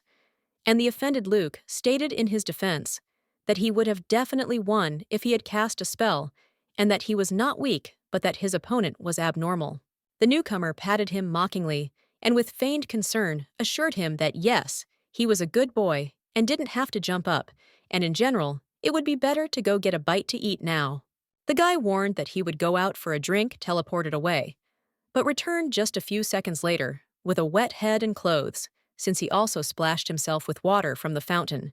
Saying that he was painfully hot, the gray-haired teenager shook his head with terrible force, spraying drops in all directions, and the dugout realized that this was petty revenge for her teasing, and she put up a barrier around herself. After this, there is another time Skip taking the audience straight to the coveted day of the competition. 10, if not hundreds of students sat in the stands and shouted, demanding the duelists to come out like Romans waiting for the gladiators. Oscar, fiddling with his sports equipment, quietly grumbled that because of this, with the tournament about to begin, his favorite activities of sorcery had completely faded into the background. Arinda, choosing a wooden blade nearby, explained that the teachers had scheduled the exam in magic for the last day of school. And besides, she had no doubts about her witchcraft abilities, unlike her physical ones. The silver-haired wizard asked who she was thinking of fluffing up her ponytail in front of, and arrogantly added that both skills needed constant honing, but the aristocrat had no time for that. She was looking for the model she had worked with last time. But then Serena came up to them. She marked Maleficent's sword with red ink so that her friend would not confuse the right thing with anything else, but the protagonist quickly became completely uninterested in it because Eleanor tied her hair in a ponytail, becoming even sexier and more irresistible. What happened next had already been repeated many times. The brunette, like the last simp, threw herself on the empath's neck again, and even the blonde herself was worried that she would be overwhelmed with unnecessary gifts again. Luke would probably have made a disparaging comment about how disgusting he found it, but before he could, the ceremonial gong sounded, and Noah Hensley walked into the room like a celestial being gracing the wretched mortal world with his presence. One look at his smug, well-groomed face was enough to make the former Earthling angry and mentally wonder why she even turned her head, knowing exactly what she would see. But it was also a signal that the childish games were over, and it was time to act. Serena began to braid Arinda's hair into a similar ponytail, reminding her that the duel with Edmund had been officially approved by the organizers. Now it would be impossible to take back her words and ask to cancel the duel. But Eleanor was not going to intimidate the young aristocrat. On the contrary, she convinced the protagonist that she would definitely cope. The blonde looking the Duchess straight in the eyes, with her eyes that sparkled like sapphires, reminded her that she had been preparing, not twiddling her thumbs, so there was no need to worry. Maleficent agreed, but then Oscar intervened in their conversation. The wizard arrogantly declared that the girl was acting too confidently, and she asked in response, "Wasn't it because she beat him with swords yesterday?" Luke clearly hated losing, so he immediately came up with an excuse. That victory was only achieved because he twisted his ankle, But Eleanor added with a grin that she did not notice any injuries. Then she warned the main character that she would have to fight first, perhaps because Erinda, contrary to centuries-old traditions herself, announced who exactly she wanted to beat up in the arena. In another situation, she might even have been scared, but not now. The feeling that the most important moment was very close only increased her concentration, and it would have been in any case because of Noah's status. The main characters, having completed all the preparations, moved to the stands, where the students continued to howl and shout demanding bread and circuses, and the herald asked the participants if they were ready. As the empath had warned, the first duel was to take place between Arinda Maleficent and Noah Hensley von Edmund, and contemptuous whispers began to creep across the stands. They say it's not interesting, the girl has no chance against the guy, especially one who has been learning to wield a blade since birth. According to the rules of the ceremony, before the start of the duel, both participants had to demonstrate mutual respect to each other through bows, which the characters did temporarily hiding their true feelings. Taking advantage of that rare moment when their faces were relatively close to each other, and the protagonist did not try to scold him, the young man whispered whether the brunette had asked for a duel personally. But the former dugout was not going to give in to the enemy, even in such an insignificant detail as a simple answer to an elementary question. So she simply sent him on an erotic walk, looking him straight in the eye with anger. As had happened many times before, the red-eyed teenager showed no sign that the harsh words had affected him. When the time for bows ended, and the herald announced that the fight was about to begin, Hensley calmly stepped back and drew his blade. At that moment, the traveler recalled all the instructions that she had received from Reynold during that week. For example, that it was more important to watch not your weapon, but the direction of the enemy blade's tip. You need to concentrate on it, so that the rest of the world simply disappeared from your perception. Inspired by this advice, the girl took another short breath and then dealt Edmund a crushing oblique blow with both hands. But the prince, to his credit, not only foresaw such a move, but also easily parried it. But the protagonist, not embarrassed for a second, continued to attack again and again, weapons with a blade like a machine. And even the cold-blooded Noah at this moment fell into a stupor, not expecting such pressure and skill from someone who had never touched a weapon before. His surprise was so strong that the prince at one point directly asked his would-be bride if she had studied the art of combat, even though he was wasting valuable seconds' effort and oxygen in doing so. To be fair, Hensley himself was a very experienced and strong opponent. Even the brunette, with her photographic memory and knowledge of subsequent events, had great difficulty blocking and parrying the enemy's blows. Knowing the book this time helped her no less, if not more, than diligent studies with Watson. Thanks to this, Maleficent was able to put the sword on the right side at the right moment, thereby repelling a very strong and dangerous attack. The protagonist had time to think that, in a different situation, she would not have been able to win anyway, no matter how many moves she remembered. After all, what is more important is how quickly and skillfully the body acts. But if the opponent exactly repeats his actions from the book, then the situation is completely different.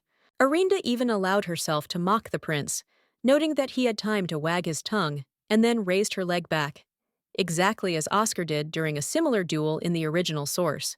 The heir to the throne did exactly what the main character had hoped for. He rushed at her like an enraged bull and raised both hands in such a way as to defeat his rival with one swift and crushing attack. It was not a furious swing of the stick, but on the contrary, a carefully thought-out and memorized move. In another case, it could even have given the prince victory, but unfortunately for Noah, the former Earthling knew what to expect and easily dodged. What happened next took a matter of seconds, but a lot happened in those moments. The girl used a classic feint, pretending to want to hit from the left, and then attacked from the other side, and the audience watched it all with bated breath. When the fight came to an end, everyone froze. The guys and girls who had previously ridiculed Maleficent now sat like motionless statues with their mouths wide open, and even Oscar and Eleanor could not take their eyes off the arena. As expected, the protagonist achieved a brilliant victory over the hated groom. Her trick worked completely, and now Hensley looked in disbelief at the tip of the wooden sword touching his neck. The herald, having regained his breath and recovered from the shock, loudly announced that Arinda had won the duel. and this seemed to be a signal that called on the audience to explode with applause and enthusiastic cries. In another situation, the young Duchess would probably have beamed with pride and self-satisfaction, but for now, she completely ignored the people in the area. She and Hensley continued to glare at each other. What happened immediately after that was not shown to the readers.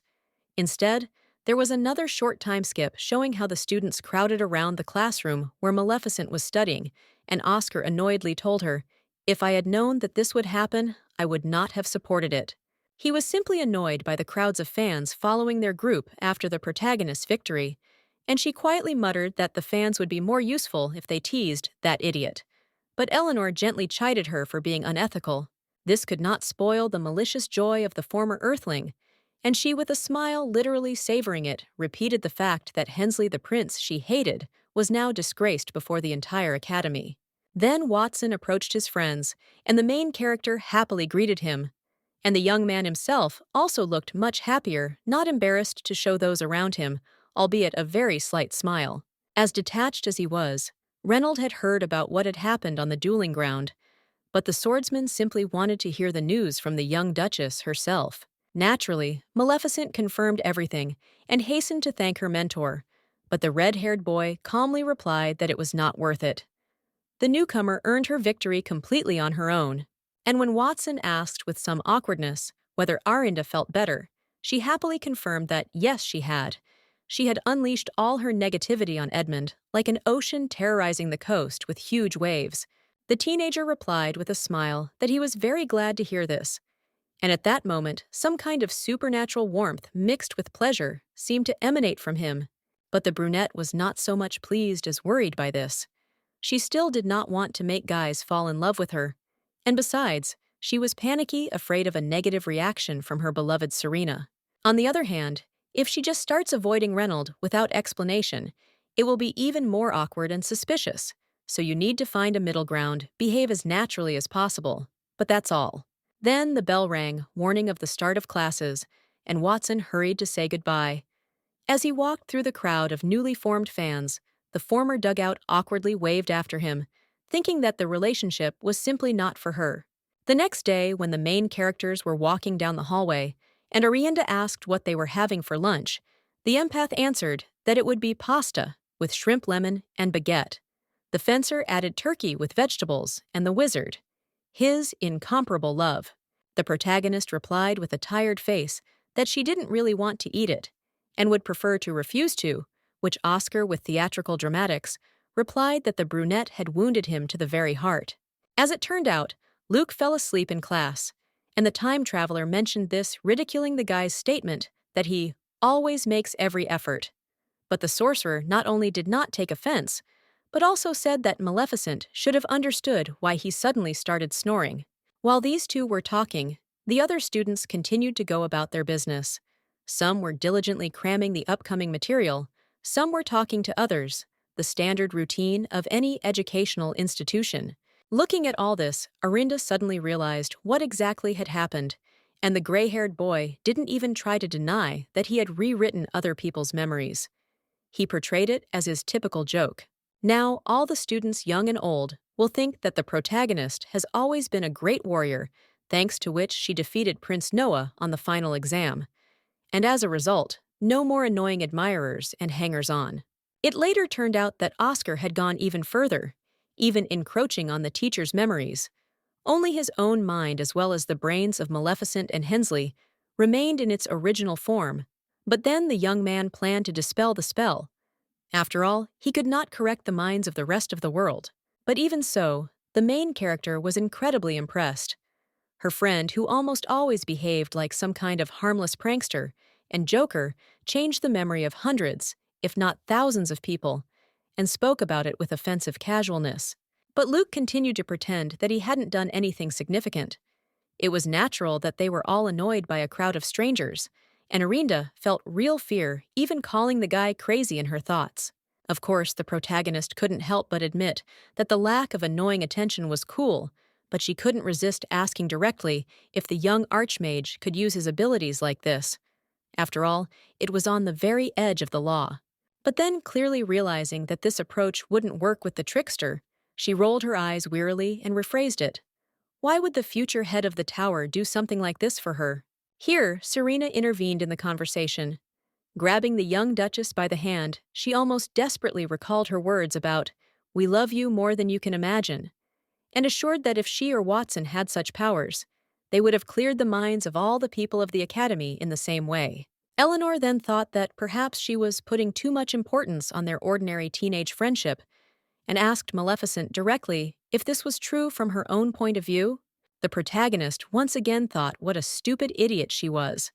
After all, she had long since screwed up the original storyline, but she constantly continued to perceive it as the ultimate truth, not paying attention to the surrounding environment, and inadvertently hurting her friends. So before it was too late, the black-haired aristocrat shouted to the fair-haired girl that no, the latter was not mistaken, and Orinda herself had brainwashed even God himself if someone else had been in her place. Eleanor said nothing, apparently considering any words unnecessary in this situation. She simply smiled, with the corners of her lips turned pink, and her eyes sparkled as if before crying. Having started to eat, the traveler noted what a joy it was to have the simple opportunity to eat without being distracted by the annoying presence of strangers, and she even wondered why Luke hadn't done this the first time when rumors began to spread about the brunette's great magical gift. Oscar either jokingly or seriously reproached the heroine for hypocrisy, reminding her how she herself had asked him 5 minutes ago whether he had gone too far, and the Duchess, having changed her shoes, declared that she humbly accepted the favor given in part. While the rest of the people were choosing their lunch, ignoring the presence of the one they had recently been ready to pray, Luke asked sarcastically if the fact of accepting the service meant resignation to all its features and consequences, and the aristocrat, embarrassed, said no, that was different. Rolling spaghetti on her fork, Maleficent thought that now she was accepting the kindness and benefit of the friendship of those around her. But in the future, everything could change. She had already greatly altered and confused the original story, and now she would not die in 5 years from the executioner's axe. But in the end, she came to the conclusion that the most important thing was Serena's choice. No matter how all the other circumstances turned out, the protagonist would do everything possible to ensure that her beloved heroine got her happy ending. They started flirting and chirping again like two nightingales in love, touching each other's rosy cheeks, smiling, complimenting each other, and saying funny nonsense. Oscar had seen this kind of cooing many times, and he was terribly tired of it. Not wanting to endure it again, he sighed deeply and tiredly, and then loudly asked how much longer he had to endure such obscenities. Realizing that at that moment Luke had dropped his usual shell of sarcasm and was vulnerable, the former Earthling couldn't resist making a joke. She grinned sarcastically and asked why he had started complimenting him on his appearance too. But this jab was easily broken by the young sorcerer's counterattack. He relaxed, smiled slightly, and replied that he did not need such reminders because he always remembered his beauty, and then Reynold demanded that the sorcerer shut up. The gray-haired teenager indignantly screamed that Watson had previously been as mute as a fish, and now look, he decided to express his displeasure.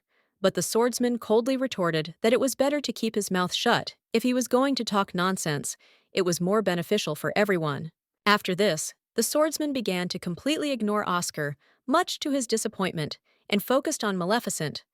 The redhead was wondering if that man would hurt her anymore. Of course, they were talking about His Highness Crown Prince Noah Hensley von Edmund. Reynold was worried that the brunette would want to take revenge for the defeat, and Luke immediately declared that he would then simply teleport him away somewhere in the mountains. Watson, still worried, asked if the girl was angry, and Maleficent honestly admitted that she would most likely feel hostility towards the red-eyed guy for the rest of her life. Looking at her interlocutor very seriously and intently, the protagonist explained that it was not even a matter of ordinary anger. She sincerely, truly hated the Emperor's eldest offspring. The look made the usually imperturbable guy break out in a cold sweat. He asked what Hensley had done to deserve such poisonous hostility from Orinda, and the woman, as in the past, hesitated, unable to reveal the truth. Then the main character decided to try a completely different approach. Looking at the young swordsman with some slyness, she asked if Reynold thought all this was going too far. Unable to bear her gaze, the swordsman lowered his face and admitted that if Maleficent couldn't stand someone, then she really had good reasons for such an attitude. In any case, Watson was ready to believe his best friend just like that, without any evidence or explanations. And such a trusting attitude even amazed the brunette herself, judging by her face. And then she turned pink and started smiling almost from ear to ear. That's how happy the former Earthling was, to know that someone was ready to completely trust her without any material evidence, especially since we were talking about her favorite character. Meanwhile, Oscar stroked the protagonist's head and grumbled that Noah was just one of those disgusting people who were incredibly difficult to love. And the girl, laughing, asked if her friends knew what Edmund had told her before the duel. Making an absurdly pathetic face, she repeated his words, "You personally asked for a duel, didn't you?" As if it were the most absurd and funny thing that could possibly be imagined. When Maleficent admitted that she had simply sent Hensley away in the most vulgar manner in response, a happy Luke again ruffled her black hair, claiming that yes, this was what one should expect from his chosen one. Meanwhile, Eleanor admitted that she hated to scold other people, but even she could not stand up for the imperial heir. It did not matter how high his origin was, the red-eyed one had no right to offend Orinda like that. With her eyes glowing with excitement, the heroine confirmed that everything was so, and then added that she would not be satisfied with just one victory. She wanted to continue to take revenge on Noah. She even had an idea for this topic, and with a conspiratorial air, she asked her friends if they wanted to have some fun. True, the result quickly disappointed her. No one was able to come up with a sufficiently interesting and original version of revenge. In the end, they agreed to meet again, and Oscar was given a special warning not to turn into a woman. They also asked him not to tell scary stories, and Luke immediately sneered. Did the first one really scare the girls that much? Oddly enough, this was what gave Maleficent an idea, and she grinned happily, like a cat that had eaten too much cream.